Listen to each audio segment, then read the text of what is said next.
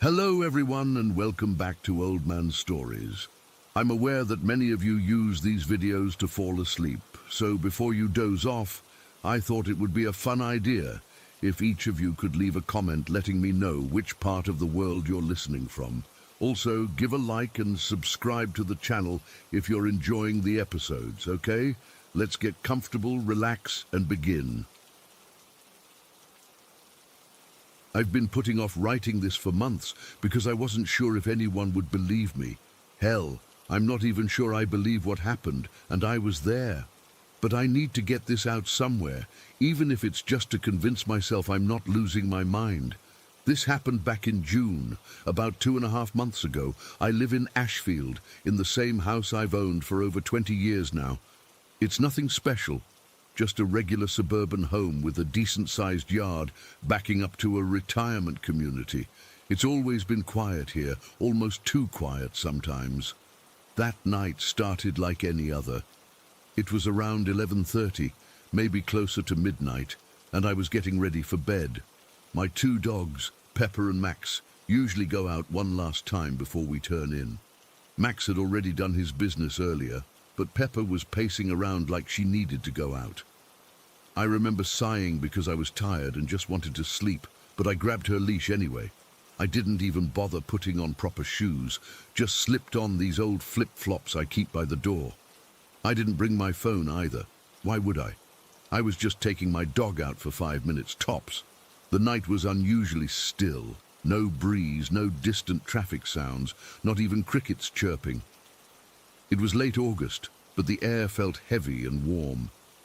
Pepper was taking her sweet time, sniffing around the edge of the driveway where it meets the lawn at the back of the house. I remember checking my watch and thinking I needed to be up in 6 hours for work. That's when it happened. At first, I thought someone had turned on a megaphone or some kind of PA system. The voice was that loud and that clear. It wasn't coming from speakers, though. It was coming from about 10 feet in front of me, right near the edge of my property, where it borders the retirement home. The voice was, I don't even know how to describe it properly. It was speaking directly at me, not around me or in my general direction. At me. And it wasn't in English. It wasn't in any language I've ever heard. And I've traveled quite a bit for work over the years. It wasn't Latin or German or Japanese or anything I could place. The sounds weren't even like anything I've heard in movies or TV shows. But here's the thing that still gives me chills. Despite not understanding a single word, I could tell this was language. It had structure. It had patterns. It had the cadence and rhythm of someone communicating intentionally. This wasn't random noise. This was an intelligent being speaking. For about 25 seconds, this voice just yelled at me. That's the best way I can put it. The tone was aggressive, almost angry, demanding, like it was trying to convey something extremely important, and was frustrated that I wasn't understanding. My first thought was that someone was playing a prank. I actually called out, "Very funny, who's there?" But even as the words left my mouth, I knew this wasn't a prank. There was no way someone could project a voice like that without equipment. And there was definitely no one standing where the voice was coming from. I instinctively reached for my phone to record it, but then remembered I'd left it inside. That's when the panic started to set in. I suddenly felt exposed, vulnerable. I was alone in my backyard with whatever this was. Then it got worse. The voice started moving. I don't mean it faded in one spot and appeared in another. I mean it literally moved through the air, traveling from one side of my yard to the other while continuing to speak in that same unknown language. It moved about 15 feet laterally, still about 10 feet away from where I was standing, as if pacing back and forth while lecturing me. Pepper, who is normally the quietest dog you'll ever meet, absolutely lost it. She started barking frantically, pulling at her leash so hard I almost lost my grip. And she was barking directly at the source of the voice, following it as it moved. That's when true fear hit me, because it confirmed I wasn't hallucinating. My dog heard it too. She saw something, but I couldn't see anything. That's what makes this so damn terrifying. This voice was loud enough that it had to be coming from something substantial. It wasn't a small creature or a bird or anything like that. The voice had this depth, this resonance that only comes from something with size. It sounded like it was coming from something massive, like if a creature the size of an elephant or bigger could speak. I've tried to compare it to things I know. The closest I can get is if you combined the deep bass of James Earl Jones with the power of an opera singer, but then made it inhuman. It had this quality that just felt wrong, like my brain knew this wasn't something that should exist in our world. For those 25 seconds, I was frozen. I couldn't move. I couldn't think clearly. All I could do was listen to this impossible voice and hold onto my dog's leash as she freaked out. My heart was pounding so hard I could feel it in my throat. My hands were shaking. I was sweating despite the cool night air. And then, just as suddenly as it started, it stopped. Complete silence fell over my yard again. No gradual fade out, no moving away, just abrupt silence, like someone had hit a mute button on reality. I didn't wait around to see if it would start again. I yanked Pepper's leash and practically ran back to the house. I fumbled with my keys, dropping them twice before managing to unlock the door. Once inside, I slammed the door shut and locked it, then went around checking all the windows and other doors, making sure everything was secure. My hands wouldn't stop shaking. I poured myself a whiskey, a double, and drank it in 2 gulps. Then I sat on my couch in the dark for what must have been 2 hours, just listening, waiting to see if the voice would return. It didn't. The next morning, I half convinced myself I'd dreamed the whole thing. But then I noticed Pepper was still acting strange, staying close to me and refusing to go near the back door. She knew something had happened. I went outside during daylight and searched the entire yard. I was looking for, I don't even know what. Footprints? Burn marks? Some sign that something had been there, but there was nothing. The yard looked exactly as it always had. I thought about calling the police, but what would I even say? "Hello, officer." I heard a voice speaking an alien language in my backyard last night. They'd think I was crazy or on drugs. Instead, I called my friend Mark, who's into all kinds of paranormal stuff. He listened without interrupting as I described what happened. When I finished, he was quiet for a long moment before saying, "Sounds like you encountered a demon." I laughed nervously. "A demon? Seriously? What else speaks in languages humans can't understand and remains invisible?" he asked. I told him I was thinking more along the lines of something extraterrestrial, but honestly, neither explanation brings much comfort. What keeps bothering me is the size of whatever was speaking. The voice had this quality that made me instantly aware that whatever produced it was enormous. Like if I had to guess, I'd say it sounded like something at least 12 feet tall and weighing maybe 500 pounds. Something that could have easily crushed me like an insect if it wanted to. But it didn't. It just talked at me or yelled at me and then left. In the weeks since, I've developed this bizarre routine. I'll still take the dogs out at night, but now I bring my phone with the voice recorder app open and ready. I've started learning about different languages, listening to samples online to see if anything sounds similar to what I heard. Nothing does. I've even looked into whether sound can somehow be projected in a way that makes it seem like it's moving through the air.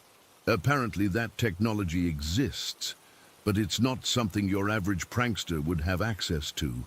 I've gone back and forth between being terrified and being fascinated.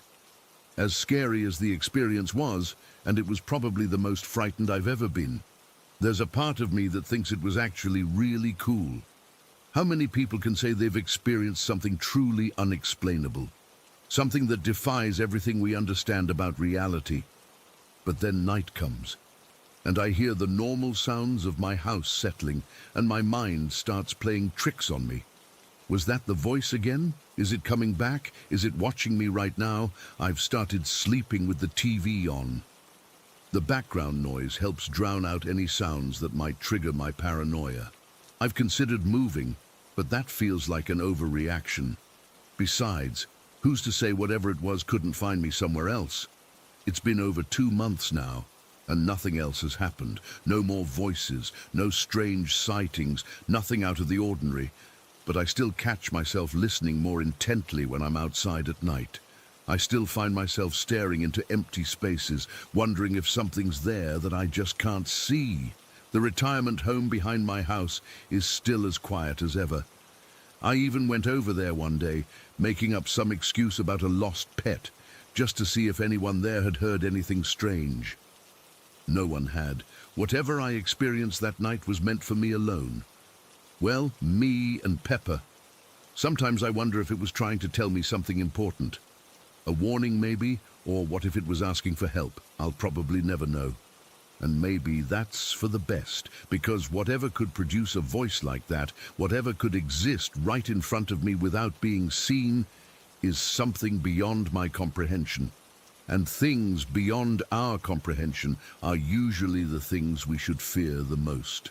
All I know is that for 25 seconds on a normal Tuesday night, something impossible happened in my backyard. And nothing has felt quite the same since this was story 2, I still can't bring myself to drive to concerts anymore. It's been 4 months since that night at Resort World Arena, and I'm typing this with shaking hands because I need to tell someone who might actually believe me. My therapist thinks it's anxiety and PTSD, but she doesn't understand what we actually saw. It was November 12th, 2023. My best friend Al and I had been looking forward to seeing Nothing But Thieves for months. We're both huge fans, and this tour for their Dead Club City album was supposedly amazing. The concert itself was brilliant, exactly what we needed after a stressful few weeks at work. I remember feeling so happy as we left the venue, buzzing from the music, laughing about how the lead singer had this incredible energy on stage. That feeling didn't last long.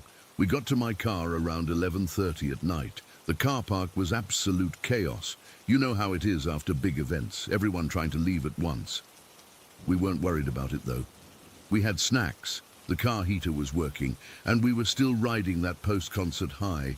I remember putting on the band's music again as we inched forward in the queue of cars. We'd been stuck in the same spot for about 20 minutes when Al nudged me and pointed to the car in front of us. "Kay, what the hell is that girl doing?" There was a teenage girl in the back seat, probably around 15 or 16. At first I thought she was just headbanging to music, but something was wrong. Her movements were violent, unnatural. She was thrashing her head in circles, her hair whipping around so hard I was shocked she wasn't hurting herself. "Jesus, that looks demonic," I said, trying to laugh it off. But it genuinely disturbed me. The girl's parents in the front seats weren't reacting at all. They just stared straight ahead, like nothing unusual was happening. That's when Al grabbed my arm so hard it left marks. "Kay, look left, look at that woman." I turned to see a family in a silver Honda, mum, dad, 2 kids in the back who looked about 8 and 10. Normal-looking family. The woman had long dark hair, wearing what looked like a black coat. She was sitting completely upright in the passenger seat. When I first glanced at her, nothing seemed off. Then she turned slightly toward us, and I felt my entire body go cold. Where her eyes should have been, there were just holes. Black, empty sockets. Not bloody or injured looking, just empty, as if her eyes had never existed. Her skin had gone this horrible grey color, and her face was completely expressionless. Not dead exactly, but not alive either, like looking at a corpse that was somehow still sitting upright. "Are you seeing this?" I whispered. I couldn't take my eyes off her. "Her eyes are gone," Al said. Her voice sounded strange, tight with fear. "Kay, what the fuck is happening to her face?" The worst part was that her husband and children were acting completely normal. The kids were playing on tablets in the back seat. Her husband was tapping the steering wheel, looking impatient about the traffic. None of them seemed to notice that the woman beside them had changed. We sat there, paralyzed, watching her for what must have been 5 full minutes. I remember checking the time on my dashboard at one point because it felt like we were stuck in some horrible time loop. The traffic wasn't moving. The woman wasn't moving, just sitting there, eyeless, in a car full of people who didn't notice. Then, as suddenly as it had happened, she changed back. Her eyes returned. The greyness faded. She turned to her husband and said something, smiled, reached for something in the glove compartment. Completely normal. Al and I didn't speak for several minutes. When we finally did, we couldn't make sense of what we'd seen. We tried to rationalize it, maybe a trick of the light. Maybe she'd been wearing some kind of weird contacts for Halloween that had caught the light strangely. Maybe we were both overtired, but we both knew what we'd seen. The drive home was tense. We kept checking the rearview mirrors, expecting to see the woman's car following us. It wasn't, of course. But that feeling of being watched didn't go away. I thought that would be the end of it. One unexplainable, terrifying experience that we'd eventually convince ourselves hadn't really happened. I was wrong. 3 weeks later, Al and I met up with our friend S in London. We'd planned this trip months ago. Christmas shopping, seeing the lights, just a normal girls' day out. We hadn't told S about what happened after the concert. How could we? It sounded insane. We were walking through Covent Garden, which was packed with Christmas shoppers. The 3 of us were struggling to stay together in the crowd when suddenly, directly in front of us, was this bald man in a bright yellow jumper. He was just there. I don't mean he walked up to us or that we walked toward him. 1 second the space was empty. The next he was standing there perfectly still. The crowd was moving around him like water around a rock. He was staring straight ahead with this vacant expression. No blinking, no movement at all. I remember thinking his jumper was so bright it almost hurt to look at, but I couldn't look away from his face. He had the same quality as the woman in the car. Not quite right, not quite human. "Do you see him?" Al whispered, grabbing my arm. I nodded. Ez was a few steps ahead and hadn't noticed our reaction. She called back to us. "Come on, let's cross here." We hurried to catch up with her, crossing the street. When I looked back, it couldn't have been more than 5 seconds later. The man was gone, completely vanished. Covent Garden has these long, open sight lines. There was nowhere he could have gone so quickly, especially not through that crowd. S finally noticed something was wrong. "What's going on with you two? You look like you've seen a ghost." Maybe we had. Later that same day, we were at the train station heading home. Al went to buy some water from a shop, while S and I waited by the escalators. When Al came back, she was pale as a sheet. She grabbed both our arms and practically dragged us onto our platform. "A woman just disappeared," she said, her voice shaking. She was wearing this bright purple coat. I was watching her go up the escalator, and halfway up she just wasn't there anymore. 1 second there, the next gone. The people behind her didn't even react. S thought we were playing some kind of joke on her. She laughed it off. But Al and I couldn't shake the feeling that something was very, very wrong. When I got home that night, my house felt different.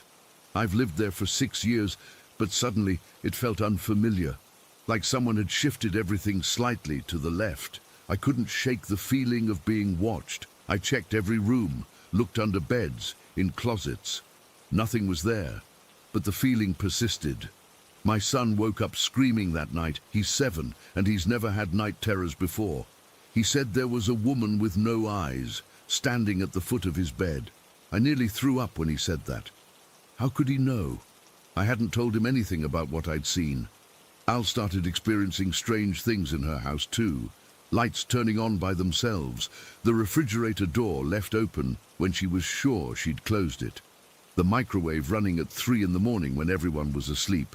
Her children who are 5 and 8, started talking about the monsters that watched them when they played. It's been 4 months now, and things haven't stopped. Last week I was in a shopping centre and saw a teenage boy walking normally 1 second, then moving with this horrible jerky gait the next, like his joints were bending in the wrong directions. No one else seemed to notice. 2 days ago, Al called me in tears because she'd seen a man in her garden at night, just standing there staring at her house. When her husband went to check, there was no one there, but the motion sensor lights kept triggering every few minutes. I've started noticing patterns. These things, whatever they are, seem to appear in transitional spaces.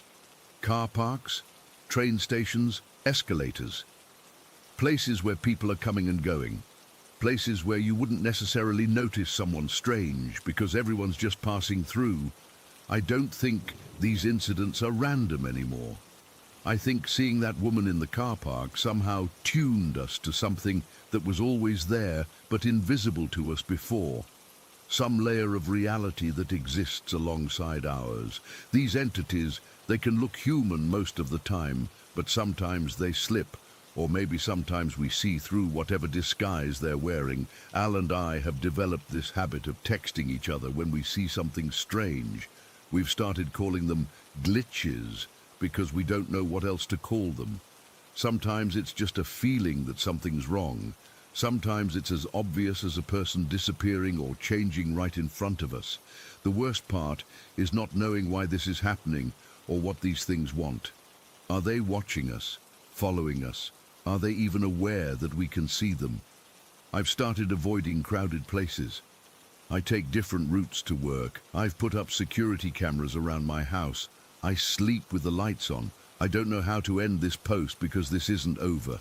Whatever started that night in the car park is still happening. Just yesterday, while waiting in line at the grocery store, the cashier's face changed. Just for a second. No one else reacted. I don't know what to do. I don't know if I'm losing my mind or if I'm seeing something real. All I know is that I can't unsee it now, and I'm terrified of what might happen if these things realize we can see them. Story 3. I've never told this story to anyone except close family and a couple of friends over the years. It happened 20 years ago when I was 7, but I still remember it as clearly as if it happened yesterday. Some memories just stick with you, you know, especially the ones that don't make any logical sense. It was summer break, probably late June or early July. My parents had dropped me off at my grandmother's house in Pinewood for a week-long stay. I was always excited to visit Grandma's place. It was this big old 2-story house with creaky floors and a massive front yard that was perfect for playing. The neighborhood was super quiet, mostly older folks who'd lived there forever, with these huge oak trees lining the street that had to be at least 100 years old. My cousin Matthew was staying there too. He was 11 at the time, so of course I thought he was the coolest person ever. He knew how to do all kinds of stuff I couldn't do yet, ride a bike with no hands, climb to the top branches of trees, and he even had his own Game Boy Color that he'd sometimes let me play with if I bugged him enough. That particular day was perfectly normal. The weather was warm but not too hot, with a light breeze. One of those days where you just want to be outside. Grandma had made us peanut butter and jelly sandwiches for lunch, and we'd been playing in the front yard all afternoon. We had this game where we'd throw a tennis ball as high as we could and try to catch it. Matthew was way better at it than me, but I was determined to keep practicing. I remember we were both getting a little bored with our game. Matthew had just thrown the ball super high, and as I watched it soar up against the blue sky, something at the edge of my vision caught my attention. I looked toward the street, and that's when I saw him. There was a man standing beside one of the biggest oak trees at the edge of Grandma's property, near where the yard met the sidewalk. He was wearing a crisp black suit, like funeral formal, with a white shirt and black tie. He had these dark sunglasses on, even though he was standing in the shade of the tree. His posture was weird too, perfectly straight, not relaxed at all, just standing there watching us. The strangest part, Matthew noticed him at the exact same moment I did. I know this because I heard Matthew's sharp intake of breath right as I spotted the man. For a split second, we both just froze, staring at this stranger. The man must have realized we'd seen him, because the moment our eyes landed on him, he turned and stepped behind the tree with this unnaturally smooth, quick movement. It wasn't running or walking, it was almost like he glided. Matthew and I looked at each other, and I'll never forget the expression on his face. A mixture of confusion and, "Did you just see that too?" Neither of us said anything. We didn't need to. We both knew something was off about what we'd just witnessed. Without a word, we both took off running toward the tree. I remember my heart was pounding, not from fear exactly, but from this intense curiosity and adrenaline. The tree was maybe 30 feet away from where we'd been playing, and it took us only seconds to reach it. But when we got there, the man was gone, completely vanished. Matthew immediately checked behind the tree, but there was nothing there except grass and a few fallen leaves. I remember looking up into the branches, thinking maybe he'd somehow climbed up, but there was no one there either. The lowest branches were way too high for someone to reach without a ladder anyway. "Where'd he go?" I asked, my voice coming out higher than normal. Matthew ran across the street, looking in all directions. The road was completely empty. No cars, no pedestrians, nothing. Just quiet, sunny suburbia. He jogged back to me, his face flushed. "I don't get it," he said, sounding genuinely confused. He couldn't have gone anywhere that fast. We would have seen him, and that was the thing. He was right. There was nowhere for this man to hide. The houses on our street were set pretty far back from the road. The lawns were open, no bushes or hedges where someone could duck behind. The tree itself was massive, but its trunk wasn't nearly wide enough to hide a grown man if we were looking at it from different angles, which we were. We spent the next 15 minutes searching the area. Matthew even convinced me to knock on the door of the house across the street to ask if they'd seen anyone. An elderly woman answered and assured us that no one had come by. She seemed concerned and asked if we were okay, but we just thanked her and left. Eventually we gave up and went back to playing, but there was this weird tension between us. We kept glancing back at the tree every few minutes. The fun, carefree mood of our afternoon was gone. At dinner that night, I couldn't hold it in anymore and told Grandma and my parents about the strange man. I remember my mom immediately looking at Matthew with suspicion, asking if one of his friends had been playing a prank on us. Matthew got really defensive. Why would I do that? I was just as freaked out as Lucas was. My dad suggested it might have been someone checking meters or delivering something, and we just lost track of him when he walked away. But that didn't explain how he disappeared so completely in the few seconds it took us to reach the tree. Grandma had a different reaction. She got really quiet and just listened as we described what we'd seen. When we finished, she didn't dismiss it or try to explain it away. She just nodded thoughtfully and said, "Some things don't have easy explanations, boys." That night, I couldn't sleep. I kept replaying the incident in my head, trying to figure out what we'd seen. My bedroom window faced the front yard, and I remember sitting up in bed, staring out at that tree, half expecting to see the man standing there again in the moonlight. Every shadow made me jump. The next morning, Matthew and I went back to the tree to investigate in the daylight. We examined every inch of the trunk, looking for, I don't know what exactly, some kind of clue. There was nothing unusual about it, just a regular old oak tree with rough bark and a massive canopy of leaves. Maybe we both imagined it, Matthew suggested, but I could tell he didn't believe that any more than I did.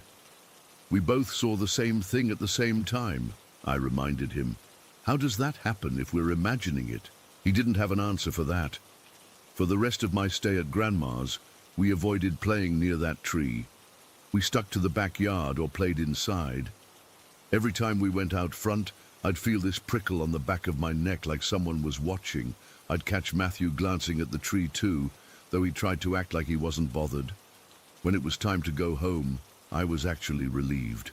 Being away from that tree and that neighborhood made me feel better, but I couldn't stop thinking about what had happened. Over the years, Matthew and I grew apart, as cousins often do. He moved to another state after high school, and now we only see each other at occasional family gatherings. We've never really talked about the incident as adults. It's like this unspoken thing between us. We both remember it, but neither of us knows what to make of it. I've tried to rationalize it countless times. Maybe it was just some guy who was really fast. Maybe there was a car waiting that we didn't notice, and he jumped in and drove away. Maybe there was some hidden path or shortcut we didn't know about. But none of these explanations feels right.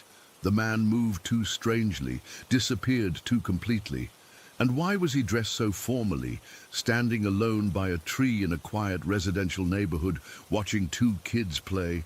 Sometimes I wonder if we saw something not normal.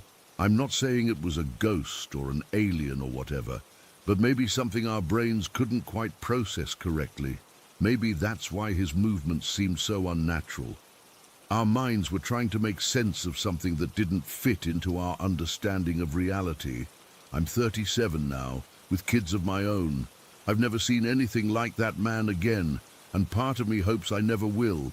But another part of me wishes I could go back to that day with an adult perspective and really understand what happened. A few years ago, I was driving through Pinewood and decided to drive past Grandma's old house. She passed away when I was in college, and the family sold the place. The oak trees were still there, including the one where we saw the man. I pulled over and just sat in my car staring at it for a long time. It looked so ordinary, so harmless. Just a tree. On impulse, I got out of the car and walked up to it. I don't know what I expected, some kind of revelation maybe, but standing there, touching the rough bark, I felt nothing unusual, just old memories and lingering questions. I've researched similar experiences online over the years. There are stories of people seeing strange figures that disappear impossibly fast or seem to move in ways that defy physics. Some call them glitches in the matrix, or evidence of parallel dimensions temporarily overlapping with ours. Others suggest they might be entities that exist alongside us but are usually invisible to human perception. I don't know what to believe. All I know is what Matthew and I saw that summer day 20 years ago was real. We both experienced it, and neither of us has ever been able to explain it. Sometimes I dream about it, the man in the black suit turning with that fluid, too-quick motion and stepping behind the tree. In my dreams, I always reach the tree faster than we did in reality, and sometimes I catch a glimpse of something. Not the man exactly, but a doorway or a tear in the air where he disappeared into. I always wake up before I can see where it leads.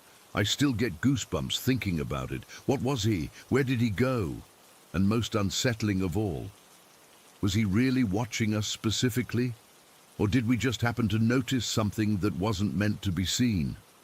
I guess some questions don't have answers, but I know what I saw, and 20 years later, I'm no closer to understanding it than I was when I was 7 years old, standing beside my cousin in front of an empty tree, wondering how someone could simply vanish into thin air. Story. I've never been someone who scares easily.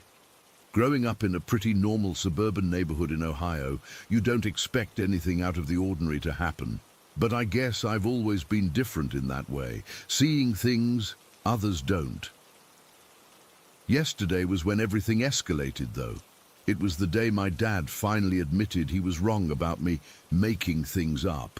It started like any other Sunday morning. I'd slept in until around 11, scrolling through my phone while half awake.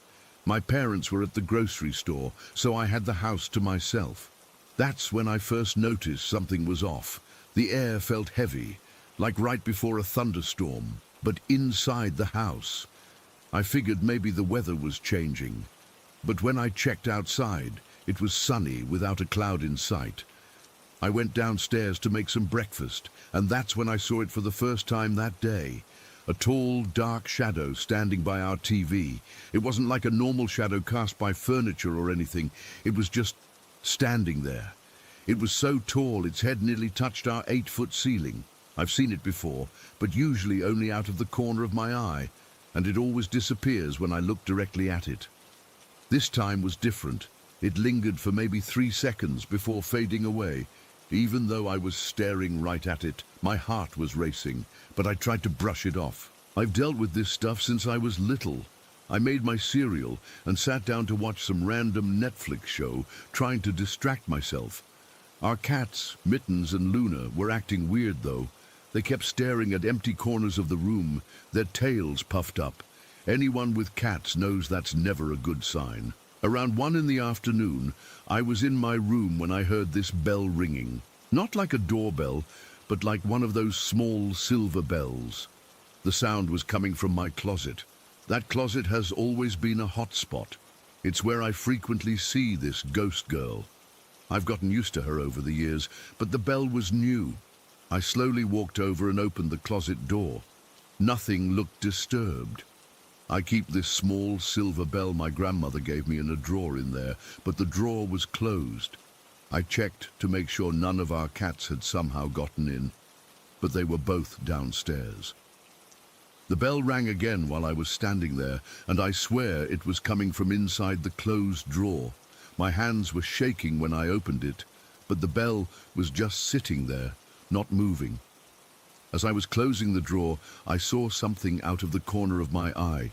A cat-shaped shadow darting across my floor, but it wasn't the shadow of either of our living cats. It moved just like my old cat Handsome used to, this specific galloping run he did when he was excited.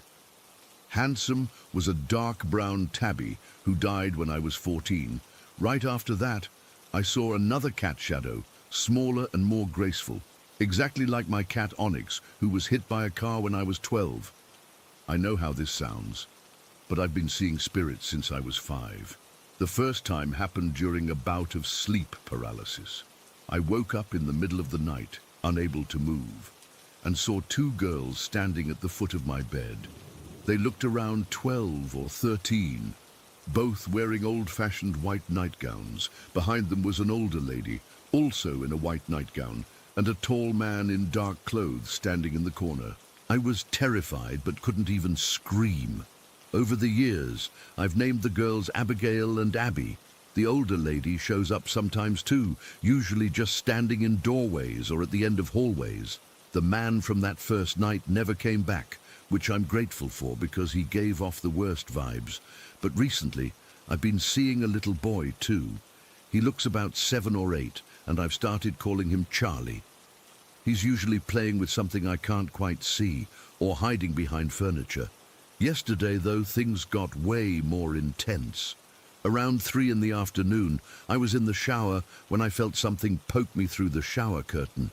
It wasn't like the curtain just moved. It was a deliberate poke, like a finger jabbing my shoulder. I yanked the curtain open, but obviously no one was there. The bathroom door was still locked from the inside. This has happened twice before, but it still freaks me out every time. My parents got home around 4, and I didn't mention anything. My dad's always been super skeptical about my ghost stories, as he calls them. He thinks I have an overactive imagination, or that I'm doing it for attention. My mum's more open-minded but still uncomfortable talking about it.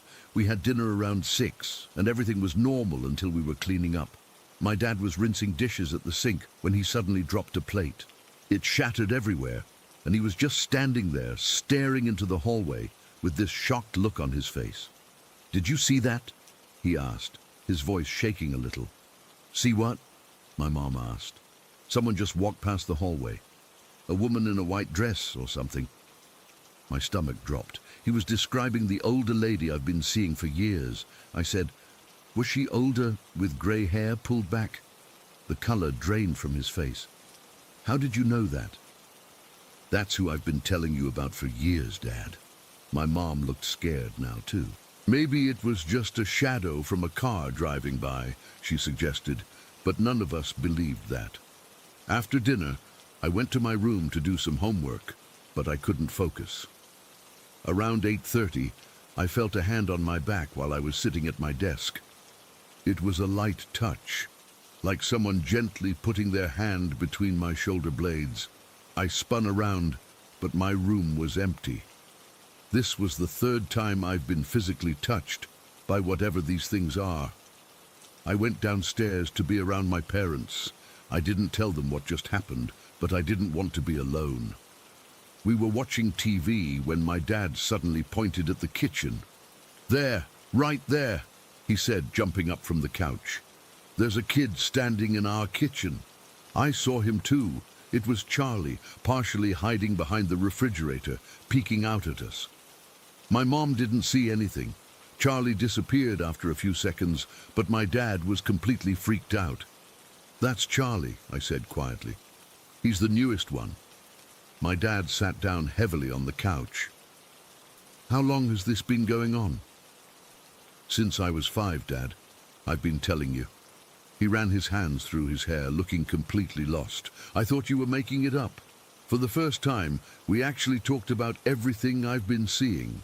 I told them about Abigail and Abby, the older lady, Charlie, the shadow man, and the cat spirits.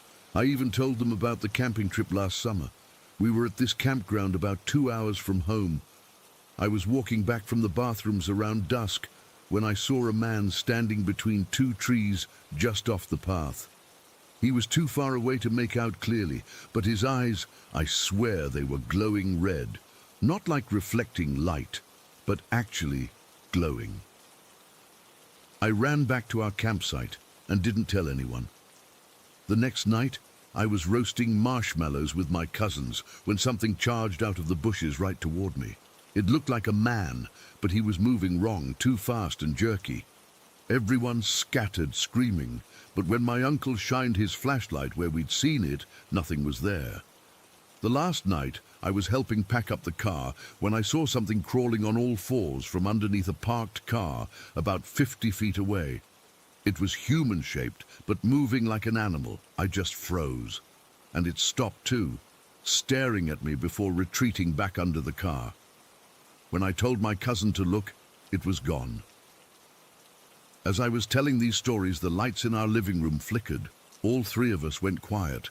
Then we heard the bell ringing from upstairs, the same bell from my closet drawer. My dad grabbed a flashlight and went upstairs to check, with me and Mum following close behind. The bell stopped ringing as soon as we reached my room. My dad opened the closet and then the drawer. The bell was sitting there, not moving. As he closed the drawer, we all heard a child's laugh coming from my parents' bedroom across the hall. "This isn't funny," my dad said loudly, his voice shaking. "Whoever or whatever you are, this is our house." That's when the temperature dropped so fast we could see our breath. In the mirror on my closet door, I swear I saw reflections of people standing behind us. Abigail, Abby, the older lady, and Charlie. But when we turned around, no one was there. My dad saw it too. He grabbed both me and my mum, and we went downstairs and straight out to the car. We drove to a hotel and spent the night there. This morning, my dad called a medium to come check out our house. I don't think these spirits are trying to hurt us. I think they're lonely and just want company. But after yesterday, I'm not so sure anymore. What really scares me is that now it's not just me seeing them. Now my dad sees them too, and I have no idea what happens next. Story 5. I still don't know if I should even be writing this. Every instinct tells me to throw the iPad away, smash it, burn it, anything to break the connection. But I need someone to understand what happened to us. Maybe someone out there has experienced something similar and can help. It all started back in 2017 when I was 16 and my family moved to Riverdale. Dad got a promotion, so we upgraded to this 2-story Victorian-style house that Mum fell in love with during the open house. The real estate agent kept going on about the character and history of the place. Looking back, I should have noticed how she never actually mentioned what that history was. From the first night, something felt off. Not in a way I could explain to my parents, They were too excited about the bigger kitchen and the yard, but there was this weight to the air inside, like the atmosphere itself was too dense. I remember standing in my new bedroom that first night, feeling like I was being stared at from every angle. Within a week, we all started acting differently. My dad, who was usually super chill, would snap over nothing. Like when my little sister Mia spilled her juice at breakfast. He slammed his fist so hard on the table that his coffee mug cracked. Mum started having these crying spells for no reason. She'd be making dinner 1 minute, then I'd find her sitting on the kitchen floor, sobbing into her hands the next. For me, it was the insomnia. I'd lie awake until 3 or 4 in the morning, staring at my closet door. I swear to God, it would open by itself. Just a crack at first, then wider as the nights went on. I started sleeping with my desk chair propped against it. One morning I ran into our neighbor, Mr. Kelly, while grabbing the mail. He was this older guy, maybe in his 70s, who'd lived next door for decades. He asked me how we were settling in, but there was something weird about how he watched the house while we talked, like he was expecting to see something in the windows. "You folks sleeping okay?" he asked me, and something in his tone made me tell the truth. "Not really. House feels strange at night." He nodded like he wasn't surprised. That place has never kept a family for more than 2 years, not since the 50s. When I asked him why, he just shook his head and said, "Some houses just don't want people in them." I started documenting everything on my iPad, taking pictures of the closet door when it opened, recording the weird sounds we'd hear at night, like scratching in the walls that Dad insisted was just mice, even though the pest guy found nothing. I even recorded my family's mood swings, creating this log of how the house was affecting us. The worst part was the crawl spaces. Our house had these small access points to crawl spaces under the eaves on the second floor. One day when my parents were at work, I decided to check them out. The access panel in my room was behind my dresser, and I had to move it to get in. The space was tiny. I had to crawl on my stomach with just my phone flashlight. The air was freezing cold, even though it was July and like 90 degrees outside. About 5 feet in, I found these weird rock formations, not natural rocks. Someone had arranged them in these small circles, and the rocks in one circle had what looked like fresh blood on them.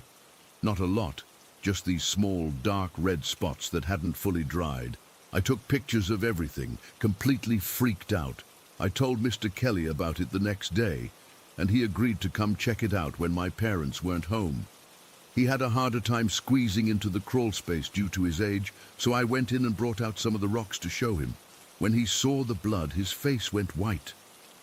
"There used to be stories," he said, his voice shaky, "about the family that built this house back in the 1890s. The father was into some kind of occult stuff. Neighbors at the time reported hearing chanting from the house at night. When the family disappeared, people assumed they'd moved away. No one looked too hard. I remember just standing there, holding these blood-spotted rocks, feeling like I was going to throw up." "What are you saying happened to them?" Mr. Kelly shook his head. "I'm not saying anything, just telling you what the old stories were." That night, I woke up around 2 in the morning to find my closet door wide open. Not just a crack, completely open. And I swear there was something different about the darkness inside. It was deeper, like a hole that went down forever. I grabbed my iPad and took pictures, hands shaking so bad they came out blurry. But you could still make out this weird, shadowy shape in the closet that wasn't made by any of my clothes. The next morning, my mum found Mia, who was only 8, sitting in the bathtub, fully clothed, staring at the wall. When Mum asked what she was doing, Mia said she was hiding from the angry man. When asked what man, she pointed to an empty corner of the bathroom and said, "The one who watches us sleep." That was the breaking point for my parents. We moved out 2 weeks later, leaving behind furniture, some clothes, everything we couldn't pack quickly. I remember grabbing my iPad on the way out, wanting to keep my evidence of what happened. But the weirdest thing, as soon as we got to our hotel that night, The iPad wouldn't turn on. It was fully charged when we left, but now it was completely dead. No matter how long I charged it, nothing happened. Eventually, I shoved it in a box of my old stuff and tried to forget about it. Fast forward to 5 years later. I'm 21 now, living with my parents again after my first year of college didn't work out. We're in a different house in a different city. Things have been normal. Mom and Dad are back to their usual selves. No random anger or crying. Mia doesn't remember much about the angry man from when she was little. But about a week ago, I was cleaning out my closet and found the box with the old iPad. On a whim, I plugged it in, not expecting anything. To my shock, the charging symbol appeared. I left it plugged in overnight, and in the morning it powered on to the lock screen. Problem was, I couldn't remember the passcode. It had been 5 years, and I'd gone through several phones and passwords since then. After a bunch of failed attempts, the iPad locked me out, saying to try again in 15 minutes. While waiting, I kept thinking about 4 specific numbers: 7, 2, 4, 9. They just popped into my head and wouldn't leave. When the iPad unlocked again, I tried 7249. Wrong. I mentioned it to my mom at dinner, and her face went white. "That's the address of the Riverdale house," she said.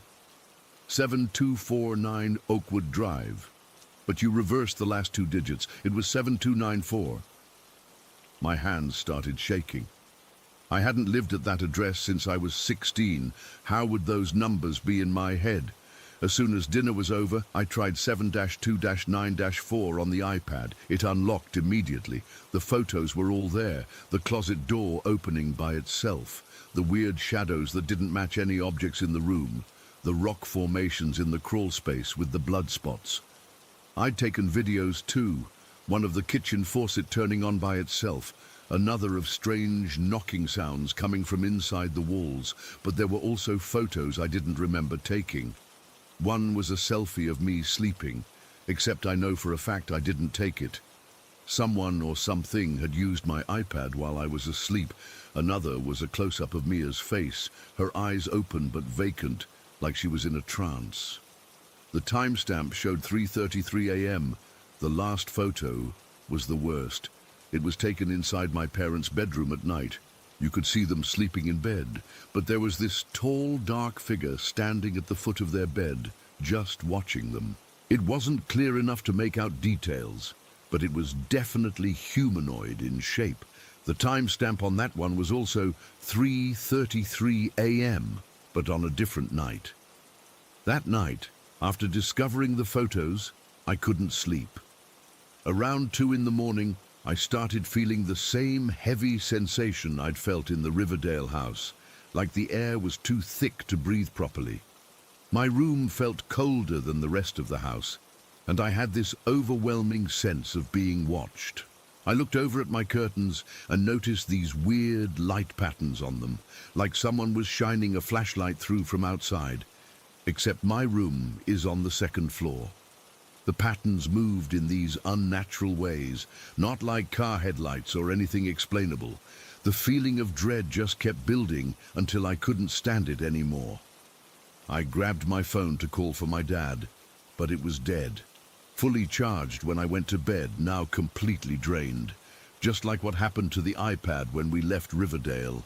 I was too terrified to get out of bed, so I just lay there trying not to look at the closet, just knowing, that if I did, the door would be opening slowly on its own. The temperature kept dropping until I could see my breath in the air. Around 3:30, my bedroom door creaked open. I was facing away from it, and I couldn't make myself turn around to look. I heard these soft footsteps crossing my room, heading toward my bed. They didn't sound like my parents' or Mia's. They were heavier, more deliberate. The footsteps stopped right behind me. I could feel something standing there, watching me, its presence so overwhelming that I thought I might pass out from fear. Then I felt the mattress sink slightly, like someone was sitting on the edge of my bed. I managed to grab the iPad from my nightstand and hit the home button so the screen lit up. In that brief flash of light, I caught a glimpse of a reflection in the screen. Something tall and dark was indeed sitting on my bed, leaning over me. I screamed and threw the iPad across the room. The light flickered on as my dad rushed in, asking what was wrong. By then, whatever had been there was gone. But the iPad was lying screen up on the floor, somehow unlocked, despite not having the passcode entered. It was open to the photo of the figure standing at my parents' bed. I'm convinced that whatever was in that house in Riverdale has somehow attached itself to the iPad, that by documenting it, I created a connection that it's using to follow us. Last night I asked my mum if she knew anything about the history of our old house that she hadn't told me. She hesitated before admitting that after we moved out, she did some research. The family that lived there before us had a teenage son who committed suicide in my bedroom closet. The real estate agent never disclosed it because technically they only had to report deaths within the last 3 years, and it had happened 4 years before we moved in. I don't know what to do with this iPad now. I'm afraid to destroy it, worried that might make whatever is connected to it angry. But I also can't keep it here. Last night I put it in a box in the garage, but this morning it was back on my nightstand. The battery never drains now, even though I haven't charged it in days. Sometimes I catch it turning on by itself, the camera app opening like it's taking pictures when no one's looking. And every night at exactly 3:33, no matter where I hide it, I hear the unmistakable sound of the iPad camera shutter clicking in the darkness. Story. I've been in construction for almost 15 years now, and I've worked on all kinds of properties, new builds, historic renovations, everything in between. But nothing in my experience prepared me for what happened at that beachfront house in Palos Verdes. I should mention that I've always been what you might call sensitive to certain things. My mom used to say I had a third eye when I was a kid. I'd see things or hear things that no one else did. As I got older, I learned to ignore it most of the time. In construction, you develop a thick skin and practical mindset. But what happened at that house, I can't explain it away. I still get goosebumps thinking about it. It was supposed to be a straightforward job. The owners were wealthy, like seriously wealthy, and wanted to renovate this gorgeous beachfront property. 3-story place with panoramic ocean views, probably worth 7 or 8 million. My boss assigned me and this other guy, Darren, to handle the first phase of demolition while he managed another project across town. The first weird thing I noticed was Darren's headphones. He showed up wearing these big wireless ones, which seemed strange for a demolition job. Safety hazard for one thing. But I didn't say anything. Not my business, right? We started in the garage that morning, standard stuff, tearing down drywall, removing fixtures, prepping for the major structural changes the owners wanted. The house was completely empty of furniture, but it didn't feel empty, if that makes sense. From the moment I walked in, I felt like someone was watching me. About 2 hours in, I heard the first bang. It wasn't subtle. It sounded like someone had slammed a door upstairs. I looked at Darren, but he was bobbing his head to whatever music he was listening to, completely oblivious. "Did you hear that?" I asked after tapping his shoulder. He pulled off one earphone. "Hear what?" "That bang sounded like a door slamming upstairs." He shrugged. "Probably just the wind. These old beach houses settle all the time." Then he put his headphone back on and went back to work. Maybe he was right. I tried to focus on the task at hand, removing the built-in cabinets along the garage wall, but then it happened again and again, each time louder than before. By midday, I was getting seriously annoyed with Darren for not acknowledging it. During our lunch break, we sat outside on the front steps, eating our sandwiches. I decided to bring it up again. "Those noises are getting louder. You seriously don't hear them?" Darren took a long sip from his water bottle before answering. "Look, Connor, I've been doing this a long time. Old houses make noises. You learn to tune it out." But I knew this was different. These weren't the creaks and groans of an old house settling. These were deliberate noises, like someone trying to get our attention. After lunch, things got worse. I was measuring a section of wall when I saw something move in my peripheral vision, a dark shape about the size of a person, darting from one doorway to another. I spun around, but there was nothing there, just an empty hallway. "Hey, Darren," I called out, my voice shakier than I wanted it to be. "Did you just walk down that hallway?" "What?" he yelled from the garage. "I've been right here the whole time." My heart was pounding now. I'm not easily scared, but something felt very wrong. I walked back to the garage, trying to steady my breathing. As I passed through the kitchen, I heard a whisper. Clear as day, right next to my ear, someone whispered, "Get out!" I froze. The voice was harsh, angry, not my imagination. I sprinted back to the garage where Darren was working. "We need to talk about this house," I said, trying to keep my voice steady. Darren sighed and reluctantly removed his headphones. "What now?" "I just heard a voice, someone telling me to get out." He stared at me for a long moment. "It's an empty house, Connor. There's no one here but us." "Then explain what I heard."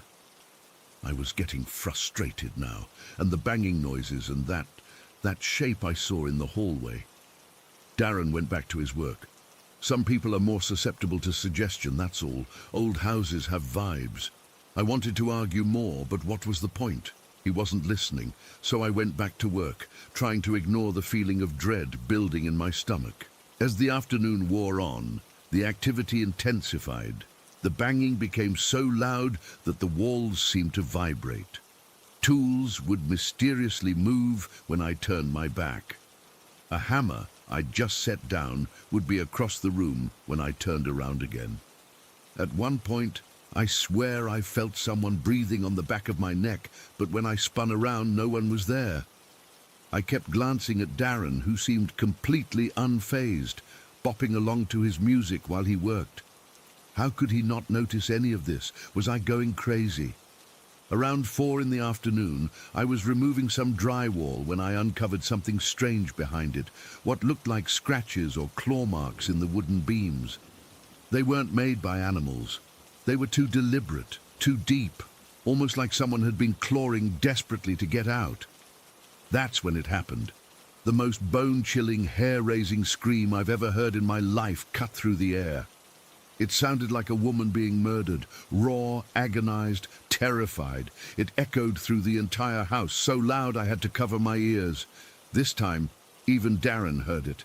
His headphones flew off his head as he jumped backward, nearly falling over his toolbox. "What the fuck was that?" he gasped, his face pale as a sheet.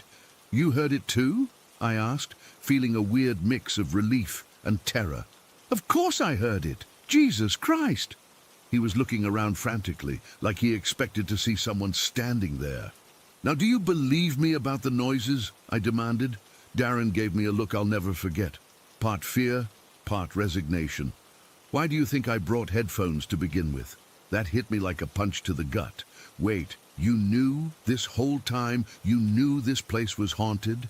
He wouldn't meet my eyes. Not haunted, just active.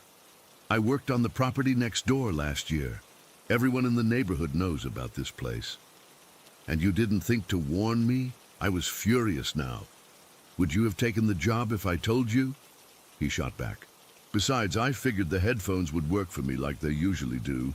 Block it out, get the job done, collect the paycheck." We both stood there in silence for a moment, listening. The house had gone completely quiet, too quiet. Like whatever had screamed was now waiting, watching our reaction.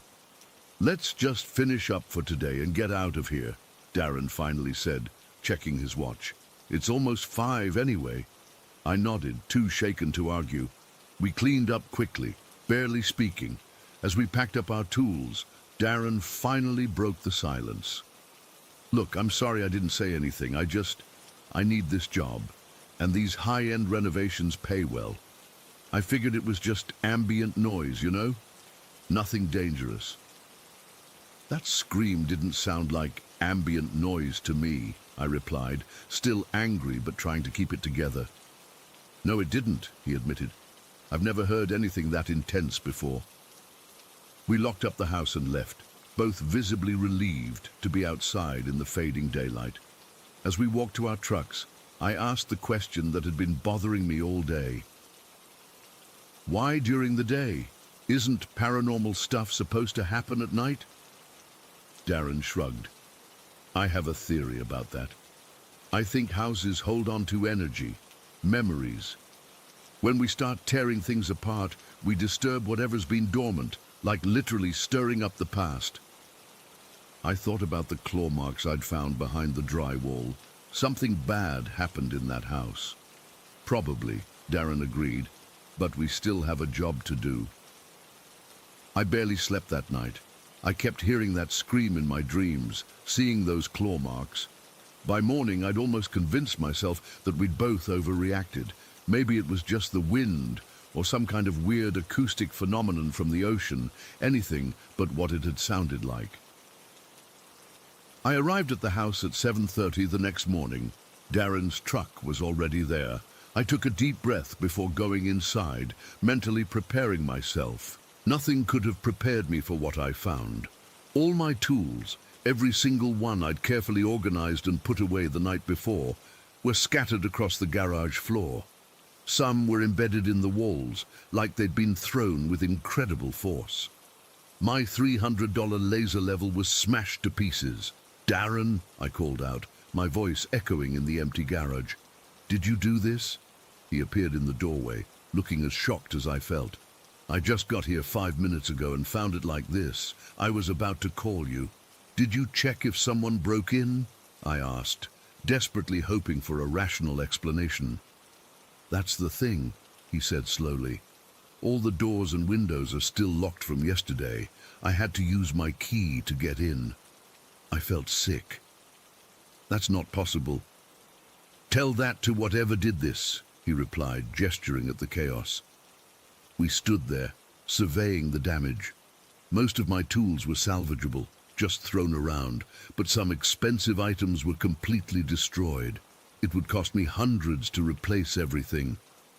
"I'm calling the boss," I said, pulling out my phone. "This is beyond us now." "And tell him what?" Darren challenged. "That a ghost trashed your tools. He'll think we're on drugs." He had a point.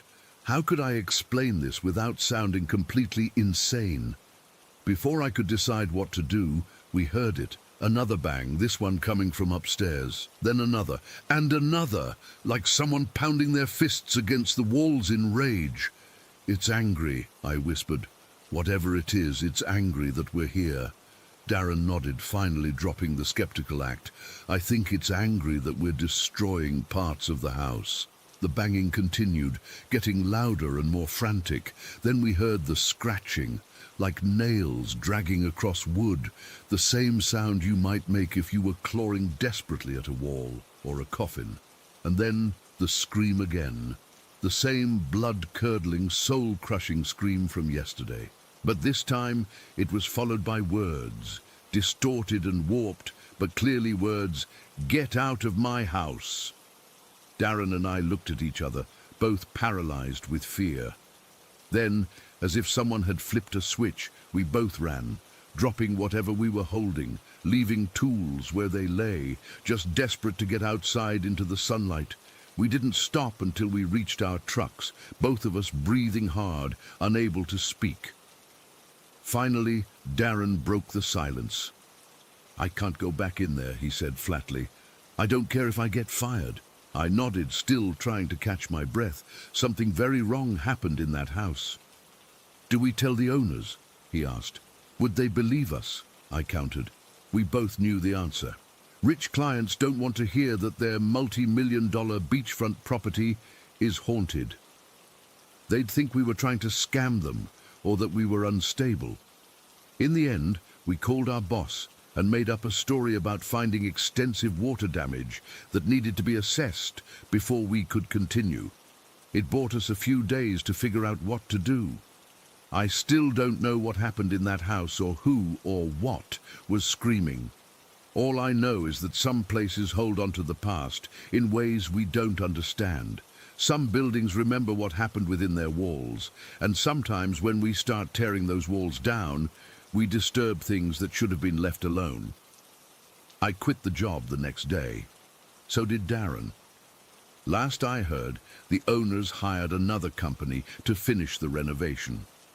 I sometimes wonder if those workers experienced the same things we did, or if whatever was in that house took a special interest in us for some reason. All I know is that I'll never work on another beachfront property in Palos Verdes again. Some jobs aren't worth any amount of money, and some houses should be left exactly as they are, undisturbed, their secrets buried deep within their walls. Story 7. I don't usually share this story with people. Most of the time when I try, they either think I'm making it up or they get this uncomfortable look on their face and change the subject. But I can't get it out of my head, especially now that I'm older. I've been carrying this memory for 15 years, and I need to put it somewhere before it drives me crazy. I grew up in San Miguel, this tiny, dusty town that most people have never heard of. We lived in a small house on the outskirts where the paved roads turned to dirt, and streetlights are few and far between. My family wasn't rich by any means.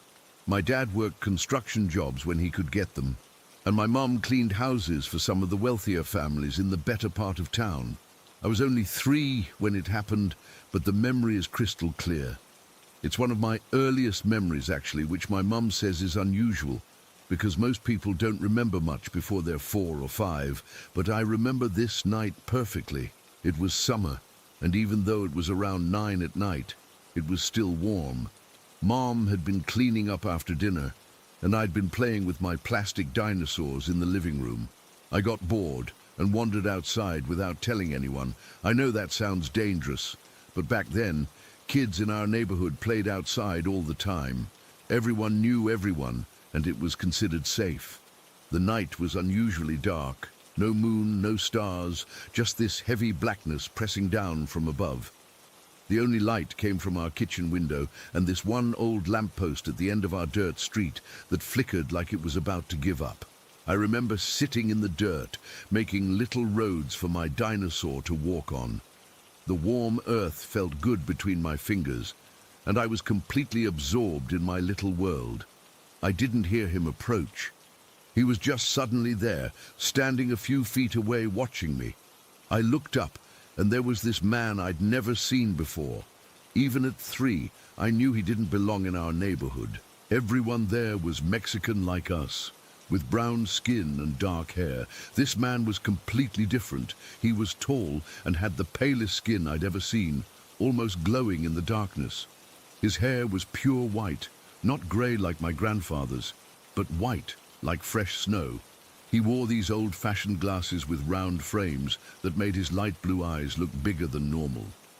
He had on a red plaid shirt, buttoned all the way up, tucked into these weird green pants that weren't jeans or work pants like the men in our neighborhood wore, and his shoes. They were these clean white sneakers without a speck of dust on them, which was impossible in our dusty neighborhood. The strangest thing was that I wasn't scared. Not even a little bit. Any other time, a strange man appearing out of nowhere would have sent me running back to the house screaming for my mom, but something about him felt safe, familiar even, though I was certain I'd never seen him before. He smiled at me, and his whole face crinkled up, especially around his eyes. Then he held out his hand and said, "Hello, Carlos." His voice was soft and warm, like he was sharing a secret. I should have been freaked out that he knew my name, but I wasn't. I stood up and put my dinosaur in my pocket. Without hesitation, I took his hand. His skin felt cool and dry, and his fingers wrapped gently around mine. "We're going to visit some relatives," he said, still smiling. "Would you like that?" I nodded. I remember thinking it was strange that we'd be visiting family so late at night, but I didn't question it. He started leading me away from my house, toward the darkness where the lamppost light couldn't reach. His hand felt so right in mine, like it belonged there. We had only taken a few steps when I heard my mom's voice behind us. "Carlos, ¿dónde estás?" Her voice was sharp with worry. The man stopped walking immediately. He didn't try to pull me away or hurry me along like you'd expect from someone with bad intentions. Instead, he let go of my hand and took a step back. I turned to see my mom standing in the doorway of our house, the yellow light from the kitchen making her look like a shadow. When I turned back to the man, he was looking at me with the kindest expression I've ever seen. His eyes were calm, peaceful even. "Someday we will meet again, son," he said quietly. Then he turned and walked slowly into the darkness beyond the lamppost. I watched him go, feeling a strange mixture of disappointment and certainty, like I knew he was telling the truth, that we would meet again someday. My mum rushed over and grabbed me by the shoulders, her fingers digging in a little too hard. She was panicking, asking me what I was doing, why I was walking away from the house. I tried to explain about the nice man with the white hair, but she kept talking over me, dragging me back inside. It wasn't until a few days later that I brought him up again. We were eating breakfast, and I asked my mum if we were still going to visit the relatives the man had mentioned. She stopped with her coffee cup halfway to her mouth. "What man, Carlos? What are you talking about?" I described him in detail. His white hair, his blue eyes, the red plaid shirt and green pants, even the clean sneakers. I told her how he knew my name and held my hand. I was expecting her to remember, to say something like, "Oh, that was just Mr. So-and-so from church," or "that was your dad's friend from work." Instead, her face went pale.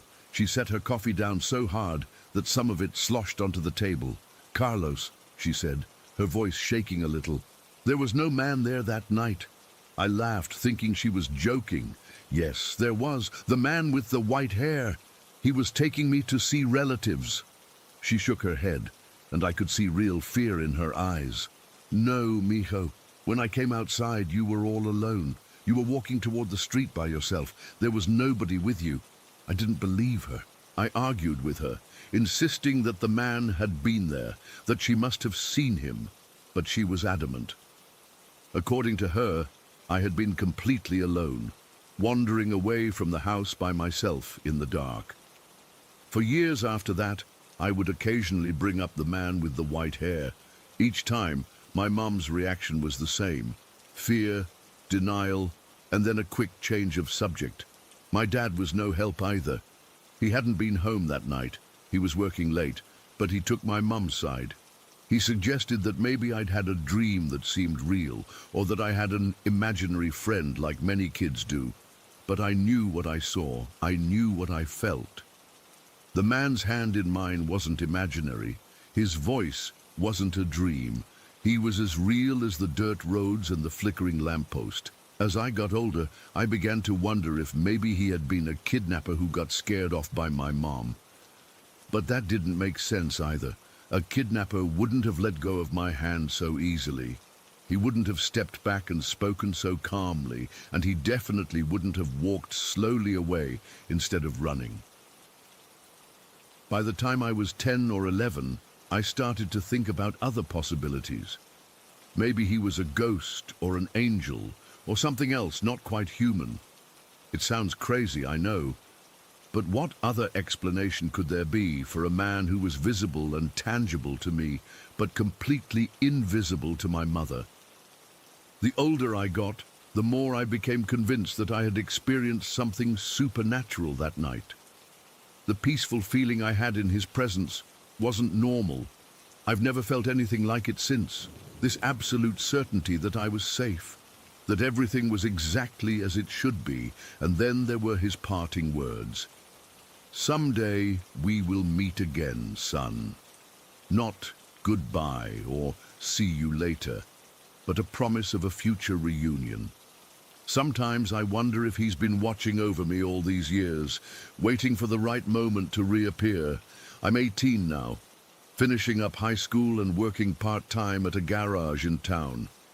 I still live in that same house with my parents, though they've fixed it up a bit over the years. The old lamppost is still there, still flickering on most nights.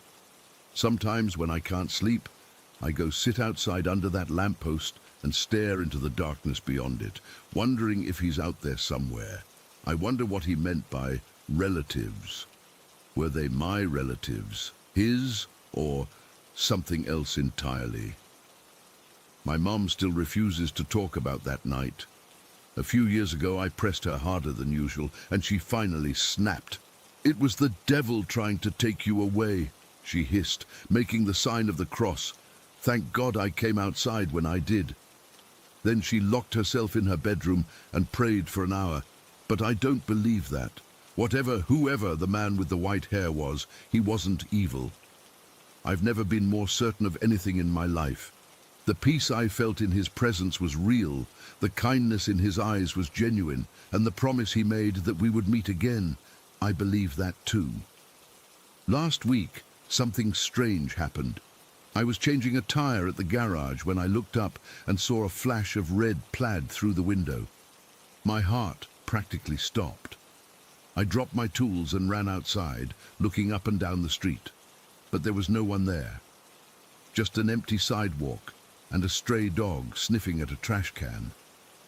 I don't know what it means, but I feel like something is about to happen. Like the 15-year wait might be coming to an end. Part of me is excited, and part of me is terrified. What if I'm wrong? What if my mom was right and he meant me harm? Or what if meeting him again means I have to leave everything behind? All I know is that the memory of that night has never faded, not one bit. I can still feel his cool hand holding mine. I can still see his kind blue eyes looking into mine. And I can still hear his voice, calm and certain, saying those words that have echoed through my life. "Someday we will meet again, son." Story 8. I still get goosebumps thinking about what happened in that old farmhouse. It's been almost 7 years, started when me, my girlfriend Emma, now my wife, and our friends Jake and Melissa found this amazing deal on a rental in Millbrook. The place was this massive old farmhouse from the 1890s that sat on 3 acres of land. It was pretty isolated. Our nearest neighbor was about half a mile down the road, perfect for 4 20-somethings who wanted privacy and space to party without bothering anyone. The house itself was interesting. It had originally been a miner's bunkhouse back in the day. You entered through this mudroom with hooks for coats and cubbies for shoes. The kitchen was huge with those old-school cabinets that went all the way to the ceiling. The living room was open concept. Before that was even a thing, with these weird alcoves built into the walls. But the creepiest part was this tiny door in the bathroom. We called it the rabbit hole, that led down to the basement. God, that basement. Just thinking about it makes my skin crawl. Fieldstone walls, dirt floor in some areas, and just one bare light bulb hanging from the ceiling. It smelled like wet earth, and something else I couldn't quite place. The upstairs had 3 bedrooms, and this tiny bathroom with a window overlooking the backyard. We were so excited to move in that we completely ignored the red flags, like how the previous tenants had broken their lease early, or how the landlord seemed weirdly relieved to have new people take the place. He practically threw the keys at us. The first few weeks were fine. We were busy settling in, arranging furniture, figuring out who got which bedroom. Emma and I took the master bedroom at the end of the hall. Jake and Melissa took the one across from us, and we used the third as a shared office-chung guest room. It started with small things. I'd be sitting alone in the living room and get this feeling like someone was watching me from the kitchen doorway. I'd turn around, and of course, no one was there. Or I'd be upstairs and hear footsteps on the stairs, thinking it was one of my roommates, only to find out everyone was outside. Our cats started acting weird too. We had 2, Milo and Luna. They'd stare at empty corners of rooms, their eyes following something none of us could see. Luna started sleeping pressed up against me every night, which was unusual for her since she'd always been more independent. About a month after we moved in, we threw a housewarming party. Nothing crazy, just about 15 friends, some beers, and a bonfire in the backyard. Around midnight, my buddy Chris came up to me looking freaked out. "Dude, who's the old lady in your bedroom?" I thought he was drunk or messing with me. What old lady? The one looking out your window right now." I turned around and felt my blood run cold. There was definitely a figure in our upstairs window. It looked like an elderly woman with what seemed to be long grey hair. The problem was, Emma was standing right next to me, and Jake and Melissa were by the fire. 3 other people saw her too. We ran inside, with me leading the charge up the stairs.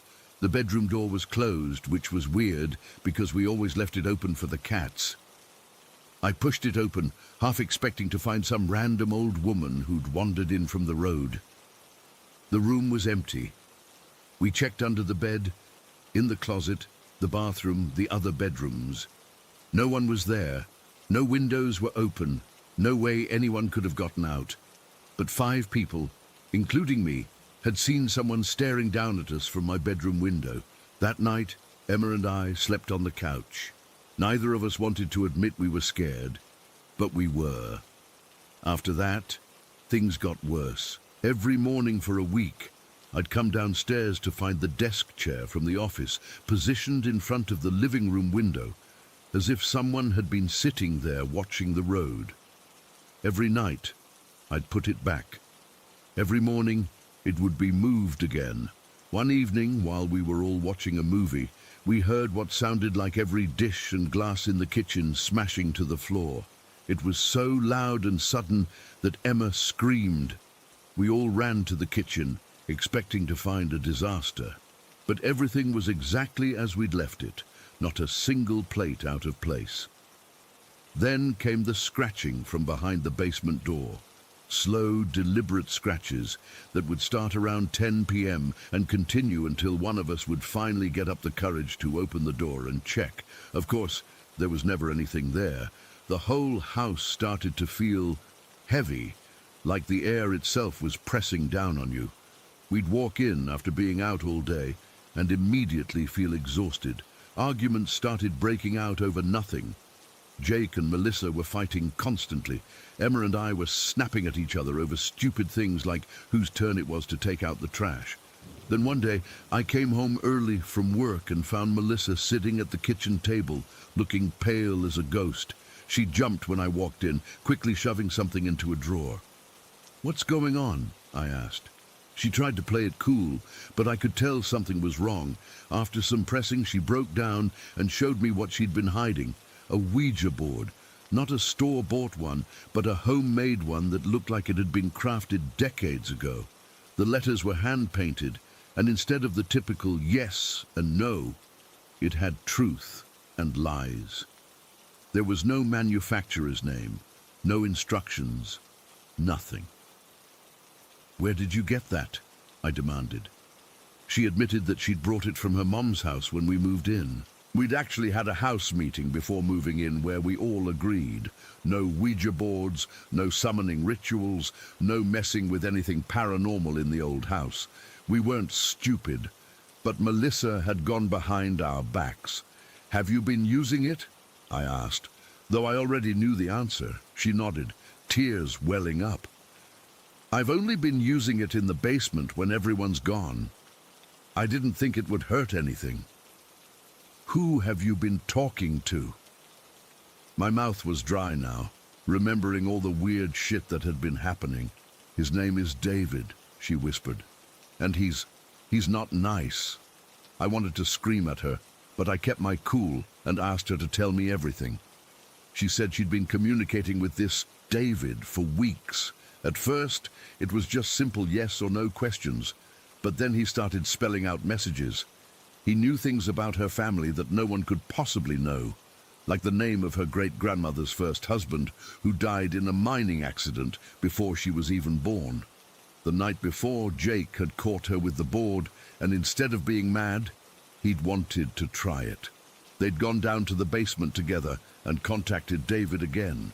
According to Melissa, the planchette moved so fast they could barely keep up. David told them he hated the woman in the house, and that he could tell Jake when he was going to die. As she was telling me this, the mudroom door slowly swung open by itself. There was no draft, no wind, nothing that could have caused it. It was as if whatever had been watching us Maybe the old lady we'd seen in the window was listening to our conversation and wanted us to know it was there. "Get that thing out of the house," I told Melissa. "Right now." We took the board out to the detached garage about 50 feet from the house. As we were placing it on a shelf, several cans of paint fell from the top shelf, nearly hitting us. They'd been there for months without issue, and suddenly they all decided to topple over at once. I didn't believe in coincidences anymore. That night, we had a house meeting. Melissa came clean to everyone about the board. Emma was furious. She'd been the most adamant about not bringing anything like that into the house. Jake seemed more fascinated than scared, which worried me. But here's the weird part. After we removed the board, the house felt lighter. The oppressive feeling was gone. We didn't hear the scratching that night. The chair stayed put. For the first time in weeks, I slept through the night without waking up feeling like someone was standing over me. A week passed with no incidents. We started to relax a bit, thinking maybe whatever had been stirred up had settled down. Then one evening, Jake came home looking shaken. "The board is gone," he said. "We all went out to the garage to check, and sure enough, the shelf where we'd left it was empty." Melissa accused Jake of taking it, and they had a massive fight. Emma and I stayed out of it, but I could tell she was as freaked out as I was. Finally, Jake admitted what he'd done. After we put the board in the garage, he'd called his grandmother, who was Cherokee, and knew about these things. She told him that spirits can't cross water, and the only way to really get rid of a Ouija board was to throw it into moving water. So he'd taken it to the river that ran through the outskirts of town and thrown it into the deepest part. "You should have told us," Melissa said, but she seemed relieved. After that night, things went back to normal, or as normal as they could be. We still occasionally felt like we were being watched, but the aggressive activity stopped. No more scratching, no more moved furniture, no more phantom sounds, but the damage was done. The trust between us was broken. Jake and Melissa broke up about a month later. Emma and I stayed in the house with them until the lease was up, but it was awkward and tense. None of us ever went down to the basement alone again. We moved out as soon as we could, and I heard the house sat empty for almost a year before new tenants moved in. I've often wondered if they experienced anything strange, but I've never had the courage to go back and ask. Emma and I got married last year, and we live in a nice new-build house in a subdivision now. No history, no weird vibes, no basement. I still can't look at Ouija boards without feeling sick. I've turned down invitations to fun Halloween parties where someone brings one out as a game, because I know now that it's not a game, it's a doorway, and sometimes what comes through that door doesn't want to leave.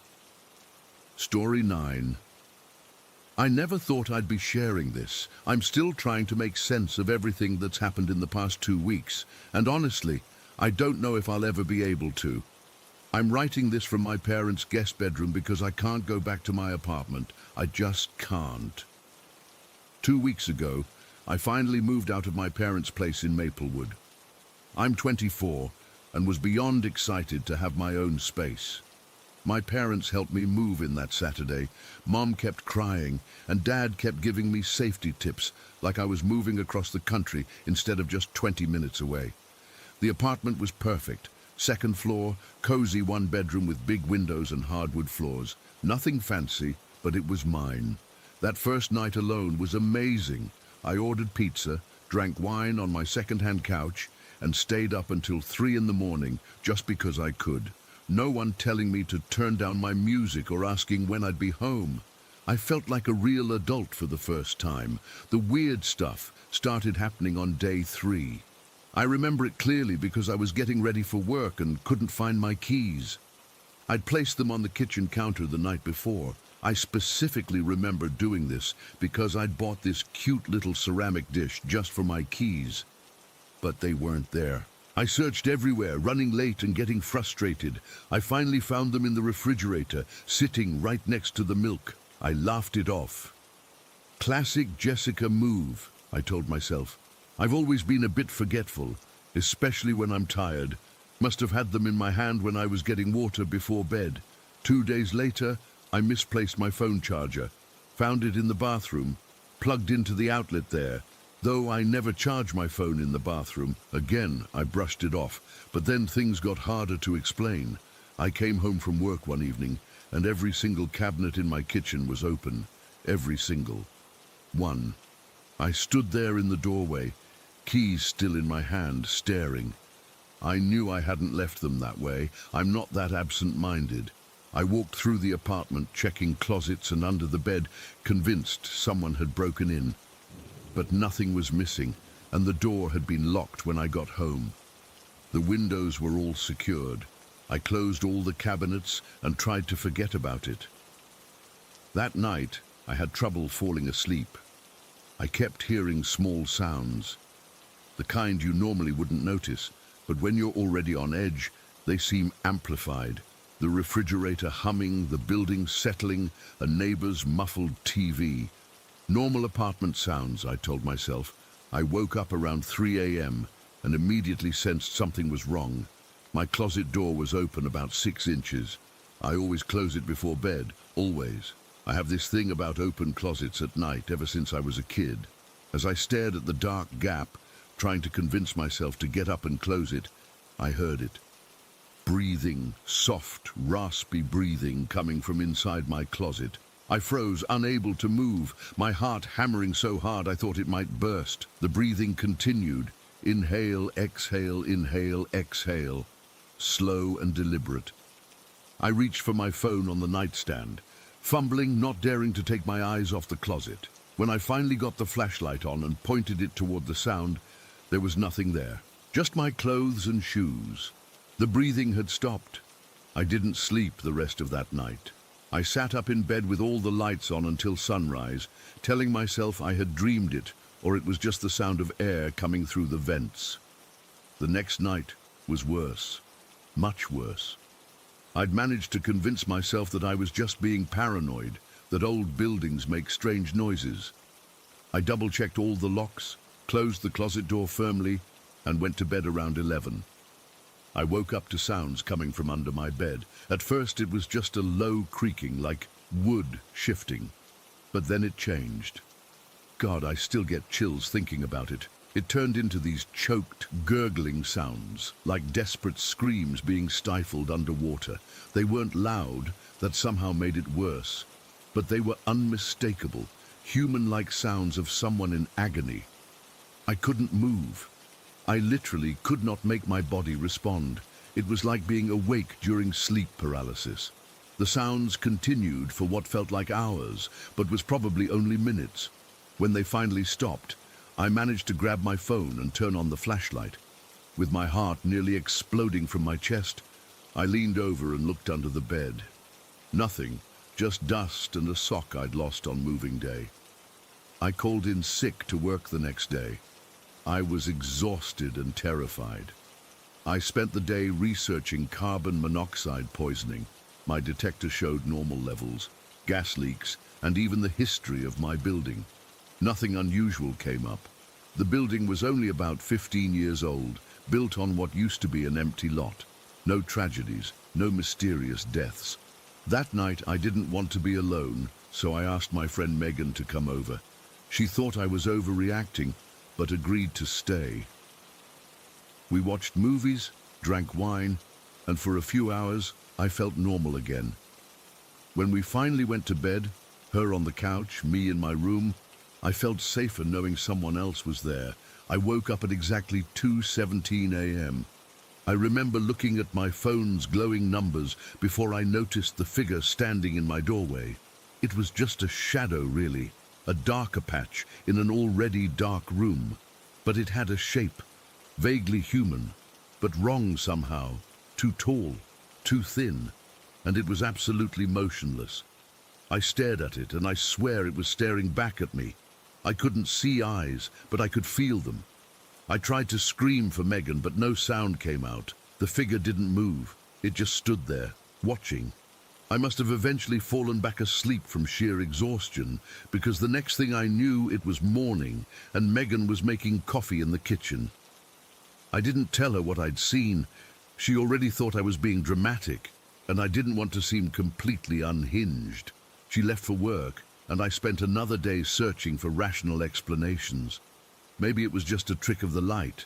Maybe I was having night terrors. Maybe the stress of living alone was getting to me, but the next night I saw it again. This time it wasn't in the doorway. It was a few steps into my room, still motionless, still watching. And the night after that, it was at the foot of my bed. I started sleeping with all the lights on. I played music to drown out any sounds. I even considered moving back in with my parents, but my pride wouldn't let me. I'd wanted independence so badly. I couldn't give up after just a week. Then came the morning I woke up to find my bedroom door broken open. I always locked it before bed. Another new habit since the strange occurrences began. The door wasn't just unlocked. The wood around the lock was splintered, as if someone had forced it open with tremendous strength, and there were footprints on the floor. Faint, wet footprints leading right up to the side of my bed where I slept. They weren't full footprints, just damp patches in the rough shape of feet. They disappeared about halfway across the room, as if whoever made them had simply vanished. That same day, I found something in my bathroom that made my blood run cold. An old hairbrush on the sink counter. It was antique-looking, with a cracked wooden handle and bristles that had seen better days. Tangled in the bristles were strands of long, dark hair. Not mine. I have shoulder-length blonde hair. This was long, black and coarse. I'd never seen this brush before. It wasn't mine. It wasn't even something I could have accidentally packed from my parents' house. And when I picked it up, it was damp. Not just a little moist, but wet, as if it had been retrieved from somewhere underwater. I threw it in the trash immediately, then took the trash out to the dumpster behind the building. When I returned to my apartment an hour later, the brush was back on the bathroom sink. That's when the whispers started, coming from inside the walls. Just quiet enough that I couldn't make out what they were saying, but loud enough to know they were there. Sometimes they'd stop when I entered a room, only to begin again when I sat down or tried to sleep. It was like they were discussing me, deciding what to do next. I couldn't take it anymore. I packed an overnight bag and went to stay with my friend Megan. I told her my apartment had a water leak and needed repairs. She was happy to let me crash on her couch for a night or two. I thought I'd be safe there. I was wrong. The first night at Megan's, her cat woke us up around midnight, hissing and arching its back at nothing in the corner of the living room. When Megan turned on the light, the cat was soaking wet. Its fur was matted down like it had been submerged in water, though it hadn't been outside, and there was no water anywhere in the apartment. Megan blamed it on the cat somehow getting into the shower stall, but I knew better. The next morning, I found damp footprints beside the couch where I'd slept. I went back to my apartment the following day to grab more clothes. The moment I walked in, I knew something was different. The air felt thick, almost difficult to breathe.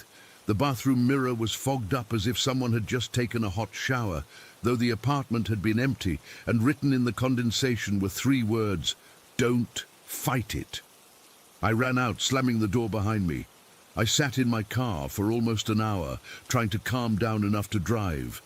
When I finally looked up at my apartment window, I saw a figure standing there, watching me. Just a shadow against the glass. But I knew it was the same entity that had been in my room at night. That night I stayed at a motel. I couldn't face going back to Megan's after what happened to her cat, and I certainly couldn't return to my apartment. I took a shower, trying to wash away the fear, and went to bed with the TV on for comfort. I woke up to a soaking wet bed. The sheets, the mattress, the pillows. Everything was drenched as if someone had poured gallons of water over it while I slept. And in the middle of the bed was that same hairbrush. My phone died mysteriously, though it had been fully charged. The lights in the room began flickering. The digital clock by the bed got stuck on 3:33 a.m., the numbers flashing but never changing. When I tried to call my parents from the motel phone, something strange happened. I dialed their number, but the call connected to somewhere else. a number I didn't recognize.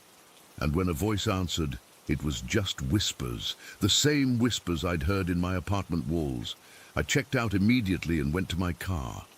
As I sat there, shivering despite the warm night, I looked up at my motel room window.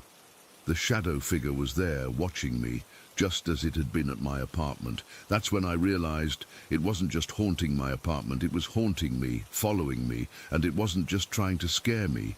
It wanted something from me. It was pulling me into whatever dark place it came from, and it had no intention of letting me go. I'm at my parents' house now. I haven't told them everything, just that I wasn't ready to live alone yet. They think I'm homesick, but I know it's only a matter of time before it finds me here too. Last night I thought I heard whispers coming from their bathroom sink drain, and this morning the bathroom mirror was slightly fogged in one corner. I don't know what to do.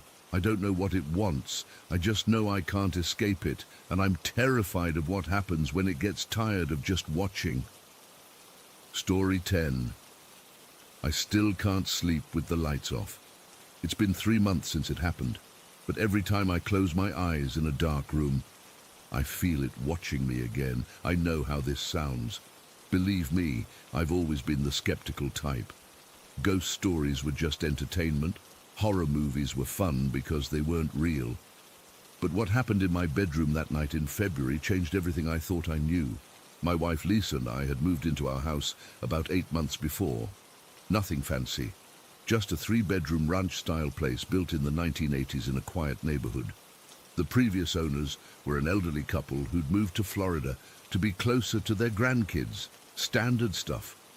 No creepy history, no built on an ancient burial ground nonsense.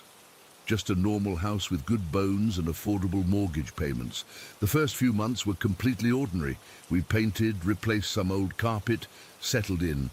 I work in IT and Lisa's a nurse at the regional hospital. She works nights 3 times a week, which means I'm alone in the house pretty often. I never thought anything of it until about 5 months after we moved in. It started small. So small, I didn't even mention it to Lisa at first. Just little things. The feeling that someone had been in a room I'd just left. Coming back to find a door open that I was sure I'd closed. The sensation of movement in my peripheral vision that would disappear when I turned to look. Nothing concrete enough to worry about, just odd moments that left me feeling slightly unsettled. Then came the noises. Soft at first. What sounded like footsteps in the hallway when I knew I was alone. The distinct sound of a door handle turning, but no door opening. These always happened late at night, usually between midnight and 4 in the morning when I'd be up late gaming or watching something on my laptop. I started blaming it on the house settling, the heating system, the neighbors, all the rational explanations you tell yourself when you don't want to admit you're scared. By January, I couldn't ignore it anymore. I'd be sitting in the living room and feel a cold spot move past me, like someone walking by. I'd wake up feeling like someone was standing at the foot of the bed, watching me. One night, I distinctly heard what sounded like breathing right next to my ear when I was alone in the kitchen. I finally told Lisa, who was concerned but thought it might be stress or lack of sleep. She's always been the practical one. "Maybe we should get your sleep checked out," she suggested. "You've been working crazy hours, and sleep deprivation can cause all kinds of weird sensory stuff." I agreed to see a doctor, who found nothing wrong, but prescribed some mild sleeping pills. They helped for about a week, until the night I woke up at 3:15 in the morning to the sound of all our kitchen cabinets opening and closing. Lisa was at work. I lay frozen in bed, listening to the unmistakable sounds of someone, or something, moving through our kitchen. When I finally gathered the courage to check, I found every single cabinet and drawer standing open, though nothing was disturbed inside them.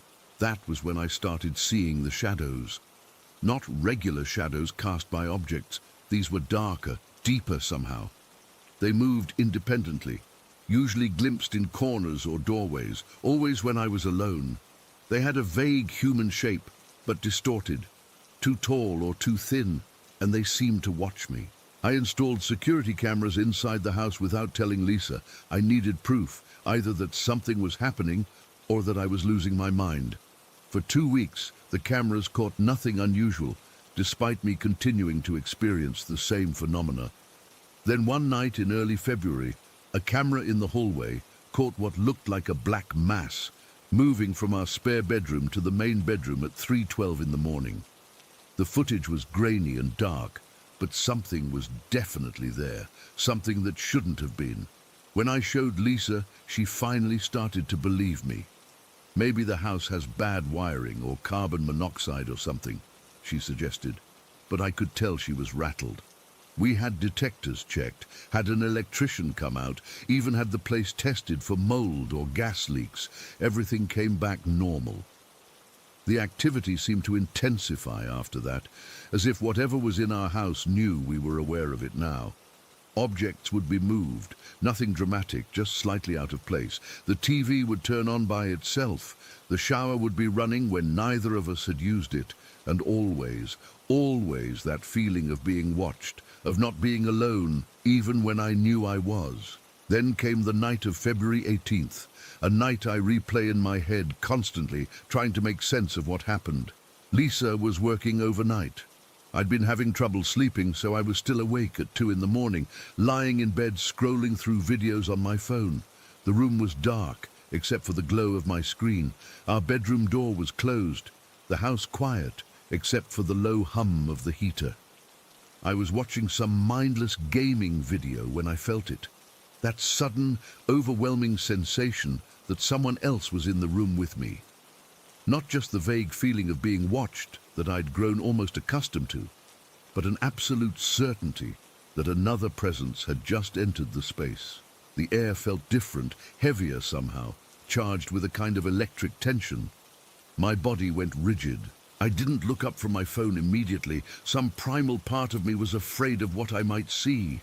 The feeling intensified, a pressure building in the room like the air before a thunderstorm. Finally, unable to bear it any longer, I slowly raised my eyes from the screen, and there it was, peering over the edge of my bed. A head, or something shaped like a head. It was darker than the darkness around it, like a hole cut into reality.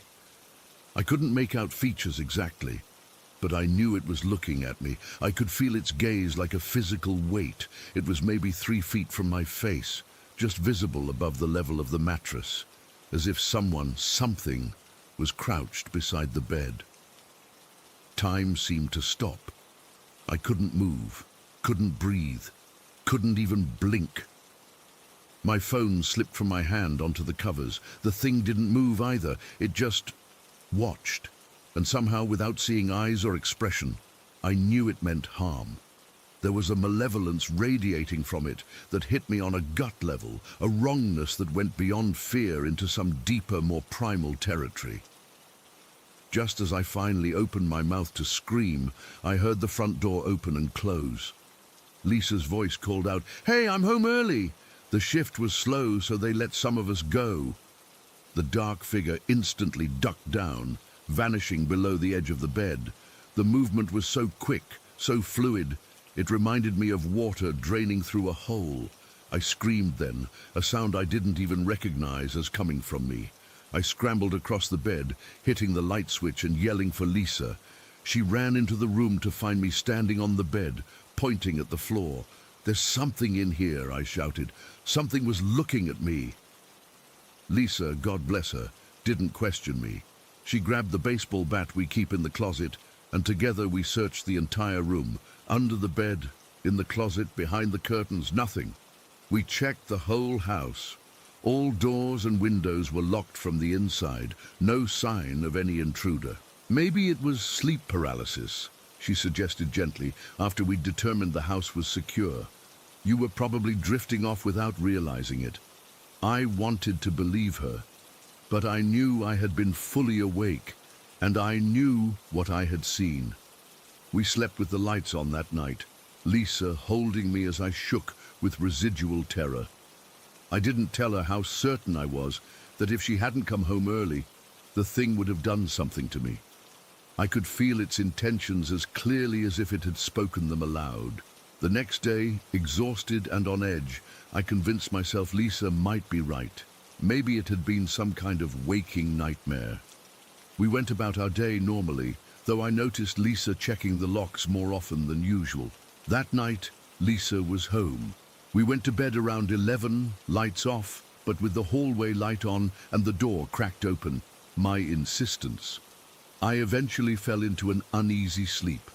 I woke around 3 in the morning to a burning sensation on my back. It felt like someone had dragged something hot across my skin. Still half asleep, I reached back and touched the area, wincing at the tenderness. My movement woke Lisa. "What's wrong?" she mumbled. "My back hurts," I said. "It feels like it's burning." She turned on the bedside lamp and lifted my t-shirt.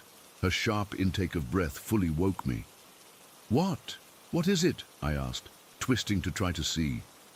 "You have scratches," she said, her voice shaking slightly. "3 long scratches down your back. They're red and raised, like they just happened."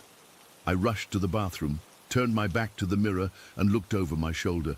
Sure enough, 3 perfectly parallel scratches ran from my right shoulder blade down to the middle of my back. They were evenly spaced, about ½ an inch apart, and looked exactly like claw marks or fingernail scratches. "Did you scratch yourself in your sleep?" Lisa asked, though her tone suggested she didn't believe that any more than I did. I tried to reach the area with my own hand. It was impossible. I couldn't have scratched myself there if I tried, and the marks were too precise, too deliberate. "Maybe you caught yourself on something earlier today and they just started to react," she offered weakly. But we both knew. Something had marked me while I slept. Something had been in our room, had touched me, had left its signature on my body. We didn't sleep again that night, or the next. We stayed at Lisa's sister's place for a week after that. When we finally returned home, we had a local pastor come bless the house. We burned sage. We placed religious symbols in every room, desperate measures from people who didn't believe in such things just weeks before. The scratches healed, leaving no scars physically, but changing me permanently in other ways. The activity in the house has lessened since that night, but it hasn't stopped completely. Sometimes I still feel watched. Sometimes I still hear movements when no one is there. I don't know what was in our bedroom that night. I don't know what scratched me or why. I don't have answers, just the absolute certainty that something exists in this world that shouldn't, something that can touch us, harm us, and disappear without a trace. I still can't sleep with the lights off. I don't think I ever will again. Story 11. I've always had this weird, intense fear of trains. Not like a normal fear, where you're just a bit nervous. I'm talking full-on panic attacks, cold sweats, hyperventilating, the works. The thing is, I've never actually been on a train. Not once in my entire life. I grew up in a small town outside of Pittsburgh where we drove everywhere, so there was never any need to ride one. But the fear has always been there, lurking in the background of my life, like some kind of shadow I couldn't shake. As a kid, I was actually pretty fearless about most things. I was always the first one in line for the biggest roller coasters at Kennywood or any other amusement park we visited. The Phantom's Revenge. Loved it. The Steel Curtain. Couldn't get enough of it. My friends would chicken out while I'd be ready to go again and again. Heights never bothered me. Speed, bring it on. But then something weird would happen. At every single amusement park, there's usually one of those little passenger trains that circle the park, right? The kind that go maybe 5 miles per hour, designed for grandparents and toddlers. Every time we'd get near one, I'd completely lose it. I remember being 7 years old at Idlewild Park, and my dad tried to get me to ride their little train. I started screaming so loud that people were staring. I was shaking, crying, trying to run away. My dad was completely baffled. "Jackson, it's just a kiddie train," he kept saying. "It goes slower than I can walk." But in my mind, it wasn't just a kiddie train. It was death. That's the only way I can describe how it felt. Like I was looking at my own death. My parents eventually stopped trying to get me on trains, but they never understood it. Neither did I, honestly. How could I be completely fine with massive steel roller coasters that drop hundreds of feet, but be terrified of a tiny train that barely moves? It made zero sense, but the fear was real. So real that I would map out routes to avoid railroad crossings. When I started driving at 16, I'd take a 20-minute detour just to avoid driving over tracks. By the time I hit college, I had mostly learned to manage it. I still wouldn't go near trains, but I didn't talk about my fear much because it was embarrassing. A grown man afraid of Thomas the Tank Engine? Not exactly something you brag about at parties, but the fear never went away. Then, about 4 years ago, everything changed. I was 20, home from college for winter break. It was just me and my mom hanging out one night. My dad was working late, and we were just chilling in the living room. We were both a little buzzed, my mom's cool like that, and somehow we got on the topic of weird childhood memories. She was laughing about how I used to be obsessed with digging holes in the backyard when I was like 4, convinced I'd find dinosaur bones. Then her expression changed, got more serious. "You know what was really weird, though?" she said, taking another hit. "That whole phase when you were 3 and kept talking about your other family." I had no idea what she was talking about. What other family? She looked surprised that I didn't remember. "You really don't remember this? For like 2 months when you were 3, you kept talking about your other mom and your 2 sisters. You were so matter-of-fact about it, like you were just casually mentioning people we should all know." The hair on my arms stood up. I had absolutely no memory of this. "What did I say about them?" I asked. She took a deep breath. "Well, that's where it got a bit unsettling. You said they were all dead. You, them, all of you, dead. You said a train crashed and killed everyone. I felt like someone had dumped ice water down my back." I said, "What?" "Yeah, it freaked me out pretty bad at the time. You just casually mentioned things like, 'In my other house we had a blue kitchen,' or 'My other mom had longer hair than you.' But then one day you just said, 'We all died when the train crashed.' Just like that, super casual, while coloring or something." I couldn't breathe. Did I say anything else about it?" My mom nodded, looking uncomfortable now. "You mentioned 2 sisters, one older, one younger. You said your aunt was there too, with her cat. You were very specific about the cat being orange. You said the train fell off the tracks, and that it was really loud and then really quiet." I was shaking. "Mom, I've been terrified of trains my entire life." "I know, honey. Why do you think we stopped trying to get you to ride them? After those stories, it just seemed, I don't know, cruel somehow." "Why didn't you ever tell me this before?" She shrugged. "You stopped talking about it after a few months. Kids say weird things all the time, and honestly it creeped me out so much that I was kind of relieved when you stopped. I guess I just didn't want to bring it back up." That night changed everything for me. Suddenly, my lifelong, completely irrational fear made a terrible kind of sense. I couldn't sleep that night. I just kept thinking about what I had apparently said as a 3-year-old. I have no memory of ever saying those things, no memory of ever believing I had another family, no memory of a train crash, but the fear that's always been there. The next morning, I started researching past lives and reincarnation. I've never been a particularly spiritual person, but I needed some kind of explanation. The idea that I might be carrying trauma from a previous life, a life that ended in a train accident, was simultaneously terrifying and weirdly comforting. At least, it would explain the inexplicable fear I've lived with. I went down a rabbit hole of research. I read about children who remember past lives, how these memories typically fade by age 5 or 6 as their new identity solidifies. I read about phobias potentially being carried over from past life traumas. Every article, every forum post, every study I read made me more convinced that what I had experienced was real. I even tried to track down train accidents that might match what little information I had. A family with 2 girls, a woman with a cat, all killed in a derailment. But without knowing when or where, it was like looking for a needle in a haystack. There have been thousands of train accidents throughout history. It's been almost 5 years since my mum told me about my other family stories, and I'm still processing it. I'm 24 now, about to turn 25 next month. The fear hasn't gone away, but understanding where it might come from has helped me cope with it better. I've even started therapy, trying to work through this bizarre phobia with a professional. My therapist is open-minded about the past life possibility, but she's also helping me explore other explanations. Maybe I saw something about a train accident on TV as a toddler. Maybe I overheard adults talking about something tragic.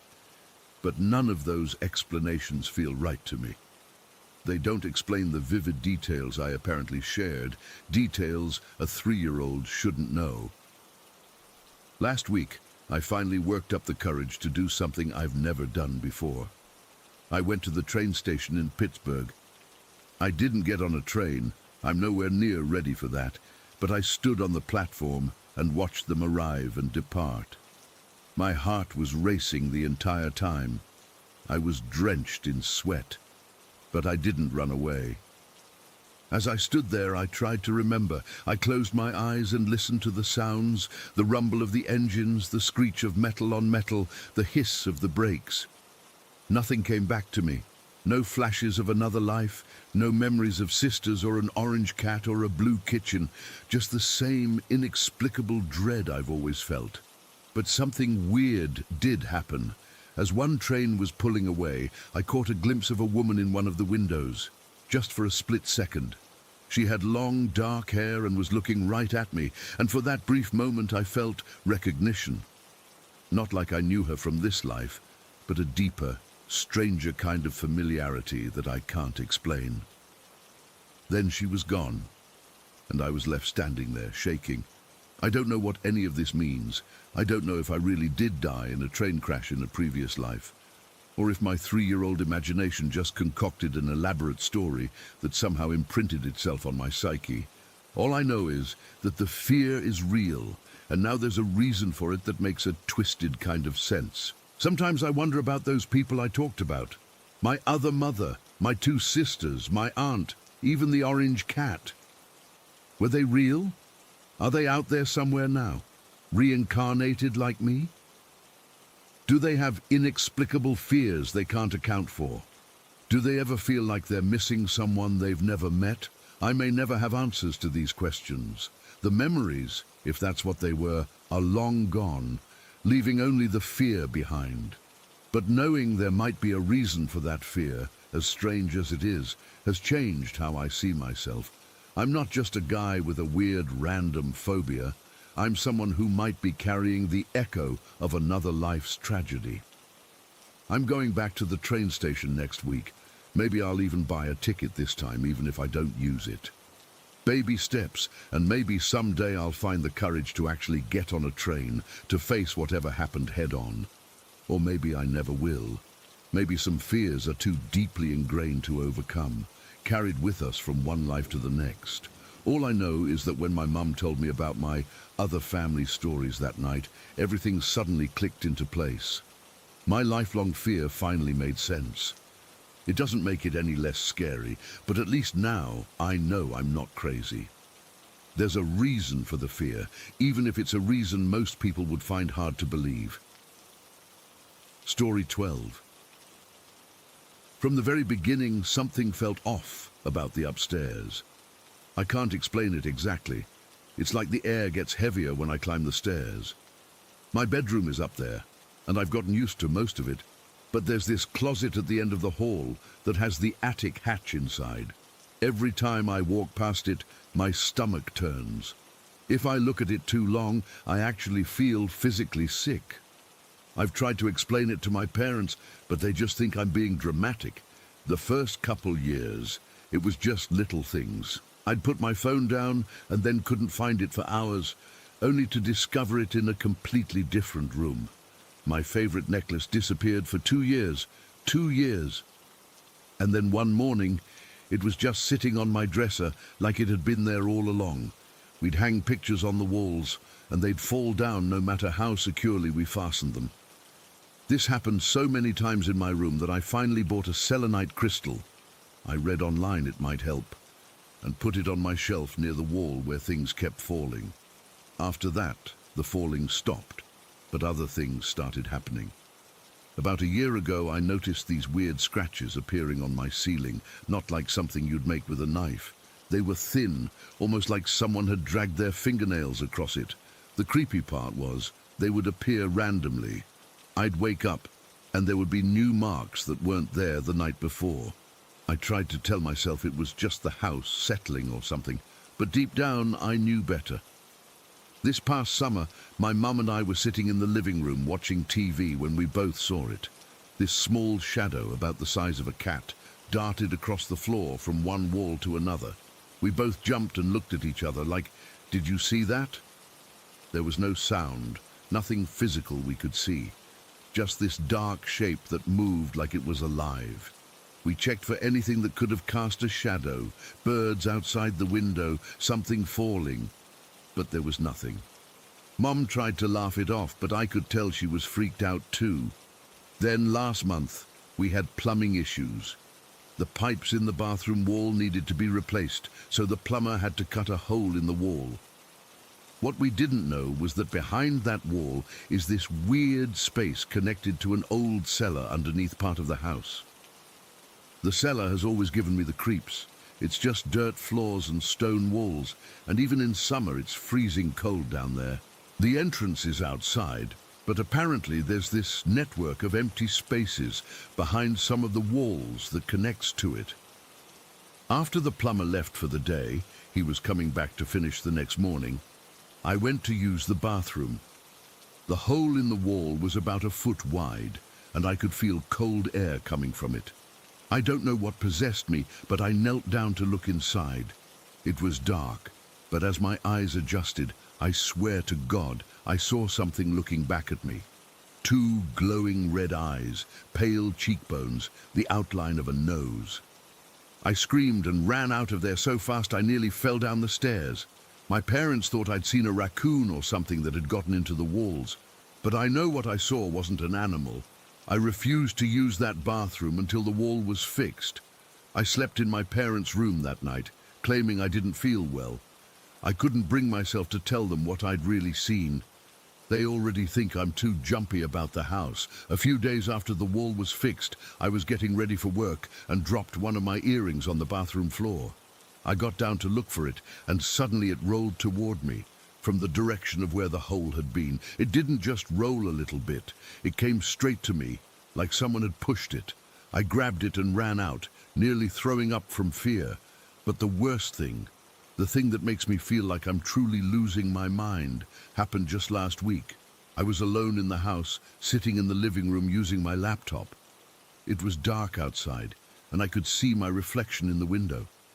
Except, it wasn't quite right. The room reflected in the glass wasn't the room I was sitting in. The furniture was different, older looking. At first I thought it was just a weird trick of the light, but then I noticed movement. In the reflection, there was a small child with red hair sitting on what looked like an old couch. Her head was buried in a woman's arms. I couldn't see the woman's face at first. My heart was pounding so hard I could hear it in my ears. I knew I should look away, but I couldn't. I leaned closer to the window, trying to make sense of what I was seeing, and that's when the woman slowly tilted her head up.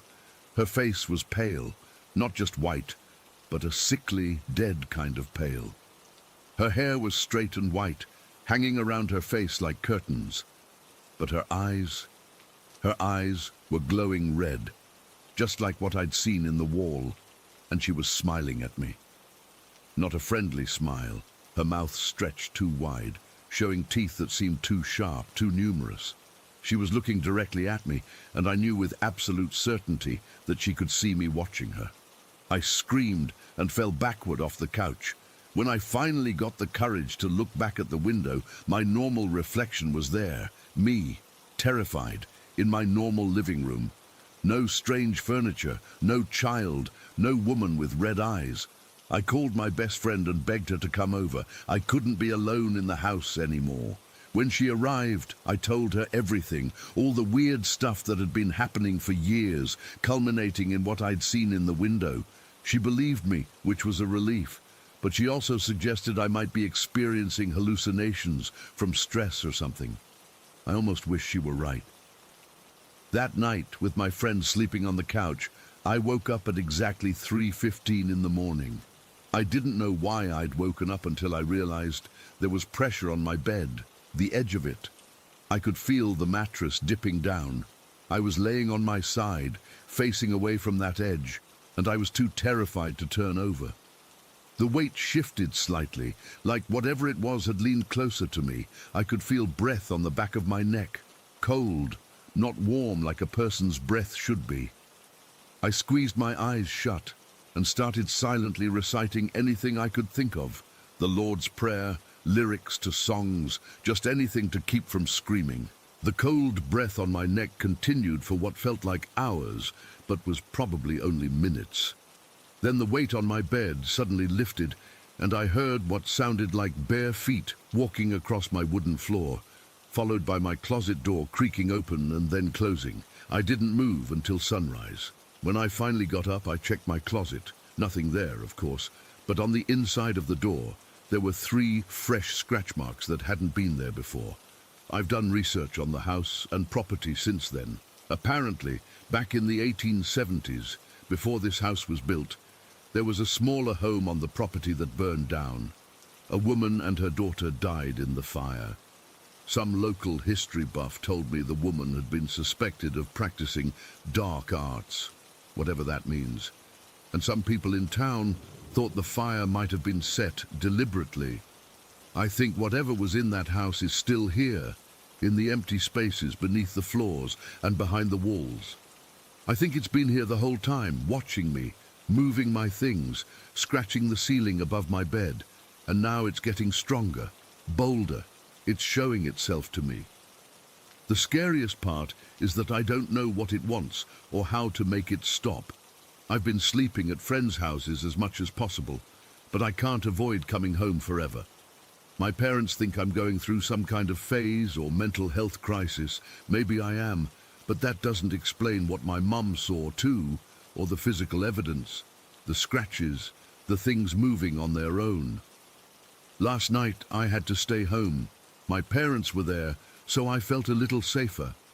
I was brushing my teeth before bed when I glanced in the mirror and saw, just for a second, that white-haired woman standing behind me. When I spun around, nothing was there.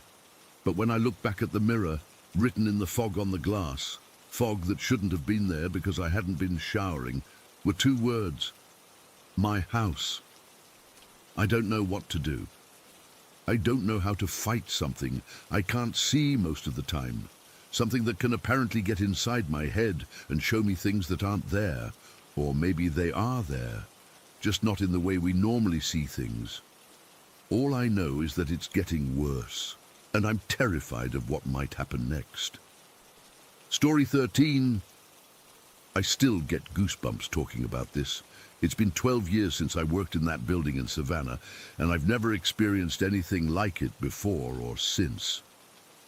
I moved to Savannah in the summer of 2011 for what I thought was my dream job at a small marketing firm. The pay wasn't great, but I was excited about living in such a beautiful, historic city. The office was located in this old row house on Mary Marshall Row, diagonally across from the Colonial Cemetery. I didn't know it at the time, but I later found out that cemetery contains a mass grave of yellow fever victims. Maybe that should have been my first clue. Something wasn't right. The building itself was gorgeous from the outside, classic Savannah architecture with those beautiful columns and wrought iron details. Inside, it had been converted into office space, but they kept a lot of the original features: high ceilings, ornate moldings, creaky hardwood floors. It was a 4-level building, including the basement, and my tiny office was on the 2nd floor, right near the staircase. I felt it the moment I walked in for my first day. It wasn't just nerves about starting a new job. It was like walking through a wall of, I don't know how to describe it. Heaviness, depression, something pushed down on me the second I crossed the threshold. I chalked it up to anxiety and tried to ignore it. By lunchtime that first day, I was fighting this overwhelming urge to walk out to the back balcony and jump off. I'm not suicidal, never have been. But the thought kept repeating in my head like it wasn't even my own thought. Just go out there and jump, it would be so easy. I remember gripping my desk until my knuckles turned white, trying to make it stop. Around 3 o'clock, I went to the supply room to get some pens, and that's when I met Deborah, the office manager. She was this older lady, probably in her 50s, with reading glasses hanging around her neck on a beaded chain. When she found out I was new, she got this look on her face I couldn't quite read. She asked me, "How are you finding the place so far?" I didn't want to sound crazy on my first day, so I just said, "It's great, beautiful building." She lowered her voice even though we were alone and said, "I say protection prayers every morning in my car before I come in. Been doing it for 3 years now." Then she showed me how all the cabinet doors in the supply area would be open in the morning, even though she always closed them before leaving, every single day. I tried to laugh it off, but my stomach dropped. Someone else felt it too. It wasn't just me. My first couple weeks were uneventful, other than that constant feeling of dread and depression that would hit me when I entered the building and lift as soon as I left for the day. I started dreading going to work, not because of the job itself, but because of how that place made me feel. Then it happened, my first clear encounter with whatever was in that building. It was a Wednesday around 1:30 in the afternoon. I'd just come back from lunch and was grabbing my Diet Coke from the mini fridge by the back entrance. As I was bent over, I caught movement in my peripheral vision. Someone walking past me and into the bathroom, closing the door behind them. I didn't see who it was, just caught the motion and heard the door close. I needed to use the bathroom too, so I waited in the hallway, scrolling through emails on my phone. After about 5 minutes, Deborah walked by and asked why I was standing there. "Just waiting for whoever's in the bathroom," I said. She gave me this look that made my skin crawl. "Michael, there's nobody in there." "No, I just saw someone go in a few minutes ago." She shook her head slowly, then reached forward and pushed the bathroom door open. It was empty. No windows, no other doors, nowhere for anyone to have gone. "Maybe they slipped out when I was looking at my phone," I said, not believing it myself. Deborah just patted my arm and said, "It happens in this building." After that, I started noticing things more frequently. My office would be freezing cold, even when the rest of the building was warm. I'd hear footsteps above me when the 3rd floor was empty. My computer would turn on by itself in the morning. About a month into the job, I was out on the back balcony having a cigarette. It was around 11 in the morning, bright sunny day. I was looking out at the courtyard behind the building when something made me turn around. Through the glass door, I saw someone walking down the hallway toward my office. Tall guy, dark hair, wearing what looked like a grey suit. I figured it was my boss, James, coming to check on the project I was working on. I put out my cigarette and hurried inside, but when I got to my office, there was no one there. I checked James's office, and he was sitting with his feet up on his desk, jacket off, tie loosened. "Hey, were you just in my office?" I asked. He looked confused. "No, man. I've been on this conference call for the last 30 minutes. Haven't moved." I didn't tell him what I saw. I was already getting a reputation as the jumpy new guy. But the worst incident, the one that still gives me nightmares, happened about 2 months after I started. It was mid-morning, probably around 10. Megan, our office runner, was collecting mail from everyone's desk. She was this college kid, super bubbly, always laughing. I was in my office with the door open, and I could see her gathering envelopes from the desk across the hall. She was about to head up the stairs to the 3rd floor when she suddenly stopped, I watched as her whole body went rigid. The mail scattered from her hands, and she let out this scream that didn't even sound human. I jumped up and ran to the hallway. My co-worker Josh came running from the other direction. We both reached Megan at the same time, and that's when I saw it. A black shadow, darker than darkness, floating down the staircase toward us. It wasn't shaped like a person exactly, more like a formless cloud, but somehow intentional in its movement. It slid along the wall opposite Megan, about 4 feet off the ground. Josh saw it too. I know because he grabbed my arm so hard he left marks. We both backed away, pulling Megan with us. The shadow thing moved past us down the hallway and then just disappeared. Megan was hysterical. Josh looked like he was about to pass out. I couldn't even speak. We all ended up in the break room and nobody talked about what we'd just seen. Megan quit that day, just grabbed her stuff and left. That night, I couldn't sleep. I kept seeing that shadow in my mind, the way it moved like it had purpose. It wasn't just passing through, it was looking for something or someone. I started making excuses to work from home. When I did have to go in, I'd arrive late and leave early. I stopped going to the bathroom in the building. I'd walk to the coffee shop down the street instead. I couldn't bring myself to be alone in any room there. The last straw came about 3 months after I started. I was working late, trying to finish a project. Everyone else had gone home. The sun had set, and I was alone in that building with just the desk lamps for light. I heard what sounded like someone dragging something heavy across the floor above me. Thump, drag, over and over. I tried to ignore it, but then came the whispering. It sounded like it was coming from inside the walls, multiple voices all talking at once, but too quiet to make out the words. Just the sound of urgent, desperate whispering. Then my office door slowly started to close. I hadn't touched it. There wasn't a draft. It just closed on its own. And as it did, I felt the temperature drop so suddenly I could see my breath. I grabbed my laptop, left everything else, and ran out of that building. I didn't even lock up. I just ran to my car and drove home, shaking the whole way. I emailed my resignation that night, said I had a family emergency and had to move back home. I didn't even go back to clean out my desk. I asked Deborah to mail me my personal items, and she did, no questions asked. I think she understood. Before I left Savannah, I did some research on the building. It was built in the 1830s, and during the yellow fever epidemic of 1876, it had been used as an overflow hospital. Dozens of people died in there. But what really got to me was learning that in the early 1900s, a man had jumped to his death from the 3rd floor balcony, the same one right above my office where I'd felt those urges to jump. It's been 12 years, and I still sometimes wake up hearing that whispering. I've tried to rationalize what happened.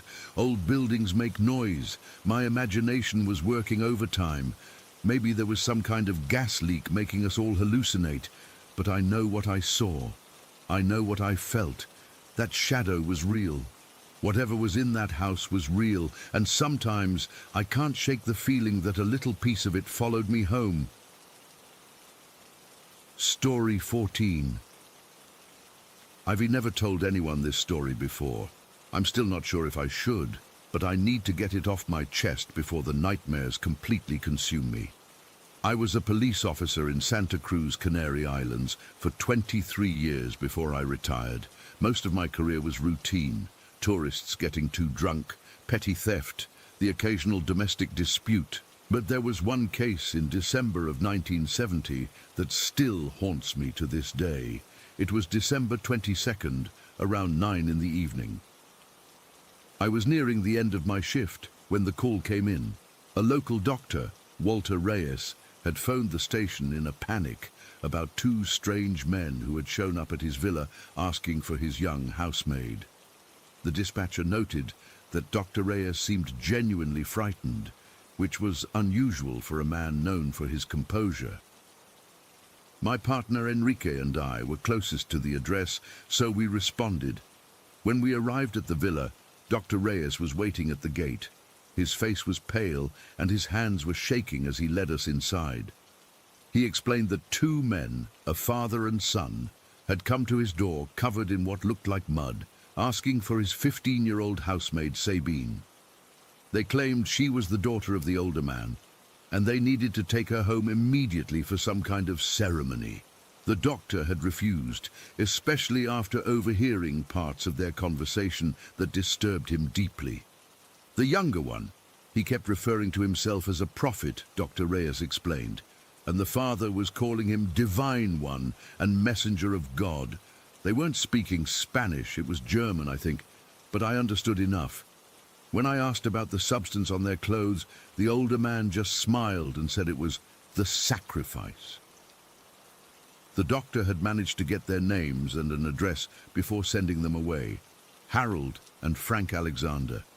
They were living in a small apartment building near the old town, not far from the beach.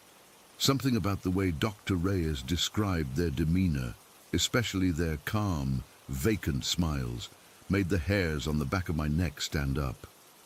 Enrique suggested we should check on the apartment just to be safe. It was probably nothing, he said. Maybe just some religious eccentrics, nothing we hadn't seen before on the island. But something told me this was different. The apartment building was one of those hastily constructed places that had gone up during the tourist boom. Cheap concrete, narrow hallways, thin walls. The Alexander apartment was on the 3rd floor. Even before we reached their door, I noticed the smell. 23 years on the force, and you develop a sense for certain smells. This one was unmistakable, the metallic scent of blood mixed with something else, something primal and wrong. We knocked. No answer. The smell was stronger now. Enrique and I exchanged glances, and without a word, we both drew our weapons. I knocked again, announcing we were police. Still nothing. The door wasn't completely closed. It was slightly ajar. I pushed it open with my foot. I've seen a lot in my career. Car accidents, drownings, even the occasional murder. But nothing prepared me for what was inside that apartment. Even now, almost 50 years later, I can't close my eyes without seeing it. The walls were splattered with blood, not random patterns, but deliberate smears that looked almost like symbols or letters in some foreign alphabet. The living room contained a small organ pushed against one wall. The keys stained red. There were bloody handprints on the keys, as if someone had been playing it with blood-soaked fingers, but it was what was hanging on the walls that still wakes me up screaming at night. Human body parts, clearly female, nailed to the wall like trophies. Breasts and other parts displayed like some kind of twisted artwork. In the center of the main wall hung what I could only identify as a human heart, suspended by a cord that had been threaded through it. Enrique ran from the room and vomited in the hallway. I stood frozen, unable to process what I was seeing. The smell was overwhelming. Blood, excrement, and something else, something like incense or candle wax. There were 3 bodies on the floor, all female, all nude, and all mutilated in ways I won't describe. One was clearly older, maybe in her 40s, while the others were young women, probably teenagers. Their faces were mostly untouched, preserved in expressions of terror and pain that told me they had been alive during much of what had happened to them. The floor was sticky with blood, and there were bloody footprints leading from the bodies to the door, the same footprints that had likely left the mud on the men who had visited Dr. Reyes. I remember thinking, with a strange clarity that comes in moments of extreme shock, that they must have come directly from this scene to the doctor's villa. I called for backup, and within minutes the small apartment was swarming with officers and medical personnel. As we secured the scene, we began piecing together who these people were. The apartment contained German passports and documents identifying them as the Alexander family, Harold and Dragma, the parents, and their children. including the son Frank and several daughters. One of the daughters was indeed Sabine, the doctor's housemaid, who had apparently been living and working at his villa for about 6 months. According to neighbors, the family had moved to Santa Cruz about 8 months earlier. They kept to themselves, rarely interacting with anyone in the building. Some reported hearing organ music at odd hours, and sometimes chanting that sounded like religious hymns. One neighbor mentioned that the father and son seemed to be in charge, with the women rarely leaving the apartment without one of them. As the investigation progressed, we uncovered more details. The Alexanders had fled Germany after allegations of incestuous behavior had come to light. They had been part of some extreme religious group called the Lorber Society, but even that group had disowned them after rumors about their family practices began to spread. The most disturbing information came from papers found in the apartment, journals kept by both Harold and Frank. Harold's writings were filled with religious delusions, describing his son as a divine prophet who would lead the faithful to salvation. Frank's journals were even more disturbing, ramblings about his godhood, his right to do whatever he pleased with his women, and increasingly violent fantasies. The final entry in Frank's journal, dated that very day, described how his mother had given him an offensive look at breakfast, challenging his divine authority. He wrote about declaring a killing hour to punish this transgression. He described in methodical detail how he had beaten her with a wooden coat hanger while his father played the organ in divine ecstasy. Then he had turned on his sisters, beating them until they lost consciousness. What came next in those pages was too horrible to recount fully. Frank described cutting off what he called the evil organs from the women while they were still alive, nailing these parts to the walls as lessons for any who would defy him. He wrote about removing his mother's heart last as she watched him do it, and hanging it as the centerpiece of his temple of discipline. The most chilling part was the final paragraph, where he wrote that he and his father would now retrieve Sabine, the last female family member, so she could witness the glory of the cleansing and take her rightful place in their new, purified family. If Dr. Reyes hadn't refused to let them take Sabine, and if he hadn't called us, I still get sick thinking about what would have happened to that young girl. Harold and Frank Alexander were arrested that night. They didn't resist. In fact, they seemed proud, almost jubilant. Frank kept repeating that he had purified the vessels of sin and that we should be thanking him. Harold just smiled serenely and quoted Bible verses that he had twisted to justify their actions. They were both deemed mentally unfit to stand trial and were committed to a high-security psychiatric facility on the mainland. The case file notes that neither showed any remorse or even recognition that what they had done was wrong. 20 years later, I received a call from a former colleague. Harold and Frank had escaped during a transfer between facilities. No one knew how they had managed it, but they were gone. That was 30 years ago. They were never found. Sometimes I still check the news, especially when there's a report of a particularly brutal family murder or a religious cult situation. I scan the details, looking for their signatures, the mutilations, the heart, the organ music. So far, nothing has matched. But I know they're out there somewhere. Frank would be in his late 60s now. Harold in his 90s if he's still alive. Sometimes I wonder if they started over, created a new family to control and destroy. Or maybe they're dead, their bodies undiscovered in some remote location. What I do know is that the memory of that apartment, the smell, the walls, the expressions on those women's faces will never leave me. I still have the same nightmare. I'm standing in that doorway again, but this time, Frank is there, smiling at me with blood-stained teeth, holding a heart in his hands, and behind him, playing the organ with bloody fingers. Harold turns and says, "You're just in time for the ceremony." I've never been religious, but after that night, I started keeping a Bible by my bed, not for comfort, but because I need to believe that whatever hell those men created in that apartment, there's a worse one waiting for them somewhere else. Story 15. I still think about that day sometimes. It's been almost 30 years, but I swear it feels like yesterday when I try to make sense of what happened in our house back in 1995. I was 14 then, just starting high school and mostly worried about normal teenage stuff, homework, video games, trying to be cool. We lived in this big old house that my parents had bought when I was little. It was too big for just us, honestly, me, my parents and my two brothers. But my dad always said it was an investment. The house had character, which was adult speak for creaky floorboards and weird cold spots. That summer, my oldest brother Bud moved back in temporarily with his wife Eleanor and their daughter Laura. Laura was the cutest little thing, about 18 months old, just learning to talk and zooming around in this plastic walker thing. I didn't mind having them there.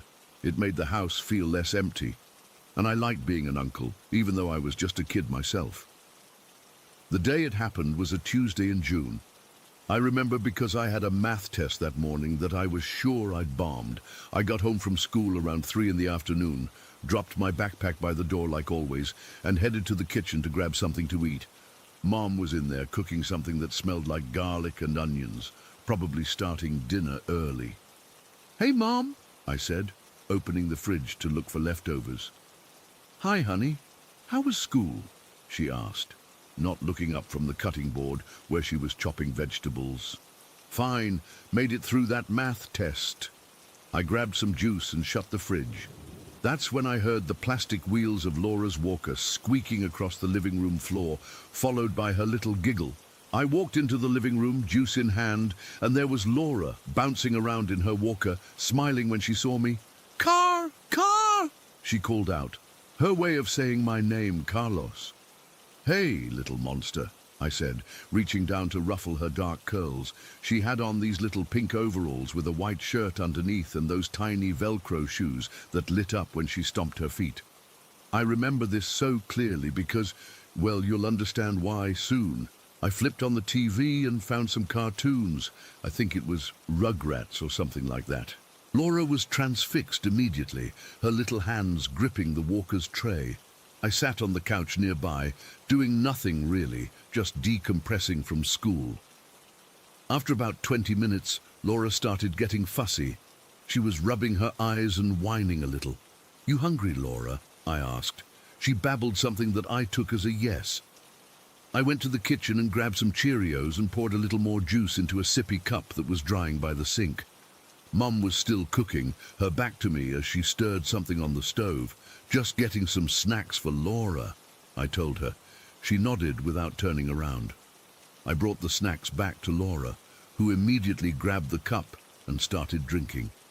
She made a mess with the Cheerios, of course, dropping more than she ate, but she seemed happy. I remember wiping her chin with my sleeve when the juice dribbled down. After snacks, Laura got bored with TV and started making these "let's play" noises. She'd figured out this game where I'd chase her around the couch while she scooted in her walker, and she loved it. So we started playing, me pretending to be a monster trying to catch her, her shrieking with laughter as she pushed herself around with her feet. We must have been playing for 15 minutes or so when the front door opened and my dad walked in carrying grocery bags. "Carlos, come help me bring in the rest of the groceries," he called out, heading toward the kitchen. I was in the middle of chasing Laura, but I called back, "Coming!" and ran my hand over her head as I passed. "Be right back, okay?" I followed Dad out to the car and we grabbed the remaining bags. There were only a few, so it just took one trip. As we were walking back, I had this sudden panic. I'd left Laura alone and she was in that walker. What if she somehow managed to get to the stairs? Our house had this big staircase in the main hall, and even though there was a baby gate, I still worried. "Just a sec, Dad," I said, dropping the bags and running ahead. But as I passed our driveway, I glanced over at my brother's car parked next to ours and froze. There, Through the window, I could see Laura strapped into her car seat in the back, playing with a small toy. She was wearing the exact same pink overalls. I felt like I'd been doused in ice water. My heart started pounding so hard I could hear it in my ears. I ran to the car and peered in, and Laura looked up at me and smiled, saying, car, just like she had done inside. I backed away from the car, nearly tripping over my own feet. That's when I saw my brother Bud walking around from the other side of the car with more grocery bags. "Hey, little bro, what's up?" he asked, noticing my expression. "You look like you've seen a ghost." I couldn't even speak. I just pointed at Laura in the car seat, then back at the house. "What's wrong?" Bud asked, frowning. I finally found my voice. "Laura, she was just inside. I was playing with her. I gave her Cheerios and juice." Bud laughed. "What are you talking about? She's been with us all day. Elena and I took her to the market." He opened the back door and started unbuckling Laura from her car seat. "We just got back." I felt sick. "No, that's impossible. I've been playing with her for the last hour." Mom was in the kitchen cooking while I watched her. Elena appeared from the other side of the car, carrying more bags. "What's going on?" she asked. "Carlos thinks he was babysitting Laura," Bud said, still thinking I was confused or joking. Elena gave me a strange look. "We've had her with us all day, Carlos. We've been shopping since lunch." I stood there, my mind racing. Was I losing it? Had I imagined the whole thing? But it had felt so real. The weight of her sippy cup when I handed it to her, the sound of her laughter, the way her hair felt when I ruffled it. But I couldn't finish my sentence. I just turned and ran back into the house. In the living room there was no Walker, no scattered Cheerios on the floor. The TV was off. Everything looked exactly as it would if no child had been playing there. I went to the kitchen where Mom was still cooking. "Mom," I said, my voice shaking, "wasn't Laura here earlier? Wasn't I watching her while you cooked?" Mom turned around looking confused. "What? No, honey. Laura went with Bud and Elena to the market. I've been cooking alone all afternoon." "But I gave her Cheerios and juice in her sippy cup. She was watching cartoons and we were playing chase." Mom put down her spoon and came over to me, placing a hand on my forehead like she was checking for fever. "Are you feeling okay? Did you fall asleep and dream this?" "I wasn't sleeping. I swear she was here." My voice was getting higher, panic rising in my chest. Just then, Bud came in carrying Laura, followed by Elena and Dad with the groceries. Laura reached for me, saying, "Car," like nothing was wrong. "Carlos thinks he was babysitting Laura," Mom told them, giving me a concerned look. "I told him she's been with us all day," Bud said. "Maybe he was daydreaming." "I wasn't daydreaming. I insisted. She was here, in her Walker. She ate Cheerios. Check the living room floor. There should be crumbs everywhere." Eleanor went to look, coming back with a shake of her head. "There's nothing there, Carlos." I felt like I was going crazy. "The sippy cup? I gave her the blue sippy cup that was drying by the sink." Mom turned and pointed to the dish rack. There was the blue cup, still sitting exactly where it had been. We all sat down for lunch, but I couldn't eat. I kept staring at Laura, who was now sitting in her high chair, happily banging a spoon on the tray. She looked exactly like the Laura I'd been playing with. Same clothes, same curly hair, same everything. "Maybe you should lie down for a bit," Mom suggested. "You look pale." I nodded and excused myself, but instead of going to my room, I went back to the living room and got down on my hands and knees, searching the carpet for any sign of Cheerios. Nothing. Not a single crumb. For the rest of the day, I felt like I was moving through a fog. I couldn't focus on anything. Every time I saw Laura, my stomach would twist into knots. She seemed totally normal, no different than any other day. But I couldn't shake the feeling that something was terribly wrong. That night, I couldn't sleep. I kept replaying everything in my mind, trying to figure out if I had somehow hallucinated the whole thing. But it had felt so real. I remembered specific details. The episode of Rugrats that was on, the way Laura had struggled with a particular Cheerio that kept sticking to her finger, the exact route we took around the couch during our chase game. The next morning at breakfast, I tried bringing it up again. "I swear I'm not making this up," I told my family. "Someone or something that looked exactly like Laura was in this house yesterday." My parents exchanged worried glances. Bud seemed annoyed, but Eleanor looked scared, like maybe she believed me a little. "This house has always been weird," I continued, desperate for someone to take me seriously. "Remember when all the pictures fell off the walls at the same time? Or when we all heard someone walking upstairs when nobody was up there?" It was true. Our house had a history of strange occurrences. Nothing major, nothing that had ever scared us enough to leave, but enough odd moments that we'd occasionally joke about having ghosts.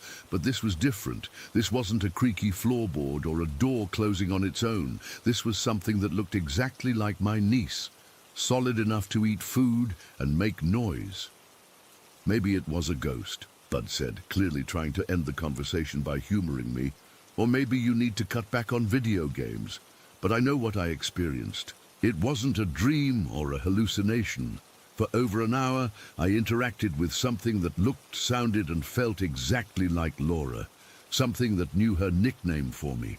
Something that played the same games she liked to play. We never figured out what happened that day." Bud and his family moved out a few weeks later, into their own place like they'd been planning.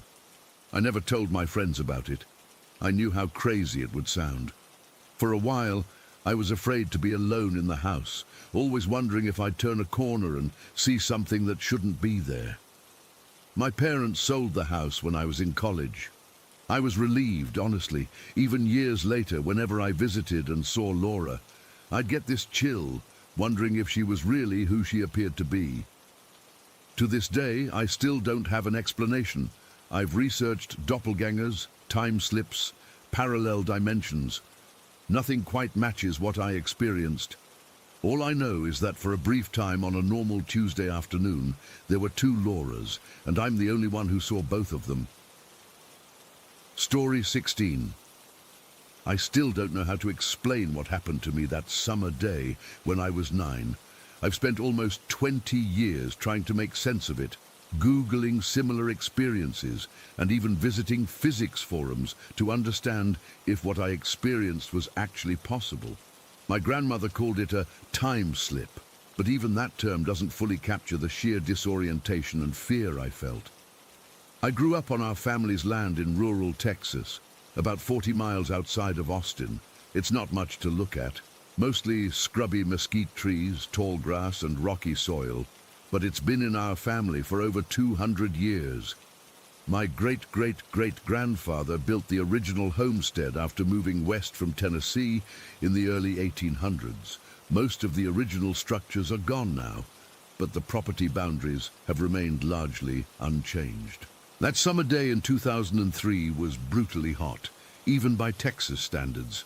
It must have been close to 100 degrees by mid-morning. My friend Jake had stayed overnight, and we were bored out of our minds.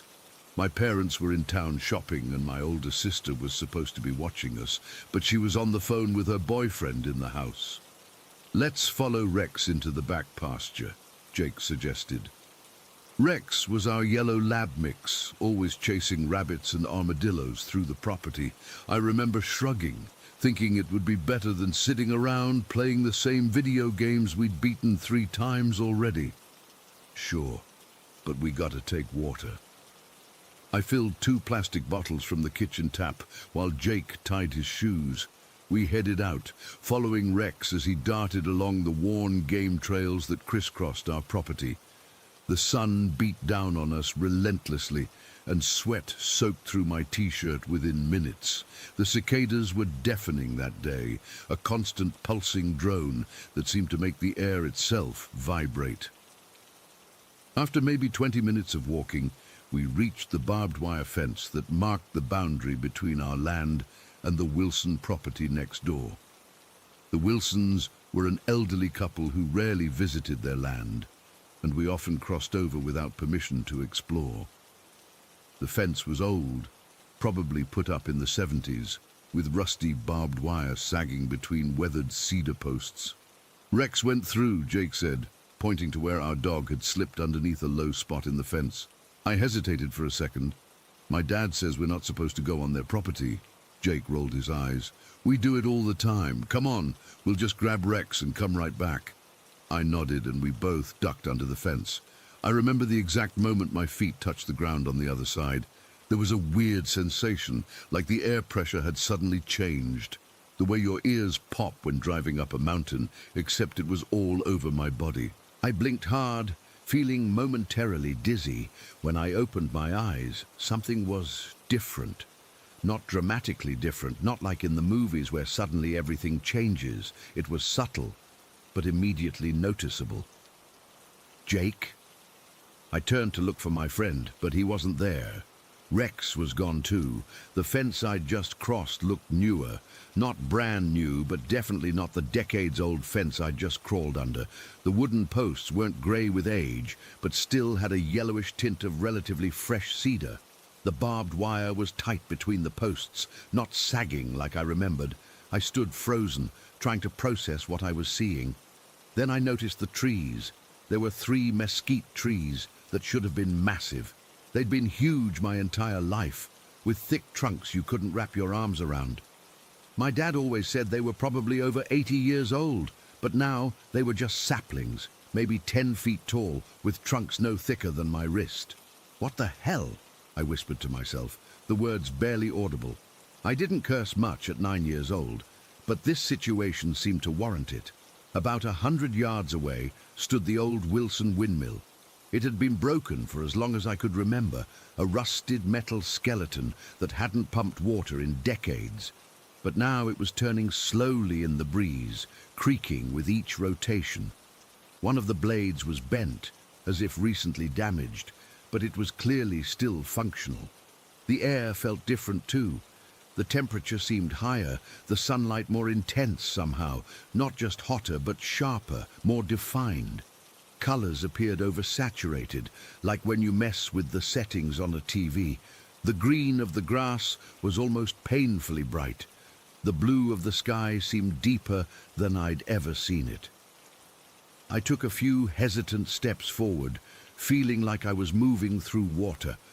My body felt strangely light, almost disconnected from the ground. It wasn't like being drunk, not that I knew what that felt like at 9, but more like being in a lucid dream where you're aware something isn't real but can't quite wake yourself up. "Jake?" I called out again, louder this time. My voice sounded muffled and flat, as if the air was absorbing the sound before it could travel. No answer. I checked my watch, an old Timex my grandfather had given me for my birthday. The hands weren't moving. The second hand was frozen, stuck at 23 seconds past 10:42. I tapped the glass face, but nothing happened. Looking back toward where I'd crossed the fence, I could see our property stretched out behind me. But it looked wrong. The oak tree that my dad had planted when I was born wasn't there. The shed where we kept the tractor was missing too. In their place was just open grassland with a few scattered mesquites. That's when real fear started to set in. Not the quick startle of a jump scare, but the slow, creeping dread of realizing something is fundamentally wrong with the world around you. My heart was pounding so hard I could feel it in my throat. My mouth went dry, and my hands started to shake. I had the overwhelming sense that I didn't belong here, wherever here was. It felt like the landscape itself was rejecting my presence, like an immune system trying to expel a foreign body. The air seemed to press against my skin, making the hairs on my arms stand up. I remember hearing a distant sound, something between a cow's moo and a human shout. It came from the direction of where the Wilsons' house should have been, but I couldn't see any buildings from where I stood. Part of me wanted to investigate, to try to find someone who could explain what was happening. But a stronger instinct told me to get back across that fence as quickly as possible. I turned and ran, stumbling over the uneven ground, back toward where I'd crossed. As I approached the fence, I noticed something else strange. My footprints from crossing over were gone. The dry Texas soil should have shown some disturbance where Jake and I had ducked under the wire, but there was nothing, just undisturbed earth and grass. I dropped to my hands and knees and scrambled under the fence, not caring about the barbed wire that scraped against my back, tearing my t-shirt and leaving a shallow cut I wouldn't notice until later. The moment I crossed back to our side, everything snapped back to normal. It wasn't gradual. 1 second I was in that strange, altered version of our land, and the next I was back in the familiar world. The fence was old and rusted again. The mesquite trees were massive, ancient things with gnarled branches. The broken windmill in the distance was still and silent, just a rusted skeleton against the sky. Dude, where'd you go? Jake was standing about 20 feet away, looking annoyed. Rex was by his side, panting heavily. I've been calling you for like 5 minutes. I stared at him, unable to form words for a moment. I was right here. I crossed the fence after you. Jake shook his head. No, you didn't. I crossed over and you just stood there staring at nothing. I thought you were messing with me. How long was I standing there? I asked, my voice shaking. He shrugged. I don't know. Maybe 5 minutes. You looked really weird, like you were sleepwalking or something. I kept calling your name, but you didn't answer. I checked my watch. It was working again, the second hand ticking steadily. It read 10:48. Only about 6 minutes had passed since I'd last checked it before crossing the fence. We walked back to the house in silence. Jake kept asking what happened, but I couldn't explain it. How do you tell someone you stepped across a fence and into what felt like a different time? That you saw trees that should be old suddenly young again? That the very air felt different? When we got home, I didn't tell my parents or my sister. I knew how it would sound, like I'd made it up for attention or had fallen asleep and dreamed the whole thing. But that night, I worked up the courage to tell my grandmother. I found her on the back porch, sitting in her favorite rocking chair and smoking a cigarette she thought no one knew about. I sat down next to her and just blurted it out. The fence, the young trees, the working windmill, everything. I expected her to laugh or tell me I had an overactive imagination. Instead, she went very still, the cigarette burning forgotten between her fingers. You had a time slip, she said simply, as if naming a common occurrence like a sunburn or a skinned knee. A what? Time slip. It's when you step through a thin spot between now and then. She took a long drag of her cigarette. Happened to me once, on a cruise in the Caribbean with your grandfather. Must have been 1987 or 88. She told me how she'd been walking alone on deck one evening when a small boy approached her looking terrified. He pointed out to sea and said, "The ship is coming." When my grandmother looked where he was pointing, she saw what appeared to be an old wooden sailing vessel from colonial times, complete with full canvas sails, gliding silently across the water. When she turned back to ask the boy more, he was gone. Later, she learned that a Spanish galleon had sunk in those waters in the 16th century. Some places time isn't as solid as we think, she said. Most folks go their whole lives never noticing, but some of us stumble through the cracks now and then. I've tried many times over the years to recreate what happened that day. I've crossed that fence line hundreds of times, at different hours, in different weather, alone and with others. Nothing ever happened again. The fence got replaced in 2010, and I wondered if that might have sealed whatever thin spot had been there. But part of me is glad I never found it again. I still don't know what I experienced. Was it the past I saw? The future? Some parallel version of our property? All I know is that for about 6 minutes on a hot summer day, I stepped somewhere else. Somewhere that looked like our land but wasn't quite right. And sometimes, when I'm back visiting my parents and I walk near that boundary line, I swear I can feel the air change just slightly, like something on the other side is still there, waiting. Story 17. I still remember every detail of that day, even though it's been 24 years now. I was 5 years old. My sister Sophia was 7, and it was supposed to be just another boring Tuesday afternoon in April. Mom had run to the grocery store, something she did all the time, leaving us alone for maybe 45 minutes tops. We weren't scared or anything. This was normal in our neighborhood. Everyone knew everyone, houses were close together, and this was back when kids still played outside unsupervised until the streetlights came on. Our house was this split level in a development where every fourth house had basically the same layout, tan siding, shutters that didn't actually shut, a small front yard with a maple tree. Nothing special, nothing scary, just normal suburban living in the late 90s. I remember sitting cross-legged on our beige carpet, maybe 3 feet from the TV. Sophia was behind me on the couch, her feet dangling because she couldn't quite reach the floor yet. We were watching Arthur. I specifically remember it was the episode where Buster goes away with his dad. The living room had that warm afternoon glow coming through the vertical blinds, casting stripes across the carpet. The house was quiet except for the TV and the hum of the refrigerator from the kitchen.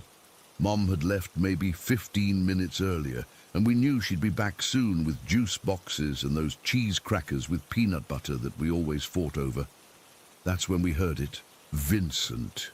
Just my name, spoken clearly from upstairs. Not shouted, not whispered, just called out normally, like someone wanted my attention. It was my Uncle Rob's voice, unmistakable.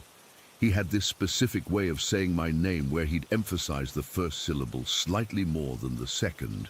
I didn't react right away. I think I was processing it. Then Sophia said, "Vinny, Uncle Rob's calling you." That's what makes this so messed up, even now. We both heard it. It wasn't just me. She heard it too, clear as day, and recognized his voice immediately, just like I did. I turned to look at her. "Is he upstairs?" She shrugged. "I guess. Go see what he wants."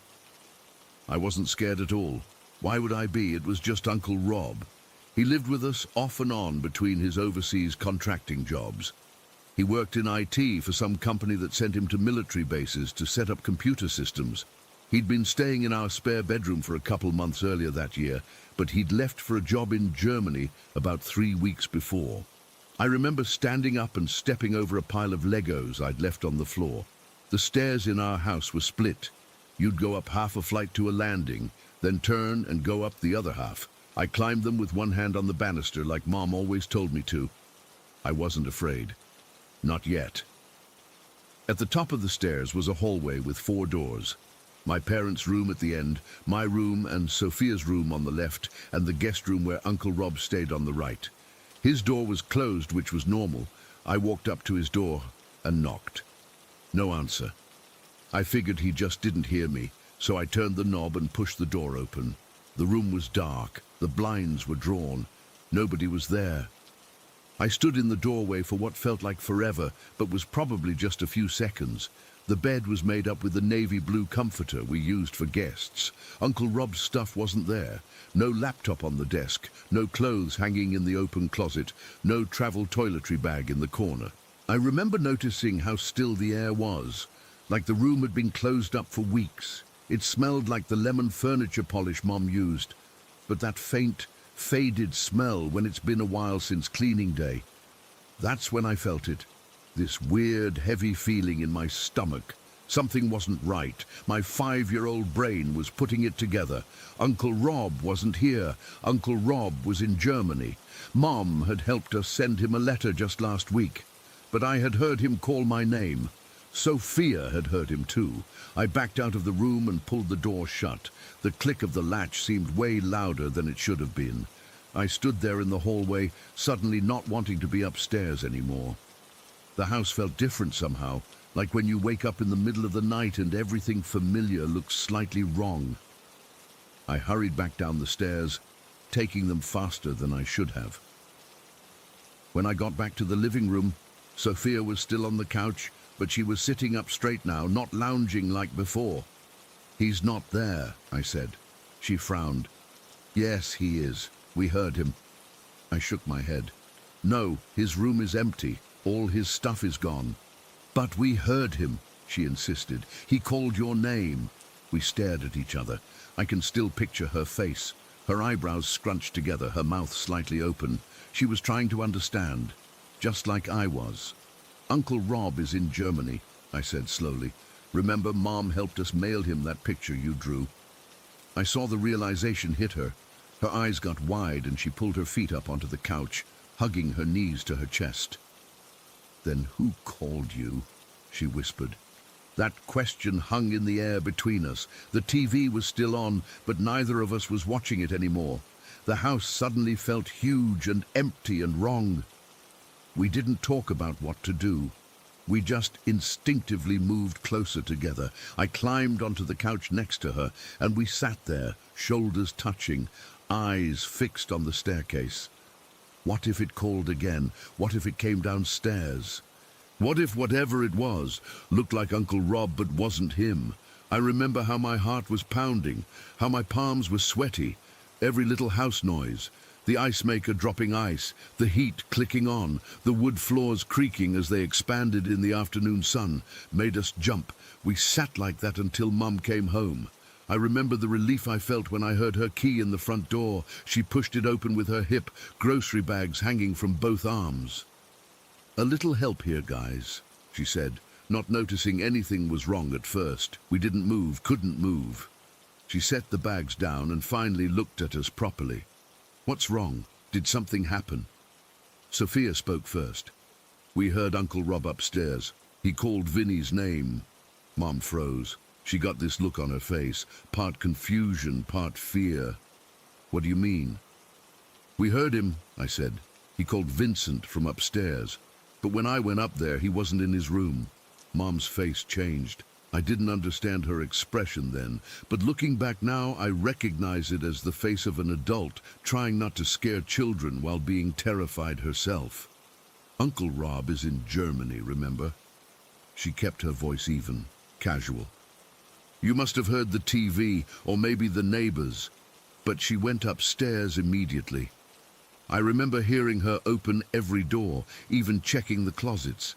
When she came back down, she was trying to smile, but it didn't reach her eyes. "See, no one here but us. Now who wants a snack?" She never left us alone in the house again after that. Not once. Even quick trips to the mailbox or to grab something from the car. She always took us with her or waited until Dad got home. We didn't talk about it that night, or the next day, or ever really. But things changed.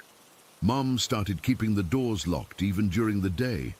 Dad installed a security system the following weekend.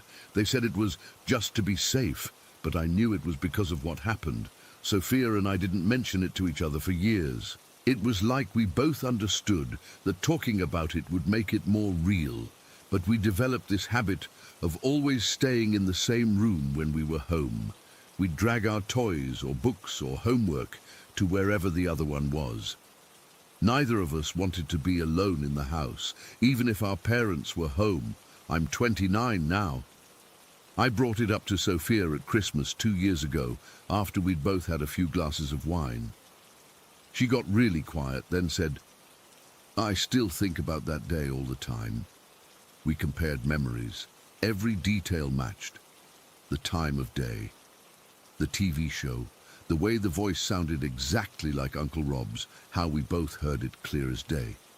"Do you think we imagined it?" I asked her. She shook her head. "Two people don't imagine the exact same thing at the exact same time." "Then what was it?" She didn't have an answer.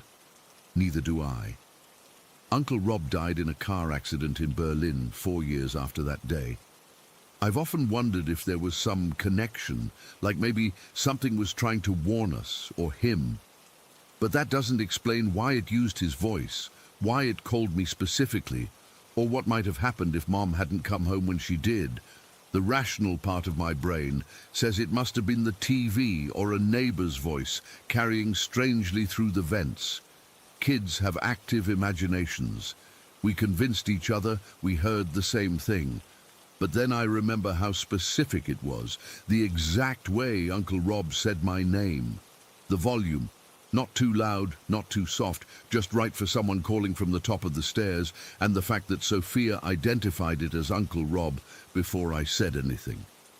Sometimes I think about what might have happened if I hadn't gone back downstairs right away. What if I had looked under the bed or opened the closet door? What if I had called out to the empty room?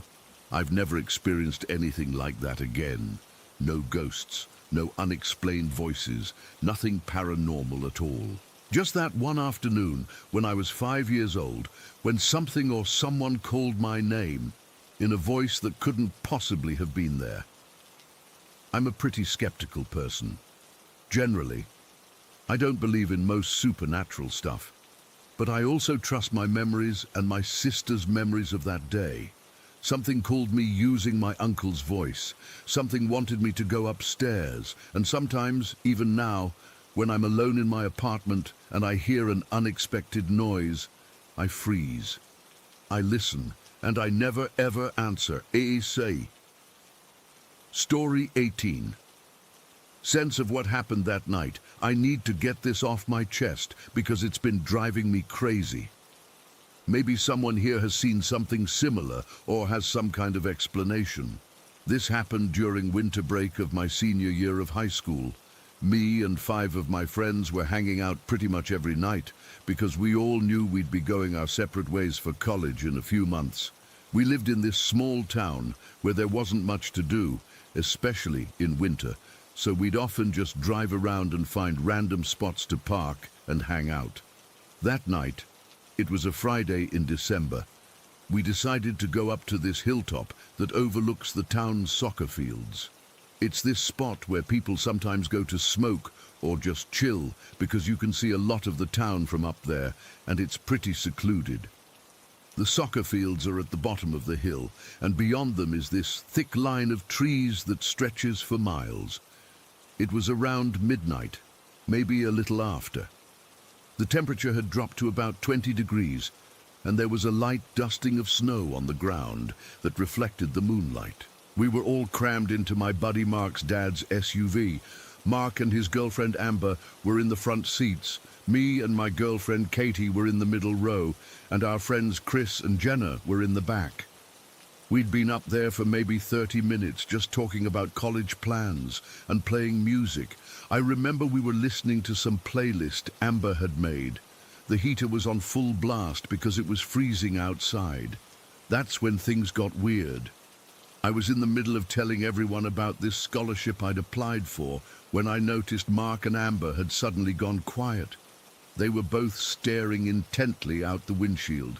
At first, I thought maybe they'd seen a deer or something. They're pretty common around here.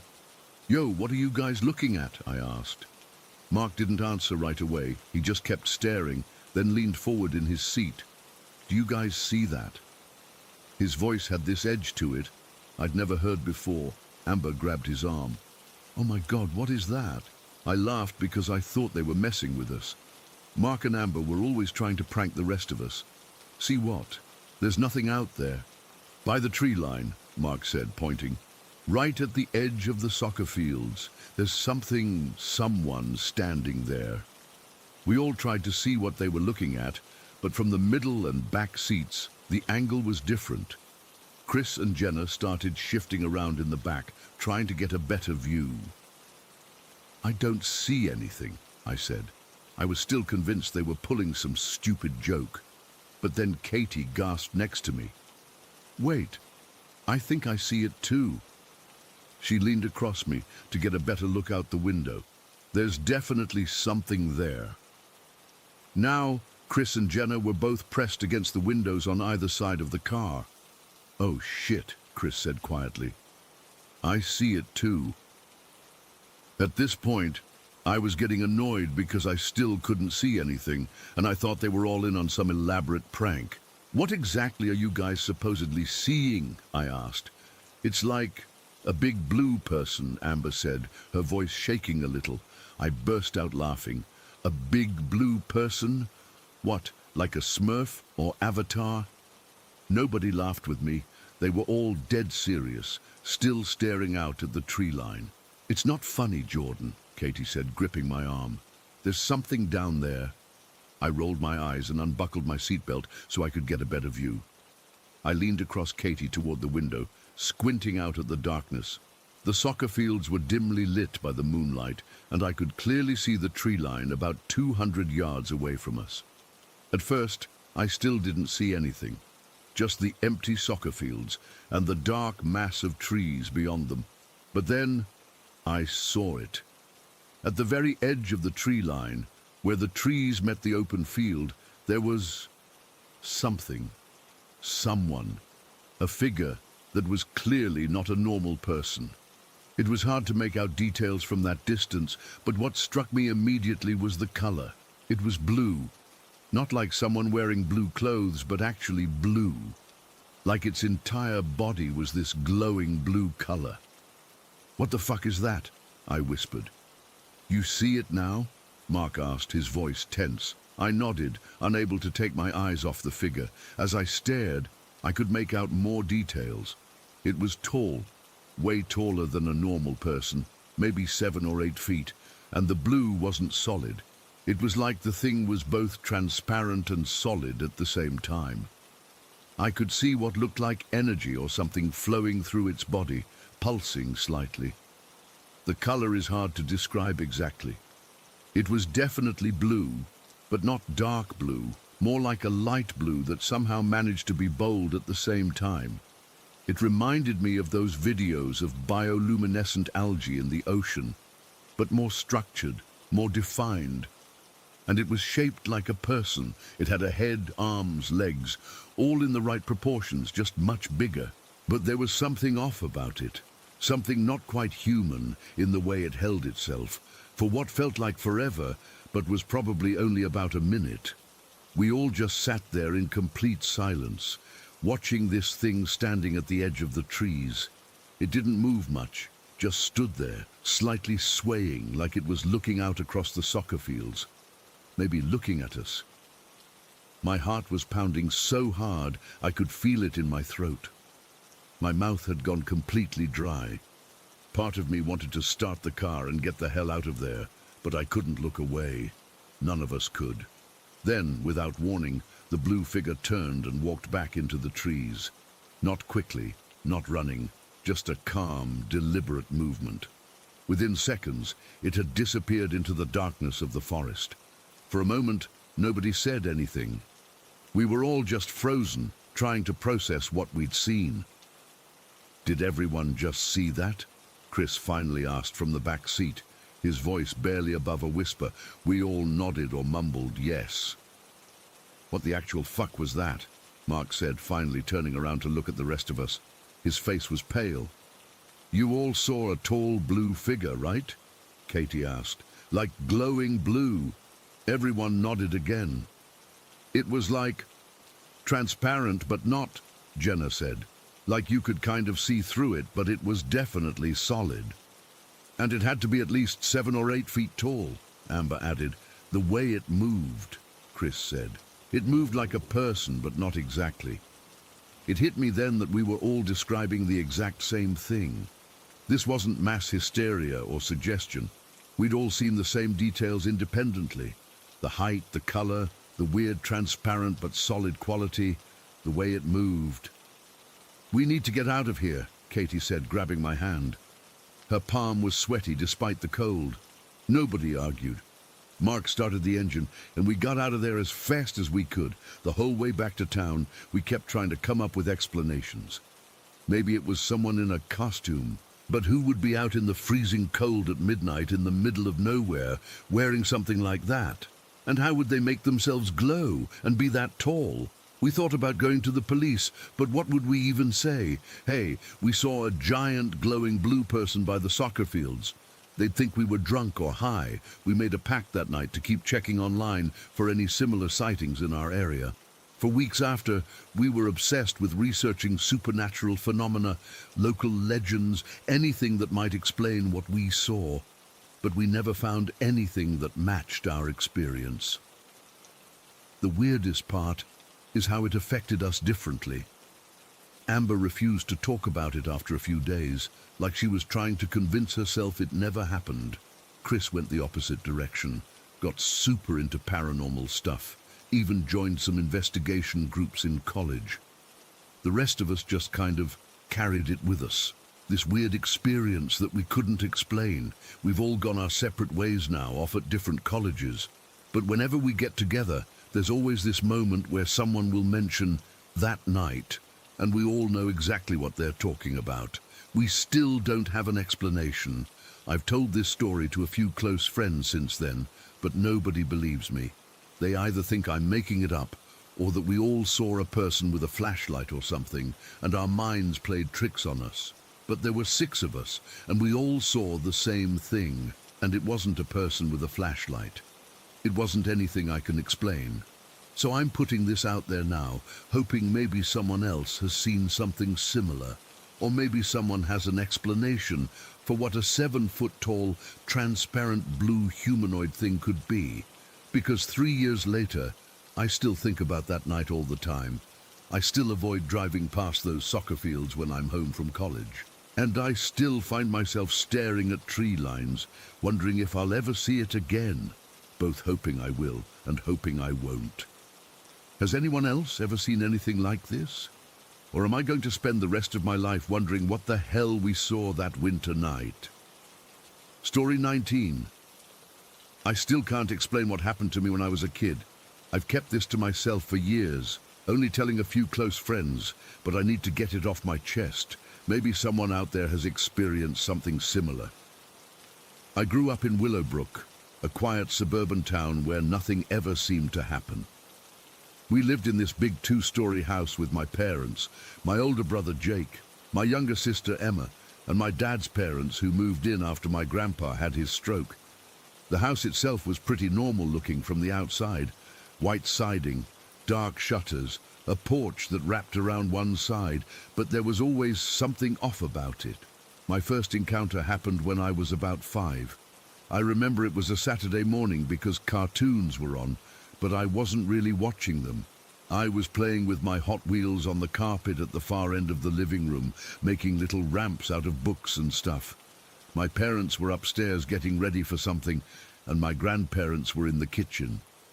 I think my siblings were still asleep. I was totally focused on my cars when I got this weird feeling. You know that sensation when you feel like someone's watching you? It was like that, but 10 times stronger. I looked up at the TV, which was one of those old boxy ones with the super reflective screen when it's bright in the room. That's when I saw him. In the reflection of the TV, I could see the basement door was open, and there was someone standing at the top of the steps. At first, I thought it was my dad, but something felt wrong. The figure was tall, taller than my dad, and completely still. I turned around slowly, and I swear my heart nearly stopped. There was a man standing there, just like I'd seen in the reflection. He wore an old-fashioned black suit, like something from an old movie, and a top hat that made him look even taller. But his face, God, his face is what still haunts me. It wasn't a face at all. It was just empty.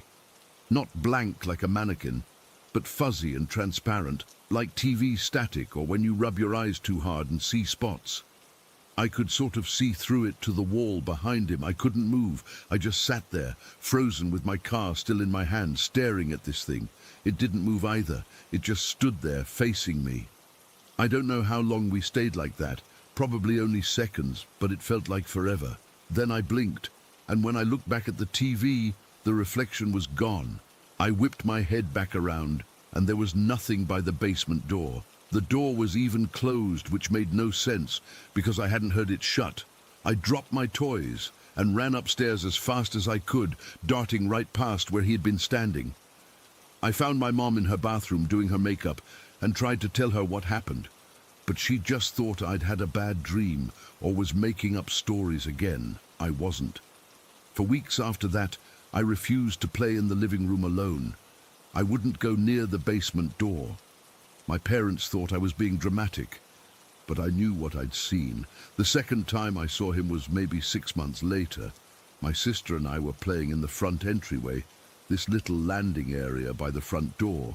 The door had these decorative windows on the top half, sort of frosted. but you could still see shadows and shapes through them. It was late, maybe around 9 at night. Everyone was home. My parents were upstairs, my brother was in his room, and my grandparents had already gone to bed in their part of the house. Only Emma and I were downstairs. We were playing some game with her dolls when I got that same feeling again, like ice water running down my back. I looked up at the front door, and there he was, on the other side of the glass, the same tall figure in a suit. I couldn't see his face clearly through the frosted glass, but I could tell it was him. His skin looked greyish through the glass, which is why I started calling him the Wolfman in a suit when I talked to Emma about him later. She didn't see him that night. She was too focused on her dolls, and by the time I grabbed her arm to look, he was gone. After that, I started seeing him more regularly, sometimes just glimpses out of the corner of my eye, standing at the end of the hallway when I went to the bathroom at night, or watching me from the backyard through my bedroom window. I started keeping a notebook where I'd draw pictures of him. My parents found it once and got really concerned, asking me all these questions about who this man in the hat was. They thought someone might be stalking me or something, but whenever they'd check, there was never anyone there. The playroom in the basement became the worst spot. I'd be down there with my toys, and I'd get that feeling again. Sometimes I'd look up and see him standing in the corner, just watching. I'd run upstairs screaming, and my mum would come down to check, but he was always gone by then. After a while, I refused to go in the playroom alone. My brother thought I was making it all up for attention. My sister was too young to really understand, but she started getting scared too because I was so convinced. My grandma was the only one who seemed to take me seriously. She'd listen to my stories without dismissing them, and sometimes she'd get this look on her face like maybe she knew something but wouldn't tell me. One day, I overheard her talking to my grandpa about the house's history. Apparently, it had burned down at some point before being rebuilt. I tried asking her about it, but she changed the subject. I spent hours at the local library with my mum, years later, trying to find records of the fire or any deaths that might have happened there, but I never found anything concrete. The worst period was after my parents died. I was 6. Car accident. One minute they were going out for date night, the next we were living permanently with our grandparents. That's when things escalated. About a month after the funeral, I had the scariest encounter of all. I was coming downstairs for breakfast one morning. It was early, maybe around 6:30. Everyone else was still asleep except my grandma, who was always up making coffee at the crack of dawn. I was halfway down the stairs when I heard footsteps behind me. I assumed it was my brother, so I didn't turn around. The steps followed me all the way down. I could hear them clearly, just a few steps behind me. When I got to the bottom, my grandma greeted me from the living room. "Morning, Tyler," she said, looking up from her crossword puzzle. "Sleep okay?" I turned to ask my brother if he wanted cereal, but there was nobody there. The staircase behind me was completely empty, but I had heard someone following me down, every single step the whole way. The look on my face must have given me away because my grandma put down her newspaper and asked me what was wrong. I told her I thought someone had been behind me on the stairs. She got really quiet, then said something I'll never forget. "I saw someone behind you, Tyler. A tall shadow. For a second I thought it was your daddy watching over you, but..." She didn't finish the sentence. She didn't have to. We both knew who it was. For weeks after that, I slept in my grandparents' room on a cot. I was too terrified to be alone. The figure seemed to be getting bolder, appearing in broad daylight now instead of just at night. My grandparents finally called in a pastor from their church. He blessed the house, sprinkled holy water in all the corners, the whole 9 yards. I don't know if it actually did anything, but the appearances seemed to become less frequent after that, or maybe I just got better at ignoring them. As I got older, the sightings became rarer. By the time I was 10, I'd convinced myself it had all been my imagination, a child's way of processing grief or something. That's what the therapist my grandparents eventually took me to suggested anyway. But then last week, I was visiting my grandparents. I'm 23 now, living in an apartment across town. I was helping my grandpa fix a leaky faucet in the upstairs bathroom. I was alone, bent over the sink, when I felt it again. That ice-cold feeling of being watched. I looked up into the mirror and saw him in the reflection, standing in the doorway behind me, still in that same suit, still wearing that top hat, still with that horrible non-face. I spun around, and of course, the doorway was empty. But I know what I saw. He's still there. He's always been there. Watching, waiting. For what? I don't know. I've tried researching the history of our house again. Tried to find out if anyone matching his description ever lived there.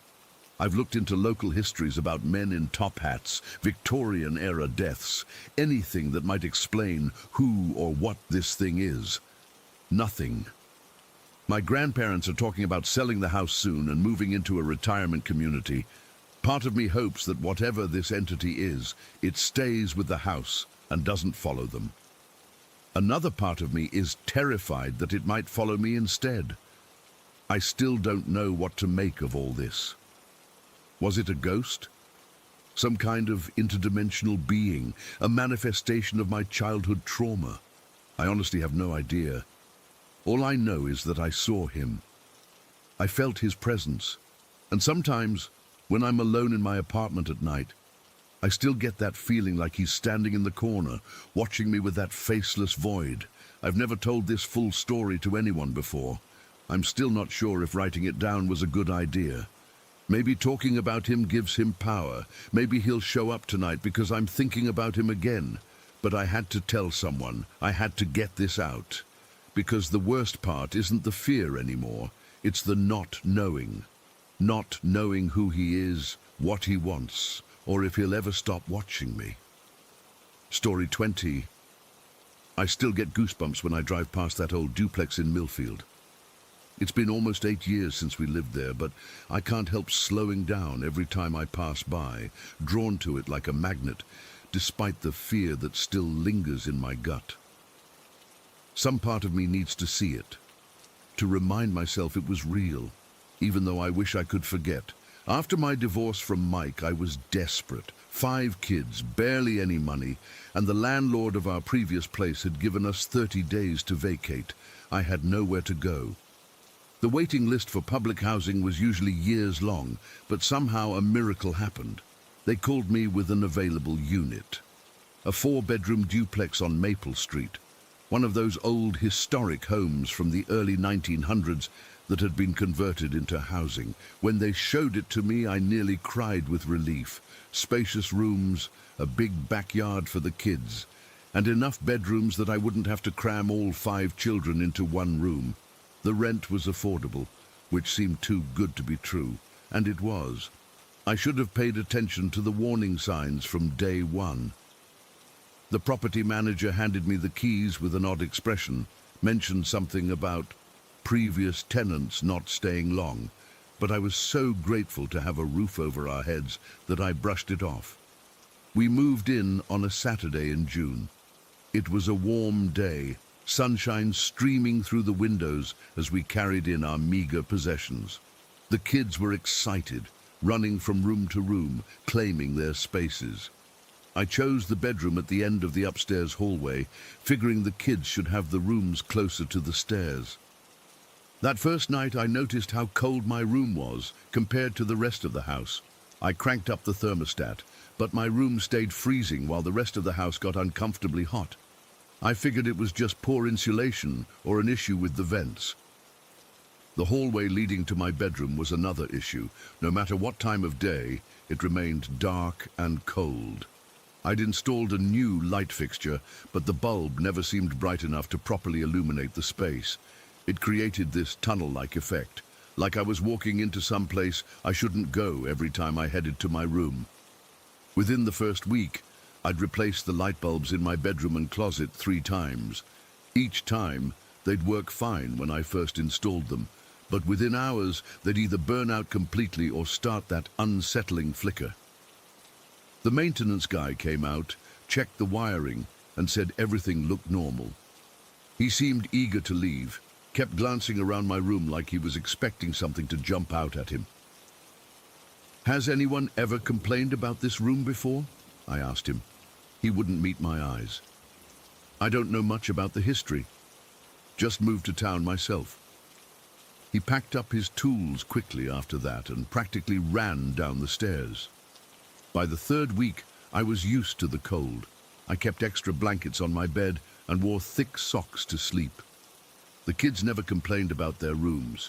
They seemed perfectly comfortable. Only mine had issues. And then there was the cellar. The house had this old cellar beneath my bedroom, but the door to it was locked. When I asked the property manager about it, she said it had been sealed off years ago due to structural concerns and that we weren't allowed access. I could see the outline of the cellar doors outside, padlocked and overgrown with weeds. It was about a month after we moved in when it happened. It was a Tuesday, I remember, because my sister had taken 4 of the kids to the community pool. But my oldest, Kayla, had summer school, so she was coming home later. My youngest, Ethan, was 5 at the time and had a cold, so he stayed home with me. Ethan was napping on the couch downstairs, and I decided to take advantage of the rare quiet to read in my room. It was around 2 in the afternoon, bright daylight outside, but my room still had that perpetual dimness to it. I was sitting on my bed back against the headboard, engrossed in my book when I heard it. Tanya. It was so faint I almost thought I'd imagined it, like someone calling from very far away. I put my book down and listened. Nothing. I figured maybe it was Ethan waking up from his nap, so I went downstairs to check. He was still sound asleep on the couch, breathing heavily through his stuffy nose. I checked the front and back doors, thinking maybe Kayla had come home early or my sister had returned with the kids. No one was there. I looked out all the windows. The street was empty, just the neighbor's cat lounging on their porch across the way. Shrugging it off, I went back to my room and picked up my book again. Maybe 10 minutes passed when I heard it again. Tanya. Louder this time, more insistent. It sounded like it was coming from somewhere in the house, but not quite. It was hard to place, like someone was calling through a wall or from another room, but somehow right next to me at the same time. I got up, annoyed now, thinking maybe one of the neighbors was playing a prank. I went to my window and looked out, scanning the yard and the street. Nothing. I even stuck my head out and looked up at the roof, thinking maybe some kid had climbed up there. Empty. I went downstairs again, checked on Ethan, who was still asleep, and went through every room in the house. Nothing out of place, no one there but us. I stood in the kitchen for a moment, feeling uneasy, but telling myself I was being silly. Maybe it was just the house settling, old pipes or the wind. I went back upstairs, pausing at the entrance to that perpetually dark hallway. For some reason, I didn't want to go down it. A chill ran down my spine, and I actually considered going back downstairs to wait for the others to come home. But I told myself I was being ridiculous. I was a grown woman afraid of her own bedroom. So I walked down the hallway, entered my room, and sat back down on my bed. I picked up my book, but couldn't focus on the words. My eyes kept darting to the doorway, then to the closet, then to the window. The silence in the house felt heavy, like it was pressing against my ears. I don't know how much time passed. Maybe 5 minutes, maybe 15, when it happened. The voice came again, but this time there was nothing faint about it. Tanya! It screamed my name with such hatred, such vile intensity, that I physically recoiled. It sounded like it was right in front of my face, so close I should have felt breath on my skin. The voice was wrong. Deep and guttural, but also somehow high-pitched at the same time, like multiple voices layered together. It trembled with rage, as if my very existence offended it. I dropped my book and scrambled backward on the bed until my back hit the wall. My heart was hammering so hard I could feel it in my throat. The room seemed to drop 20 degrees in an instant. I couldn't move, couldn't breathe. And then Ethan started crying downstairs. His sobs broke whatever paralysis had gripped me. I launched myself off the bed and ran down that hallway faster than I've ever moved in my life. I scooped Ethan up from the couch, grabbed my car keys, and we sat in the car in the driveway until I saw my sister's minivan turn onto our street with the other kids. I didn't tell them what happened. How could I? I heard a demonic voice scream my name. Sounds crazy, even to me. I made up some excuse about the house feeling stuffy and wanting to get some air. But that night, I couldn't bring myself to sleep in my room. I put Ethan in with his brothers and took his bed. The next morning, I called my sister. She's always been the practical one, never believed in anything supernatural, but I needed someone. I told her everything, expecting her to laugh or tell me I was stressed and imagining things. She didn't. She listened quietly, then said, "I'll be over in 20 minutes. We're moving your stuff out of that room today." We converted the small den downstairs into my bedroom. I told the kids we were rearranging to give them more space upstairs. They didn't question it. Kids are adaptable like that. But they must have sensed something was wrong because for weeks afterward, they wouldn't go upstairs alone. I considered moving out, but financially, I couldn't. Public housing was the only thing keeping us off the streets. So we stayed, but I never set foot in that bedroom again. I'd send Kayla up if I needed something from the closet where we stored our extra things. About a month after the incident, as I started calling it in my head, I remembered something. The previous year, before the divorce, before everything fell apart, I'd gone to a new church with a friend. The pastor there had pulled me aside after the service. I didn't know him. He didn't know me. But he looked at me with this intense expression and said, "If the Spirit talks to you, don't answer." Just like that, out of nowhere. I'd laughed it off at the time, thought he was one of those overly dramatic preachers. Now the memory made my skin crawl. We lived in that duplex for 3 more years. Nothing as dramatic as that voice ever happened again, but there were small things, items moving from where I'd left them, cold spots that would appear and disappear, the feeling of being watched when I was alone.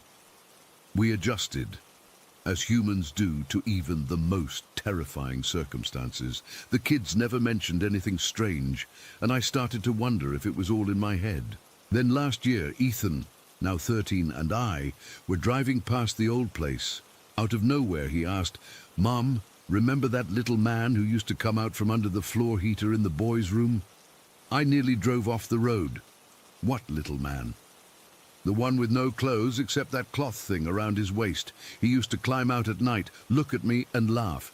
Then he'd disappear back under the floor. I pulled over and made him tell me everything. He described seeing this small figure, almost child-sized, but with an adult-like face, that would emerge from beneath the old floor heater. This had happened multiple times when he was around 5. He hadn't been scared, he said, just confused.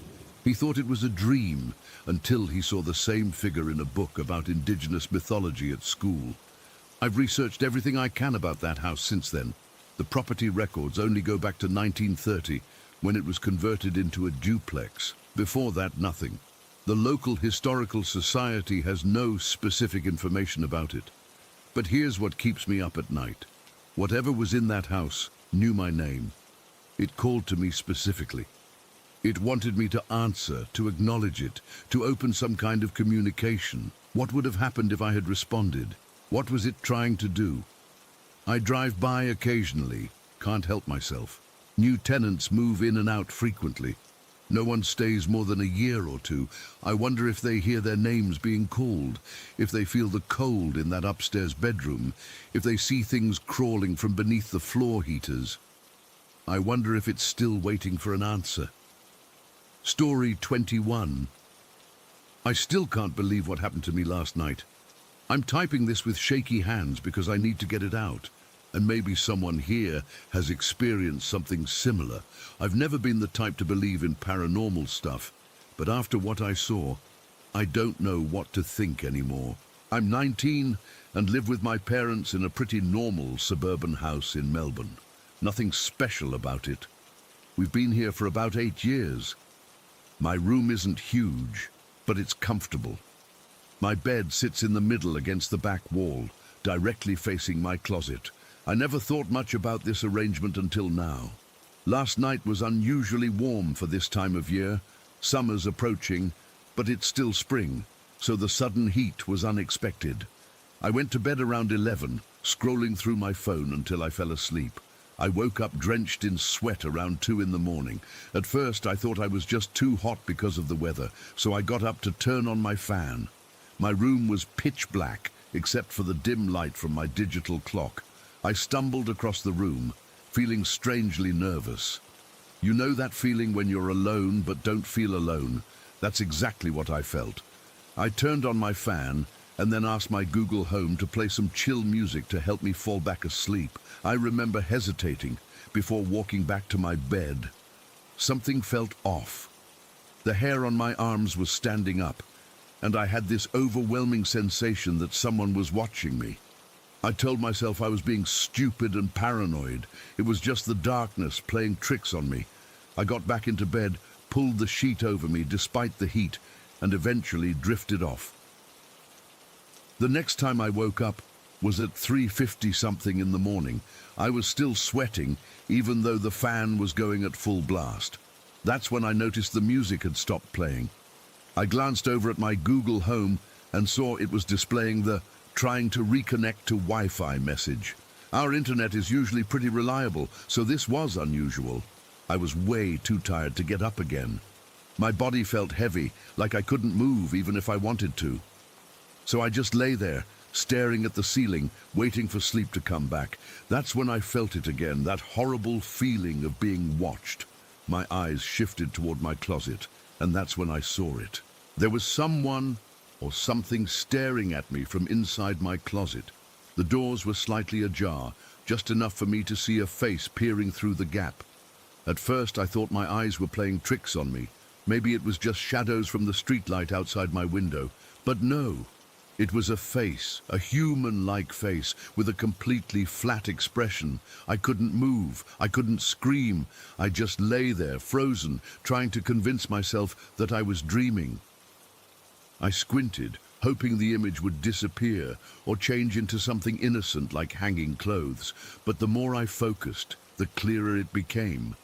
And then, God, I still get chills thinking about it. The expression on the face changed. The flat, emotionless look slowly morphed into a smile. Not a normal smile. This was wide, unnaturally wide, stretching across the face in a way that human mouths just don't move. The eyes remained completely dead, while that horrible grin spread. Something inside me snapped. Pure adrenaline shot through my body, and I bolted upright in bed. My heart was pounding so hard I could feel it in my throat. As I lifted myself up, there was a loud thump from inside my closet, like something falling or hitting the floor, and then the closet doors slammed shut. At that exact moment, and I mean the exact moment, my Google Home reconnected to the Wi-Fi, and the music started blaring at full volume. It was so loud and sudden that I yelled out. My parents came rushing into my room within seconds. Dad flipped on the light, and Mum was asking what was wrong, why I was screaming. They both looked terrified. I was shaking so badly I could barely speak, but I managed to tell them what I'd seen. I expected them to tell me it was just a nightmare, that I was being silly, but they didn't. My dad actually went and checked the closet. He opened it wide and looked through everything inside. Nothing unusual, no intruder, no explanation for the noise, but they believed me. They could see how genuinely terrified I was. I couldn't stop trembling. My mum felt my forehead and said I was burning up, which was weird because I didn't feel sick at all, just scared out of my mind. There was no way I was staying in that room. I ended up dragging my mattress into my parents' room and sleeping on their floor. Even then, I barely slept. Every time I closed my eyes, I saw that face and that horrible smile. It's been about 10 hours since it happened. I'm sitting in our living room now, still trying to process what I experienced. I haven't gone back into my bedroom yet. I can't. The thought of going near that closet makes me feel physically ill. What's really freaking me out is that I can't explain any of it. If it was an intruder, how did they get in? Our house was locked up tight. Where did they go? Dad checked the entire house immediately after, and all doors and windows were secure. There was no sign of forced entry anywhere, and the timing of everything, the Wi-Fi disconnecting and then reconnecting at the exact moment the closet doors closed. That can't be a coincidence, right? It's like whatever was in there was somehow interfering with the signal. I keep thinking about how I woke up sweating both times. Was that my body's way of warning me? Some kind of primal danger response? I've never experienced anything like that before. The worst part is wondering what would have happened if I hadn't woken up when I did. What was that thing planning to do? Was it just watching me, or did it have something worse in mind? And why did it smile like that? That smile is burned into my brain now. It wasn't human, I know that with absolute certainty. My parents are being really supportive. They've suggested I sleep in the guest room for a while. Dad even offered to switch rooms with me permanently if I wanted. Mum called a locksmith to come check all our locks and is talking about installing security cameras. But deep down, I don't think any of that will help. Because whatever was in my closet last night, I don't think it was something that came from outside our house. It didn't feel physical, if that makes sense. It felt like something that shouldn't exist in our world at all. I've spent most of today researching similar experiences online. Some people suggest it could be a hypnagogic hallucination, something your brain creates when you're between sleep and wakefulness. But that doesn't explain the noise from the closet or the Wi-Fi cutting out. Others talk about shadow people or entities that feed on fear. That honestly terrifies me more than the idea of a human intruder. At least a person can be caught and locked away. I'm dreading nighttime. Even though I won't be sleeping in my room, I'm scared it will follow me, or worse, that it's not tied to my room at all, but to me specifically. Has anyone else ever experienced anything like this? Something watching you from a place that should be empty, with a smile that defies explanation. I need to know I'm not going crazy. For now, I'm keeping all lights on and doors open. I've plugged in nightlights around the house, which my parents haven't questioned. I've also downloaded a sleep recording app to my phone. If something happens again, at least I might have some evidence. The most disturbing thought that keeps cycling through my head is simple. What if it comes back? What if last night wasn't a one-time thing, but the start of something?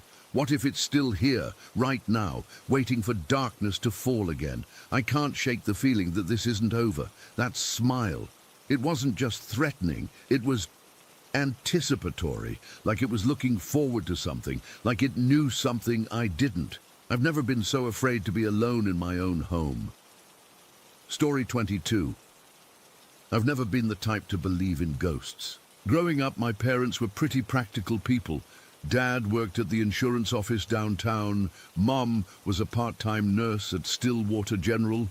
We lived in this totally normal brick bungalow in a middle-class neighborhood where nothing exciting ever happened.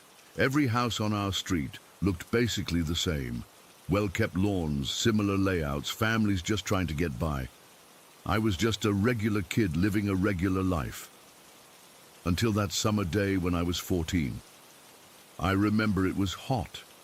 The kind of Midwest summer heat that makes your clothes stick to your skin. I was upstairs in my bedroom reading some teen magazine, windows open, hoping for a breeze. My parents were out running errands, so I had the house to myself. There was this sound, I can't really describe it properly, like a muffled bang or blast. At the time, I didn't think much of it. Could have been a car backfiring or someone dropping something heavy next door. I just flipped another page in my magazine and kept reading about whatever boy band was popular that month. Maybe 20 minutes later, our phone rang. This was before everyone had cell phones, so it was our old landline with that loud, annoying ring that echoed through the whole house. I ran downstairs to answer it. Hello? It was Mrs. Keller, one of my mom's friends from church. Her voice sounded weird, kind of shaky.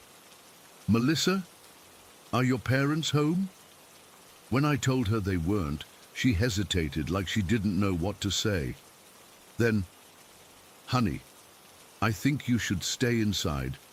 There's been some trouble at the Wilson house next door. A gun went off. My stomach dropped.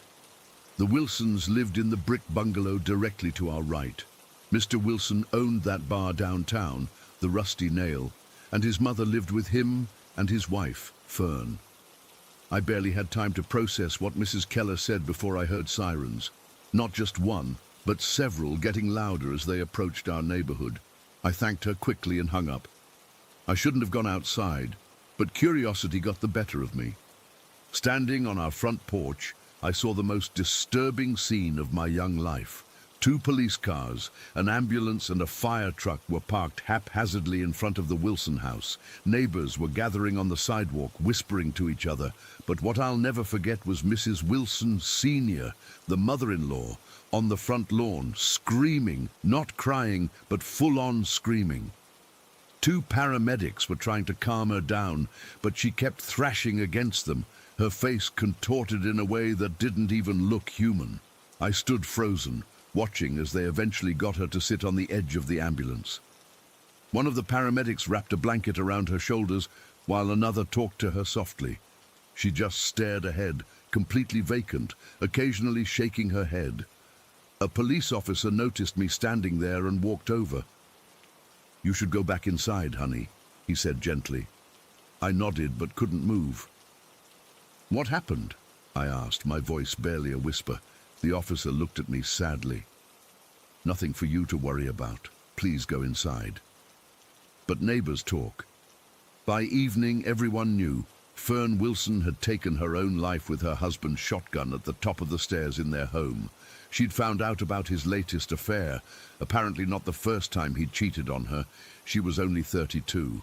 The whole neighborhood was shocked, but looking back, there had been signs. Fern was always quiet, kept to herself. Sometimes I'd see her gardening, and she'd wave but never really talk. Mr. Wilson was rarely home, always at his bar. The one time I'd been inside their house, to return a casserole dish my mum had borrowed, I remember thinking how silent it was, like the air itself was heavy. After the funeral, Mr. Wilson and his mother moved away to Florida. They didn't even try to sell the house properly, just listed it way below market value, wanting to be done with it. The Parkers moved in about 3 months later. They had 2 daughters, Cassandra, who was my age, and her younger sister Emma. We became friends almost immediately. Cassandra was fun and outgoing, nothing like the cloud of sadness that had hung over that house before. For 4 years, everything was normal. We never talked about what had happened in Cassandra's house. I don't even know if her parents had told her. We just went about our teenage lives. School, mall trips, sleepovers, the usual stuff. Then came junior year of high school and the winter formal dance. Cassandra and I had planned to go together since neither of us had dates. We spent the afternoon getting ready at my house, doing each other's makeup, styling our hair. My mum took about 1 million photos of us in our dresses before we finally escaped to my car. I had just gotten my license that fall and felt so grown up driving us to the dance. We were halfway to school when Cassandra suddenly gasped and slapped her hand against her purse. "My ID, I forgot my student ID, she said. "We needed them to get into the dance." I sighed and made a U-turn. "We'll just run back and grab it." When we pulled up to her house, all the lights were off. Her parents had gone out for date night while we were at the dance. "I don't want to mess up my dress. Can you run in and get it? It's on my desk," Cassandra asked, already digging in her purse for her house key.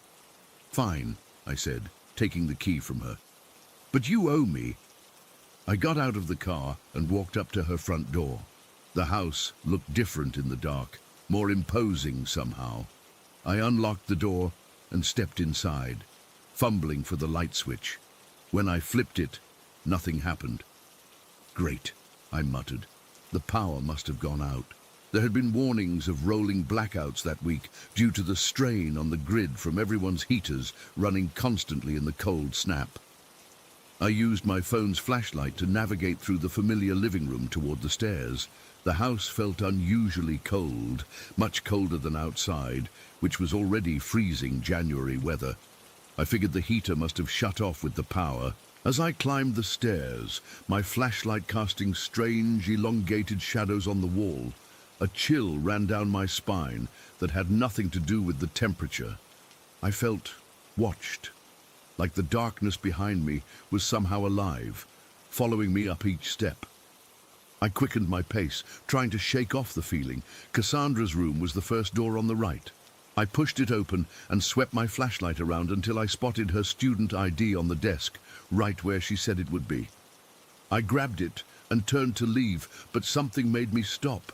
The air seemed to shift, like when you feel someone enter a room behind you. Except I was alone, or at least I was supposed to be. I slowly turned around, my heart hammering against my ribs. And there she was, standing between me and the doorway was a woman, except she wasn't quite there. I could see the outlines of Cassandra's desk through her. She had dark hair pulled back in a loose bun, wore a floral blouse and jeans. She looked about my mum's age, maybe younger. I knew instantly who she was, though I'd only seen her a few times when I was younger. Fern Wilson. The strangest part wasn't that I was seeing a ghost. It was my reaction. I wasn't screaming or running. I was just surprised because she wasn't scary. She wasn't doing anything threatening. She was just standing there, looking at me with this sad little smile. Then, to my absolute shock, she raised her hand and waved at me, a small, hesitant wave, like she wasn't sure if I could see her. My voice came out as a whisper. Fern? Her smile widened just a bit, and she nodded, just once. A simple acknowledgement. I don't know what made me do it, but I waved back. I need to go, I said, gesturing lamely toward the door. She stepped aside, actually moved out of my way, still with that sad smile. I walked past her, feeling a cold spot as I did, like walking through a freezer aisle at the grocery store. At the door, I looked back. She was still there, watching me go. Bye, I said awkwardly, like I was leaving a friend's house after a visit. I didn't run down the stairs. I was too afraid I'd trip in the dark. But I walked faster than I'd ever walked before. The whole time, I felt her presence behind me, not following exactly, but aware of me leaving. When I finally got outside and shut the front door, I took my first real breath since I'd seen her. I half walked, half jogged back to my car, slipping a little on the icy driveway. When I got in, Cassandra took one look at my face and her expression changed completely. You saw her, didn't you? She asked quietly. I handed her the ID with shaking hands. What do you mean? You saw her. Fern. Cassandra wasn't asking. She knew. How did you... Please don't tell me what she looked like or what she did. Cassandra interrupted, her voice urgent. I don't want to know. I stared at her. This has happened before? You've seen her? Cassandra nodded, looking down at her hands. Since we moved in. At first I thought I was imagining things, a shadow here, a cold spot there, but then I started seeing her clearly, usually at night, usually at the top of the stairs. Why didn't you ever tell me? I asked, still trying to process that my best friend had been living with a ghost for 4 years. Would you have believed me? She had a point. Besides, my parents don't believe me. Emma's too young to understand. I just learned to live with it. Is she dangerous? I asked, thinking about that sad smile. No, Cassandra said immediately. She's just there, watching. Sometimes I feel like she's looking out for us, in her way. We sat in silence for a moment. Finally, I started the car. We're going to be late for the dance. Cassandra looked at me gratefully, clearly relieved I wasn't pushing the subject. We drove to school, blasting music to distract ourselves, pretending everything was normal. But it wasn't.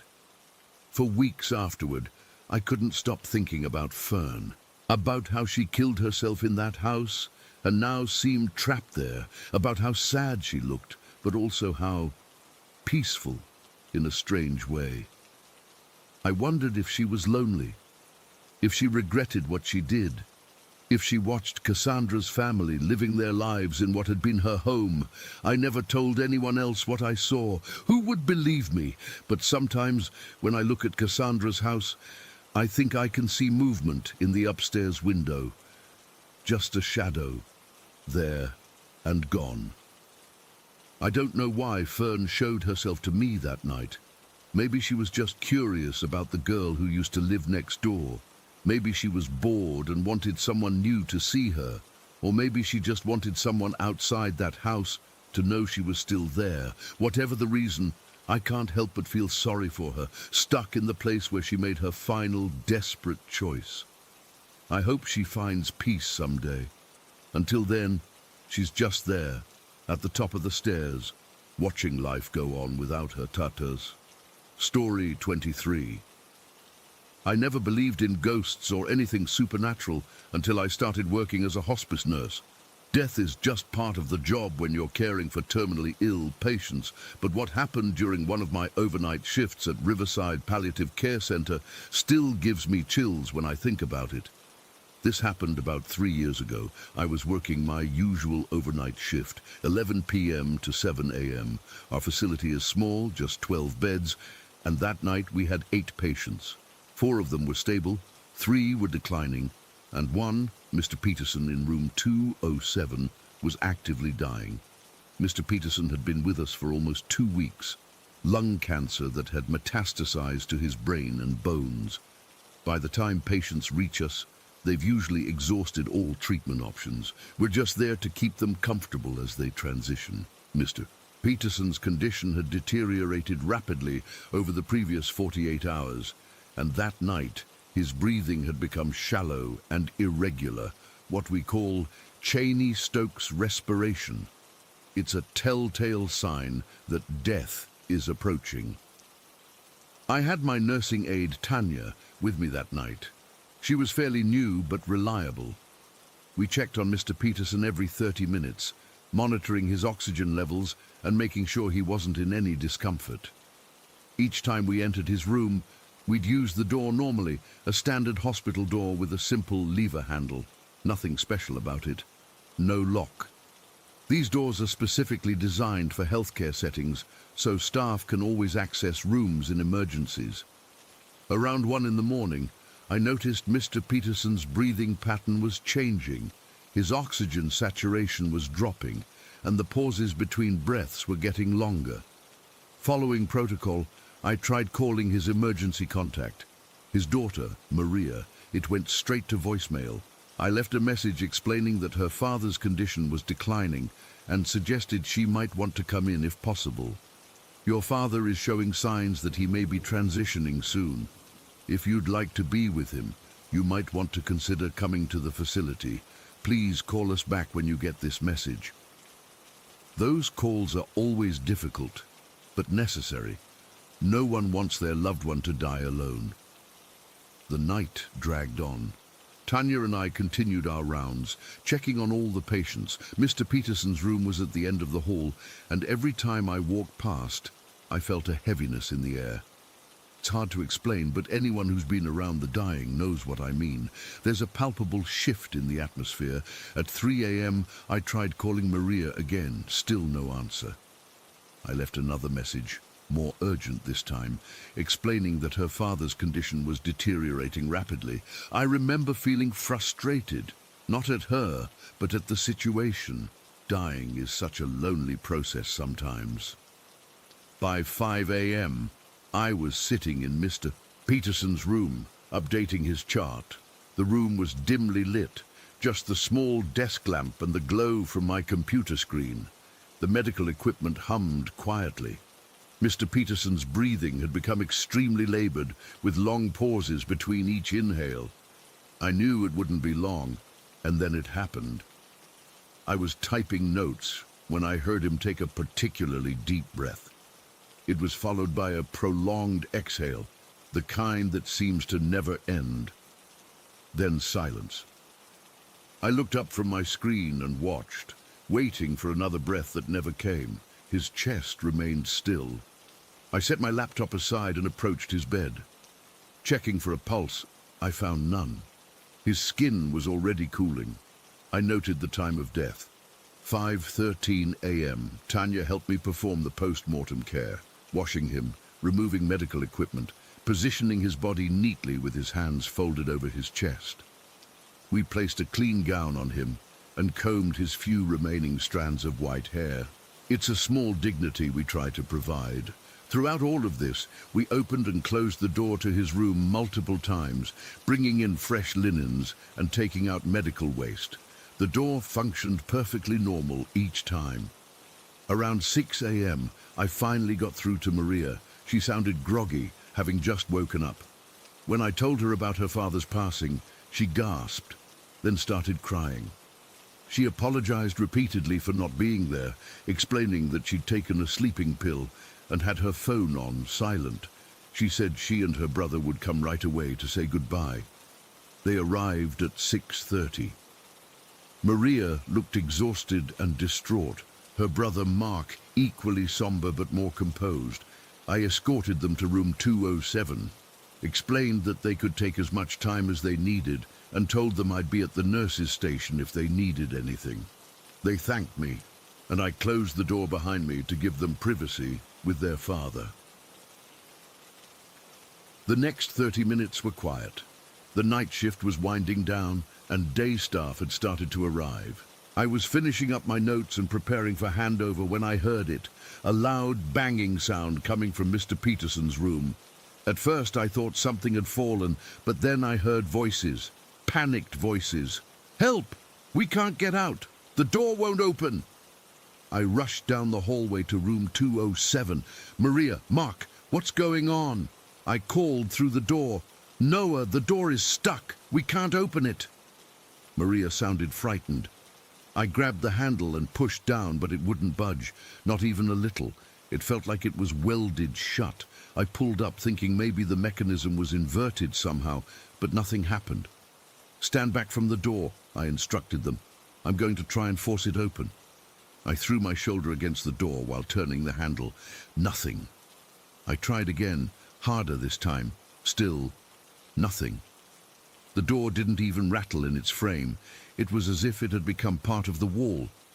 By this point, 2 day shift nurses had joined me. We all took turns trying to open the door, but it wouldn't budge. One of them called maintenance while I stayed by the door, talking to Maria and Mark, trying to keep them calm. "Are you both okay?" I asked. "Yes," Mark answered, "but this is freaking us out. We've been trying to open it for like 5 minutes before we started banging." "The handle just spins," Maria added, her voice shaking.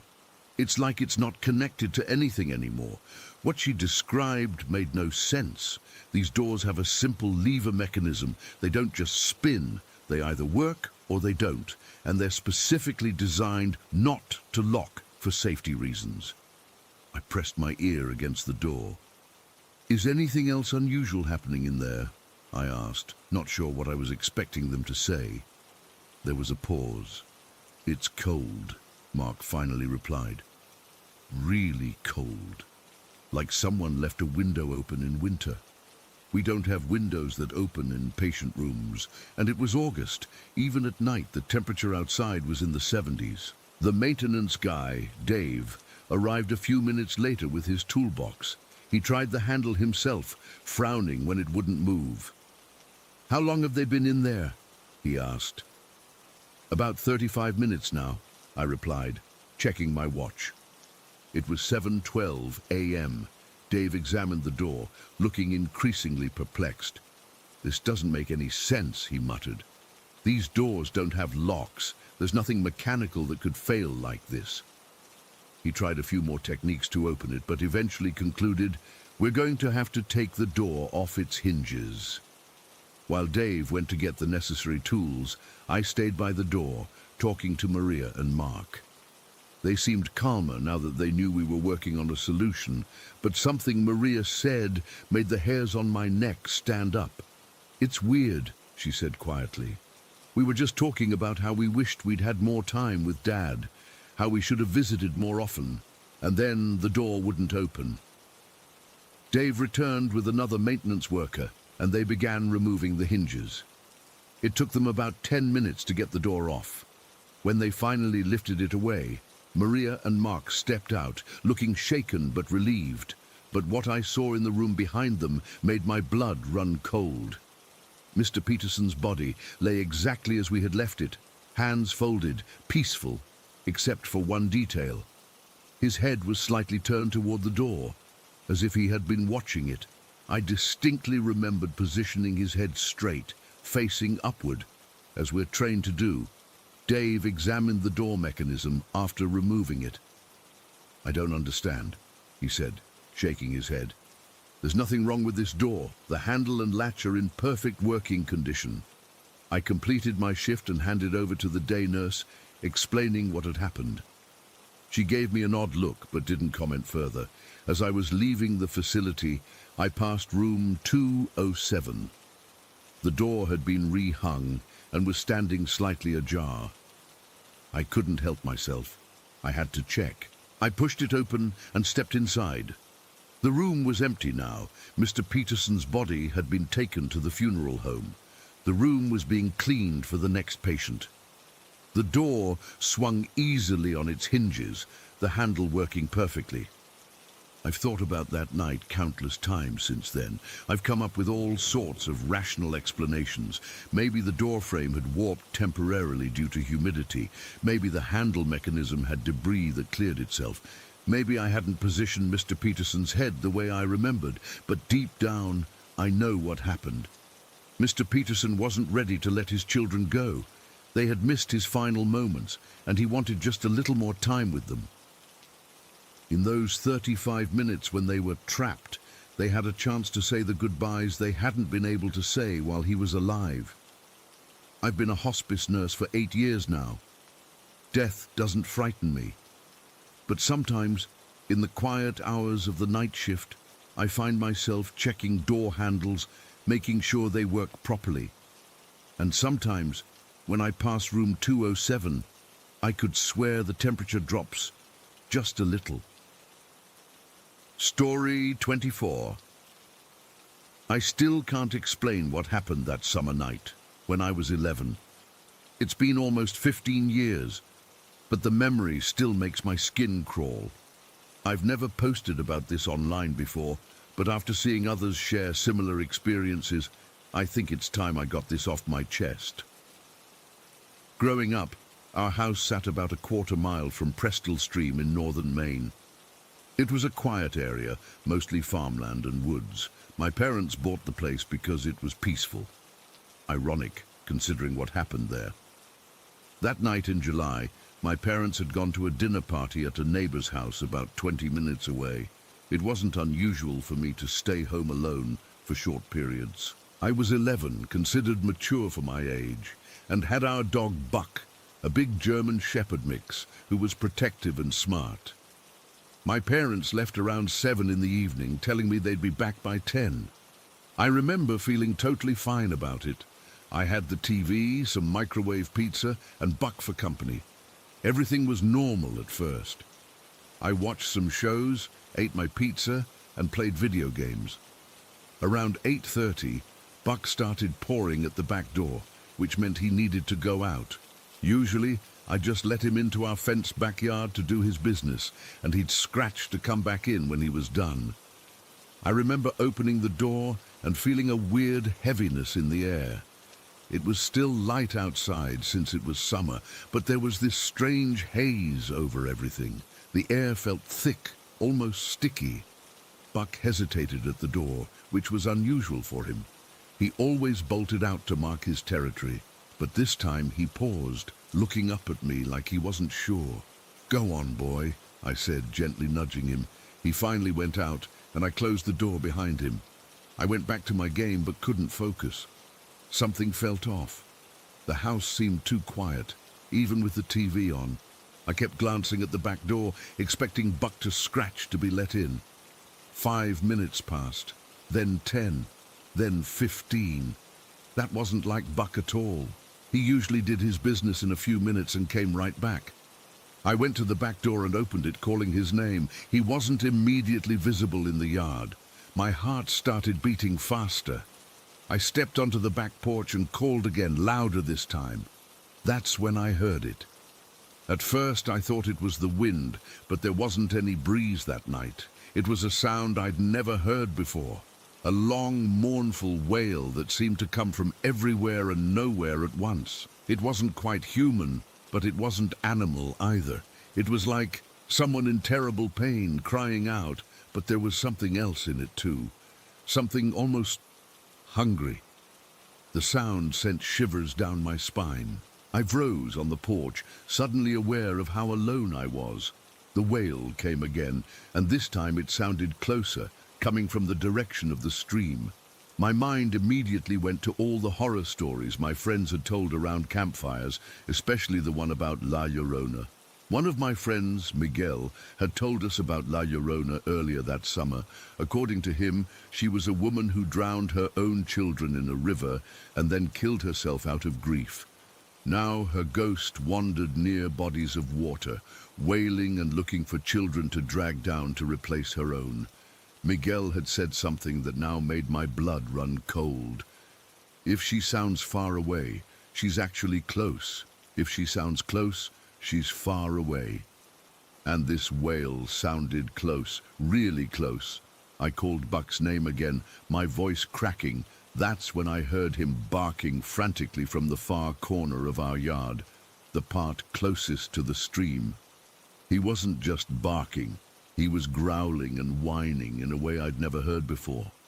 Buck wasn't easily scared. He'd faced down coyotes without flinching. Whatever he was barking at had him terrified. I wanted to run inside and lock the door, but I couldn't leave Buck out there. I stepped off the porch, my legs shaking. The wailing stopped abruptly, and somehow that was worse than the sound itself. The silence felt heavy, expectant. "Buck, come here, boy!" I yelled, my voice sounding small in the open air. I heard him running through the bushes toward me, still barking. Relief washed over me as he came into view, sprinting full speed across the yard. But then he stopped about halfway to me, hackles raised, and turned back toward the woods. He growled, deep and threatening, at something I couldn't see. The wailing started again, but this time it sounded different, almost like words, like someone calling out a name, maybe. I couldn't make it out clearly, but it felt like it was calling to me specifically. And now it sounded farther away, which, according to Miguel's story, meant it was actually closer. Buck suddenly yelped like he'd been hurt and bolted toward me. I've never seen him move so fast. He practically knocked me over as he ran past me into the house. I stumbled backward, caught myself on the doorframe and looked up. That's when I saw her. At the edge of our property, where our yard met the beginning of the woods that led to the stream, was a figure. It was hard to make out details in the fading light, but it looked like a woman in a long, flowing dress or gown. She was just standing there, partially hidden by a tree. I couldn't see her face clearly, but I got the distinct impression she was staring right at me. Water seemed to be dripping from her clothes, leaving dark patches on the ground around her feet. I couldn't move, couldn't breathe, couldn't even blink. We stared at each other for what felt like forever, but was probably only seconds. Then she stepped forward, moving out from behind the tree, and I saw her hands, pale, almost glowing in the dusk, reaching out toward me. That broke my paralysis. I scrambled inside, slammed the door shut, and locked it. Buck was hiding under the dining table, whimpering. I ran to the phone in the kitchen and called my mom with shaking hands. When she answered, I was crying so hard I could barely speak.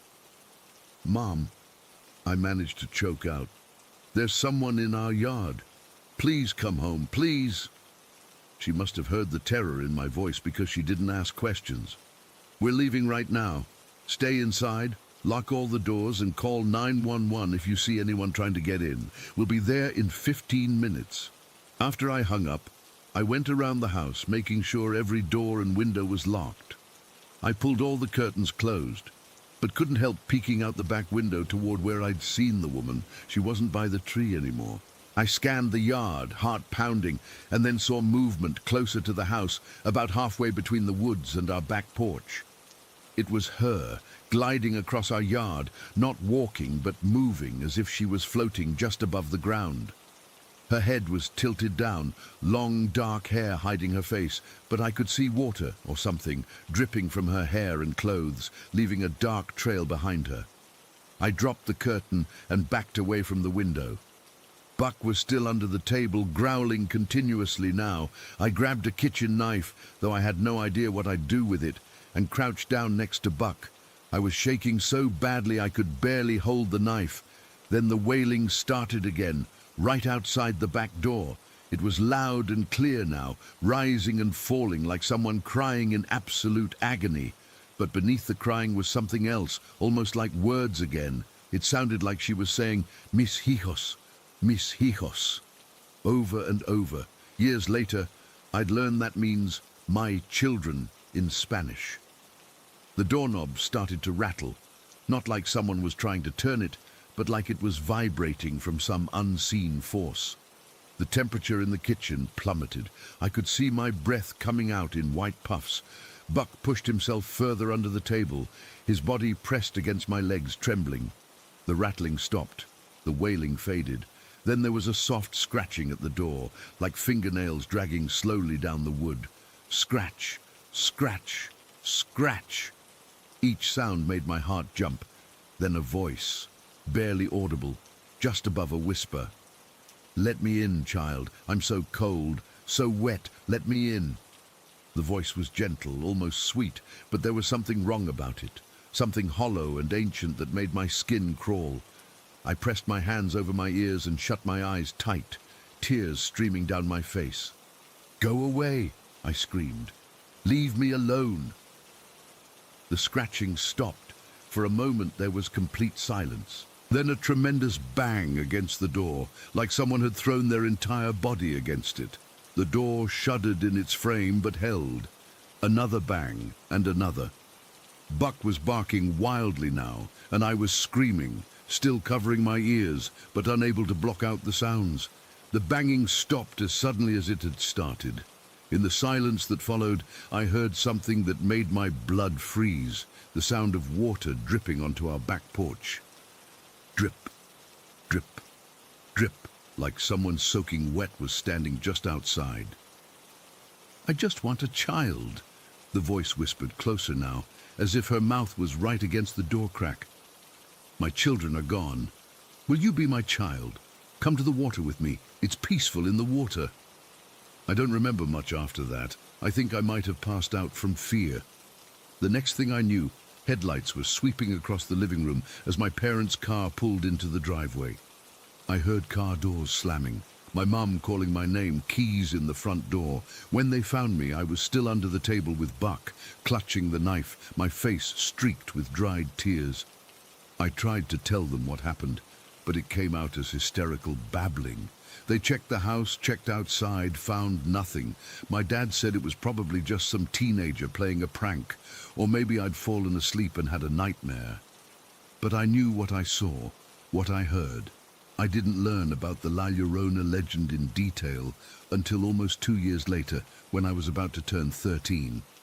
I was watching videos online and stumbled across one about scary legends from different cultures. When they described La Llorona, how she drowned her children and now wandered near water looking for replacements, how she wailed in grief and tried to lure children to the water, I nearly threw up. It matched exactly what I experienced.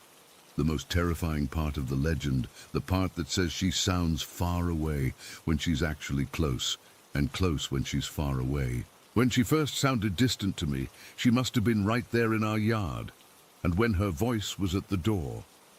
I don't even want to think about where she really was. We moved away from that house about 6 months after it happened. My parents said it was for my dad's new job, but I always wondered if it was because I refused to go outside after dark anymore, especially anywhere near the stream. To this day, I can't explain what happened. Was it really La Llorona?